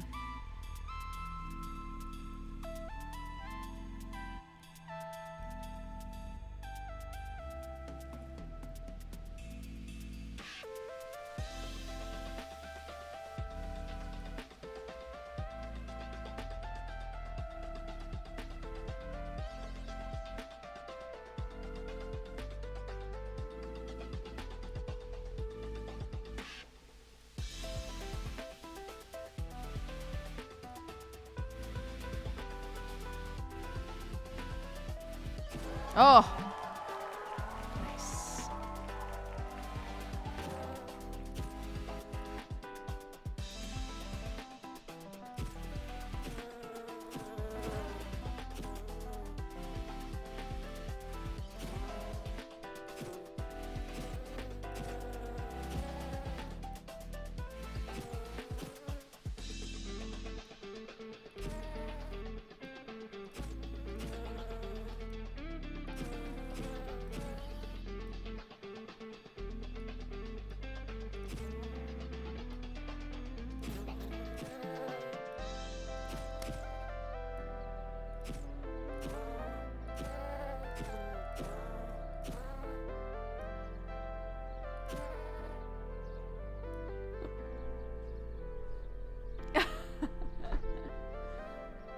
One sec. Be right back.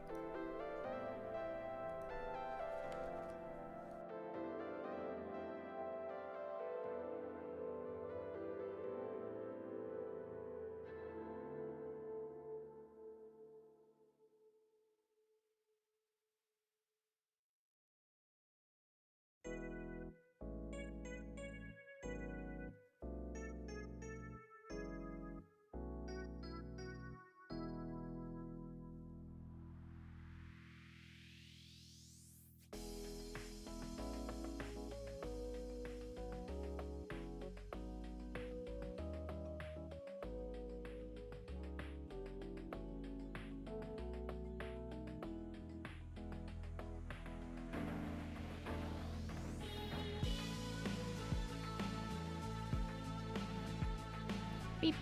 Alrighty. Which direction were we going? This way, maybe? Sure. Maybe.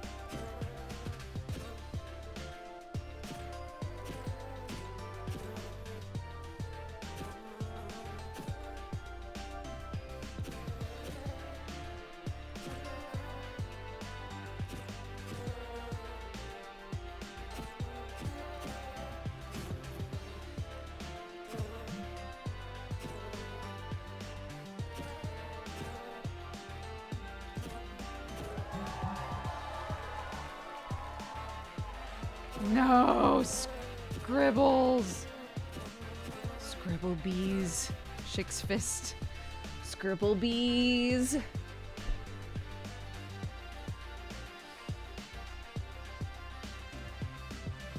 hands are so cold. Are you guys sick of hearing me say that yet? It's daily. I say it every day. My hands. They're cold.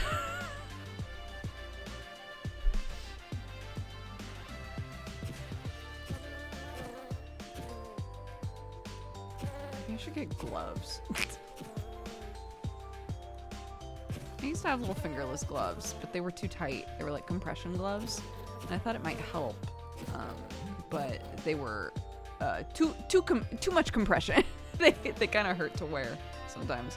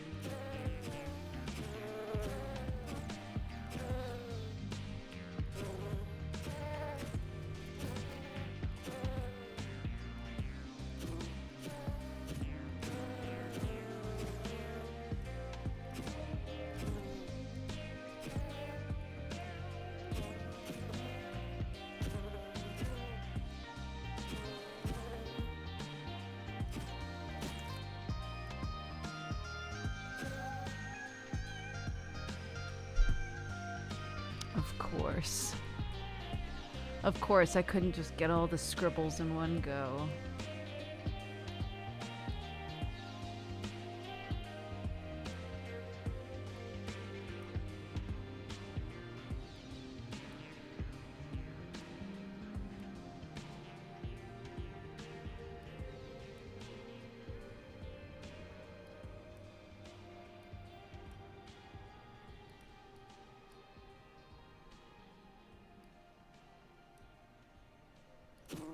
One left.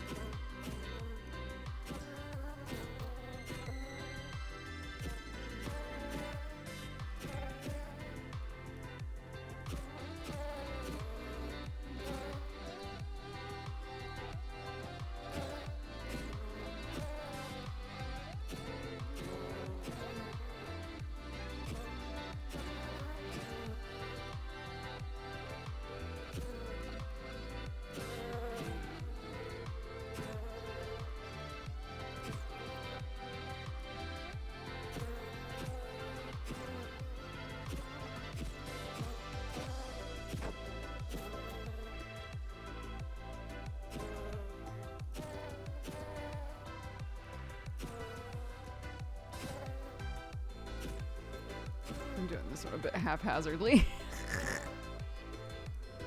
Definitely gonna miss a bunch.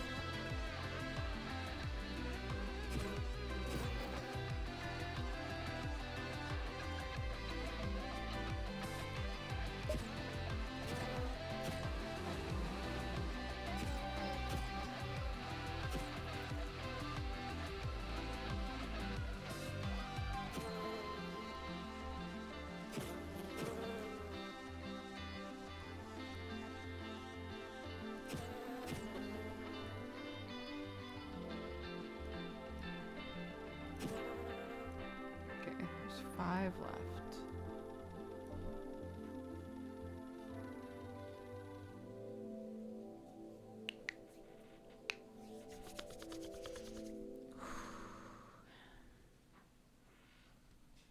Where's my phone? Oh, it's in my pocket.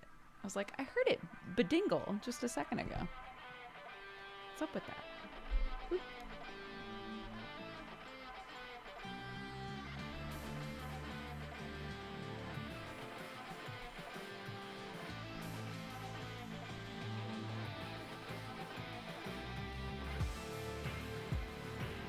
Oh. That's good to know. Man, the school is blowing up my phone today.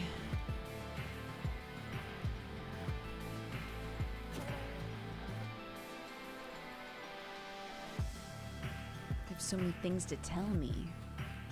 A parent. Oop, all right, nice.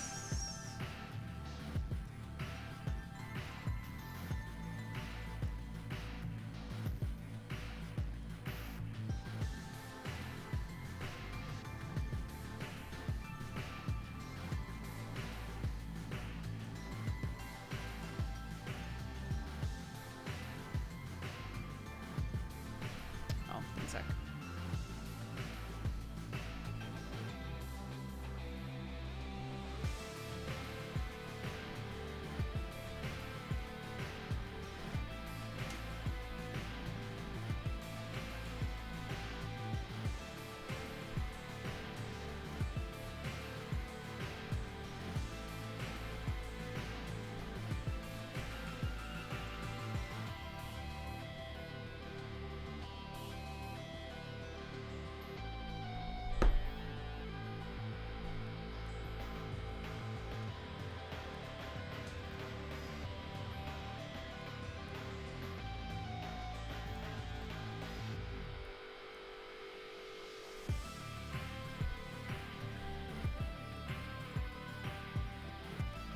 We were talking about Last Call for Adventure, and I realized, like, oh, I should probably remind Sam that he is bedtime master tonight.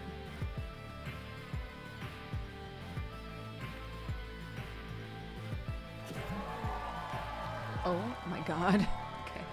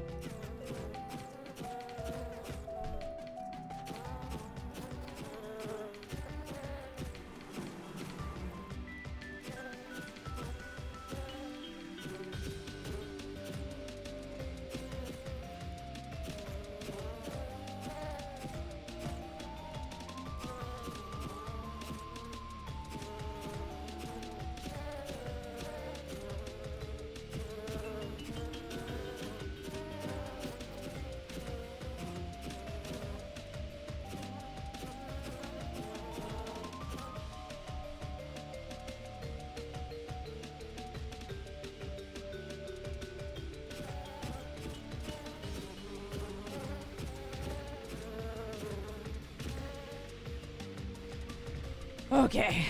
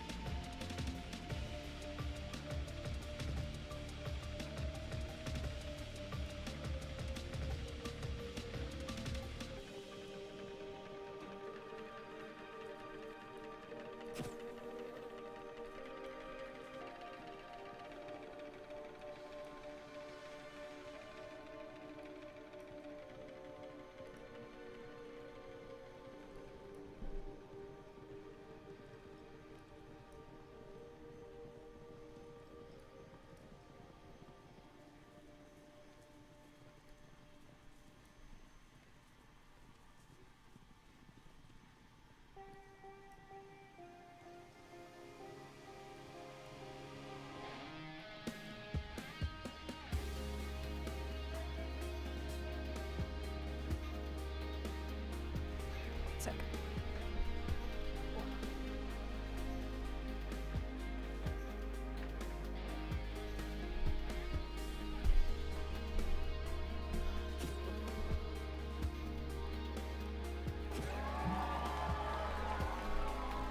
How many are left? Oh good, another scribble one. They're my favorite. I love them so much. I wish all of them were scribbles. I wish all of them just look like little flies.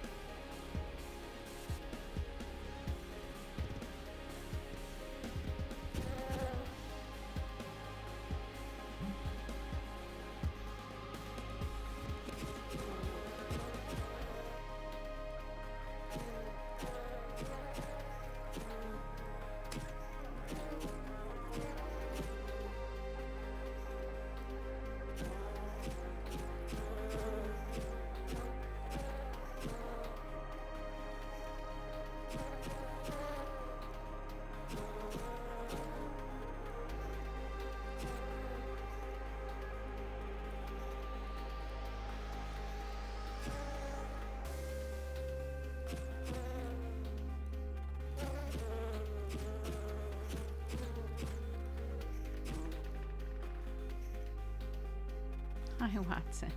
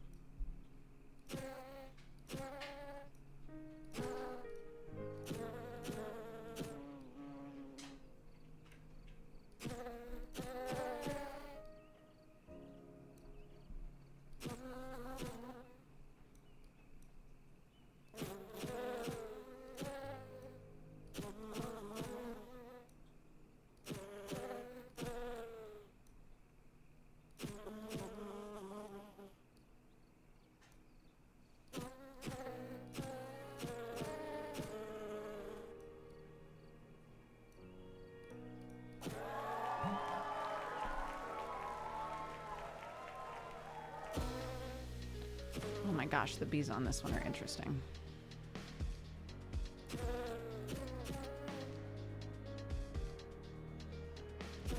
Woof. Okay.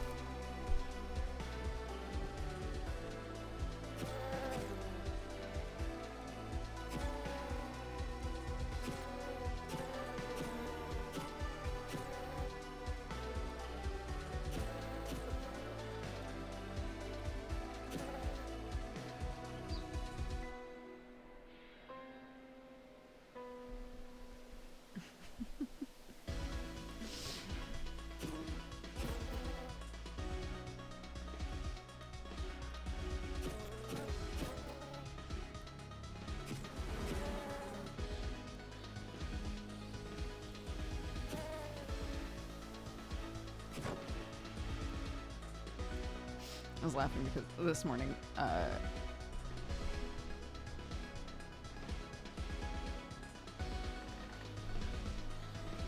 Clark was like an absolute nightmare. So I just messaged him like, hey, just a reminder that you're doing bedtime tonight. And he was just like, well, let's hope she's a little angel.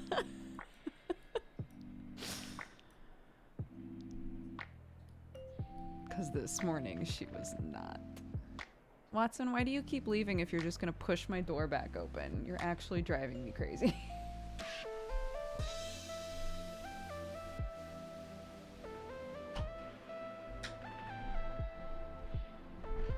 Jesus.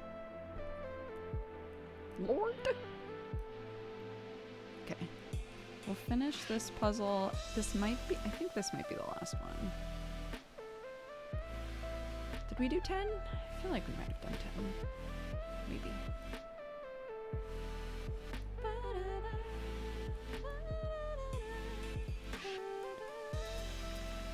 Watson Marie. If you're coming in here, then stay in here, dude. What is going on?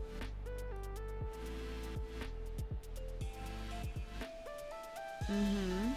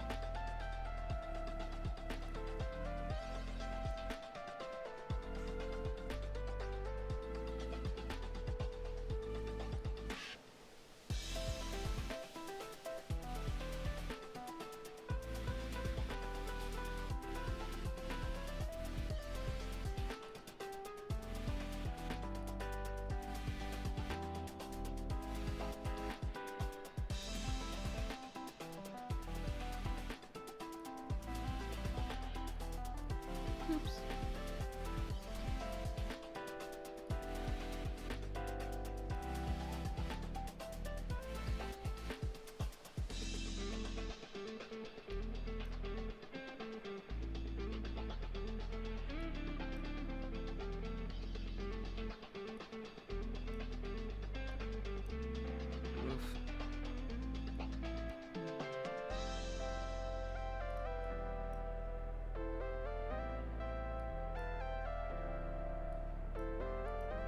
All right, where's the B? Give me a general area.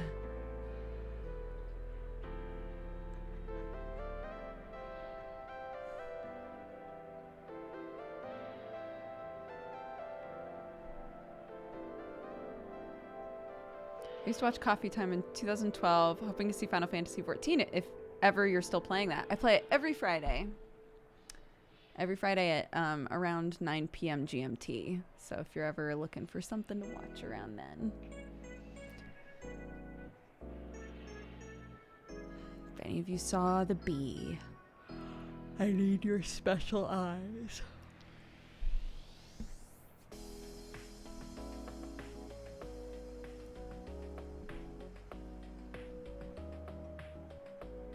Right side, I think. Okay.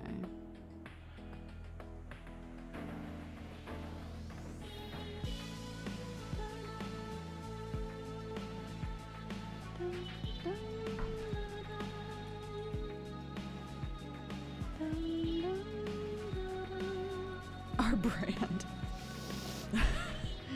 My special eyes. My brand.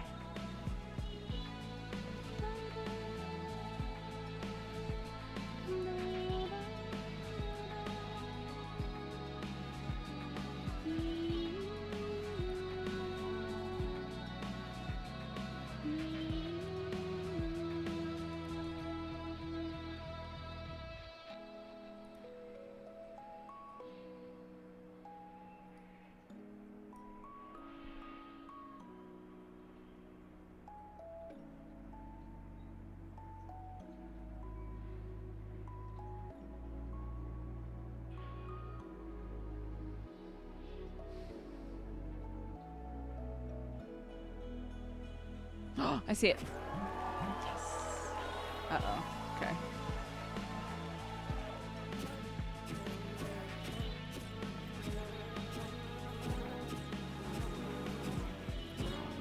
Lord. Okay. Water. This hill.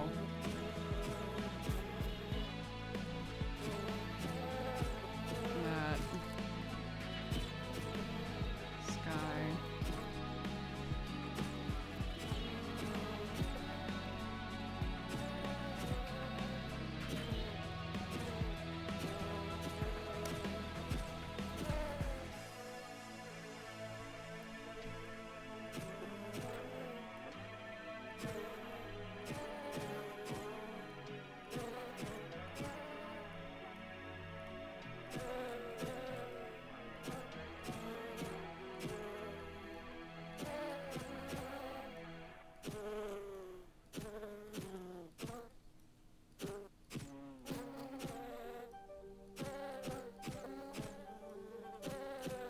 Hi, Watson. Welcome back.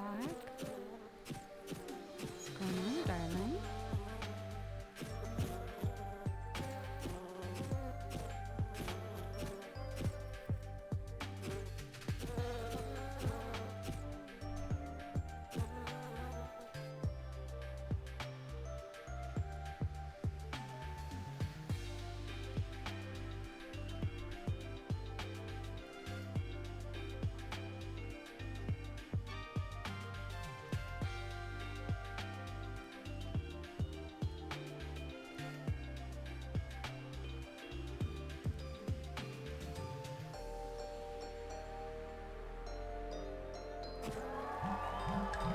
That's it. Perfect timing. We completed. I commissioned some Bees 6. Good job, everybody. We are exactly halfway through the I commissioned some Bees franchise.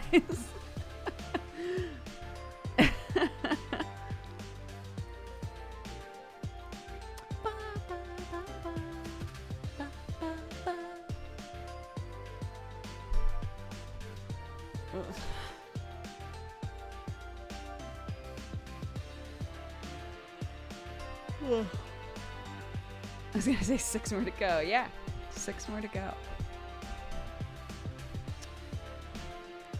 Alrighty. Let's wrap up and say peace out. A-Town. Gleam Eyes did a Valentine, and it said, everyone's amazing and lovely. Thank you, dudes in chat, for every laugh, every cry, all the crazy shenanigans throughout the year. I want to let you know, no matter how bad things may seem, you're loved, you're heard, and you're valid. I hope this helps someone as much as you all have helped me. What a sweet message. And unnamed trans girl said, I survived my surgery. I'm so glad. Oh my goodness. I'm glad that that's done. I hope you're healing up well.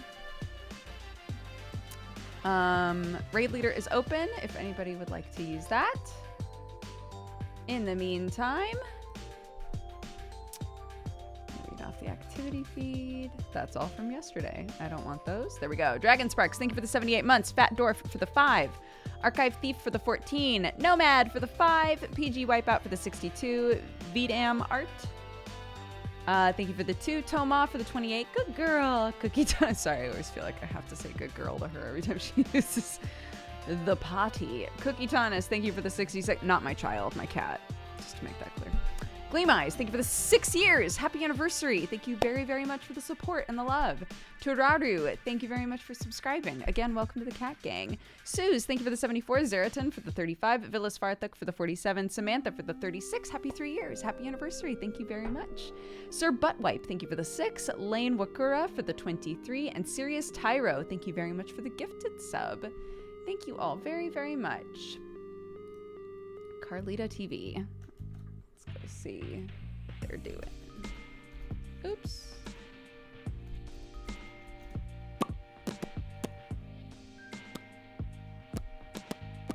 Playing Blacktail.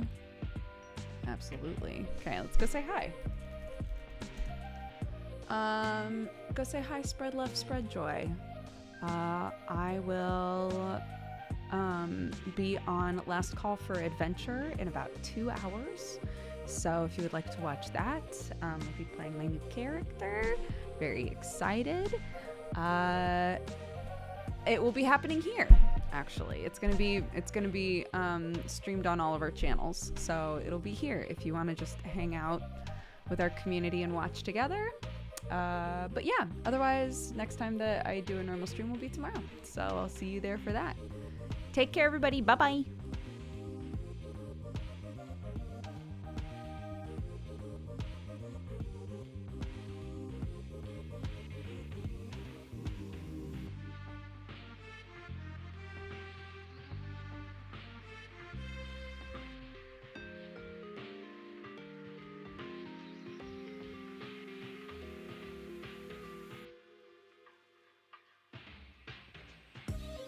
It won't let me raid Carlita. They might have raids turned off. In which case I'm not going to raid them because I don't. I'm not gonna like tell you guys to all go over there because maybe they don't want that. So, let's see. So instead, if you would like to check them out, Carlita_TV is their channel. But otherwise, I'm going to send you to Tofu Senshi.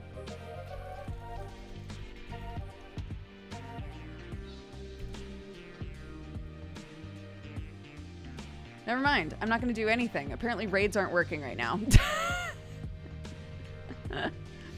Go say hi to whoever you'd like. Bye-bye. You're all beautiful.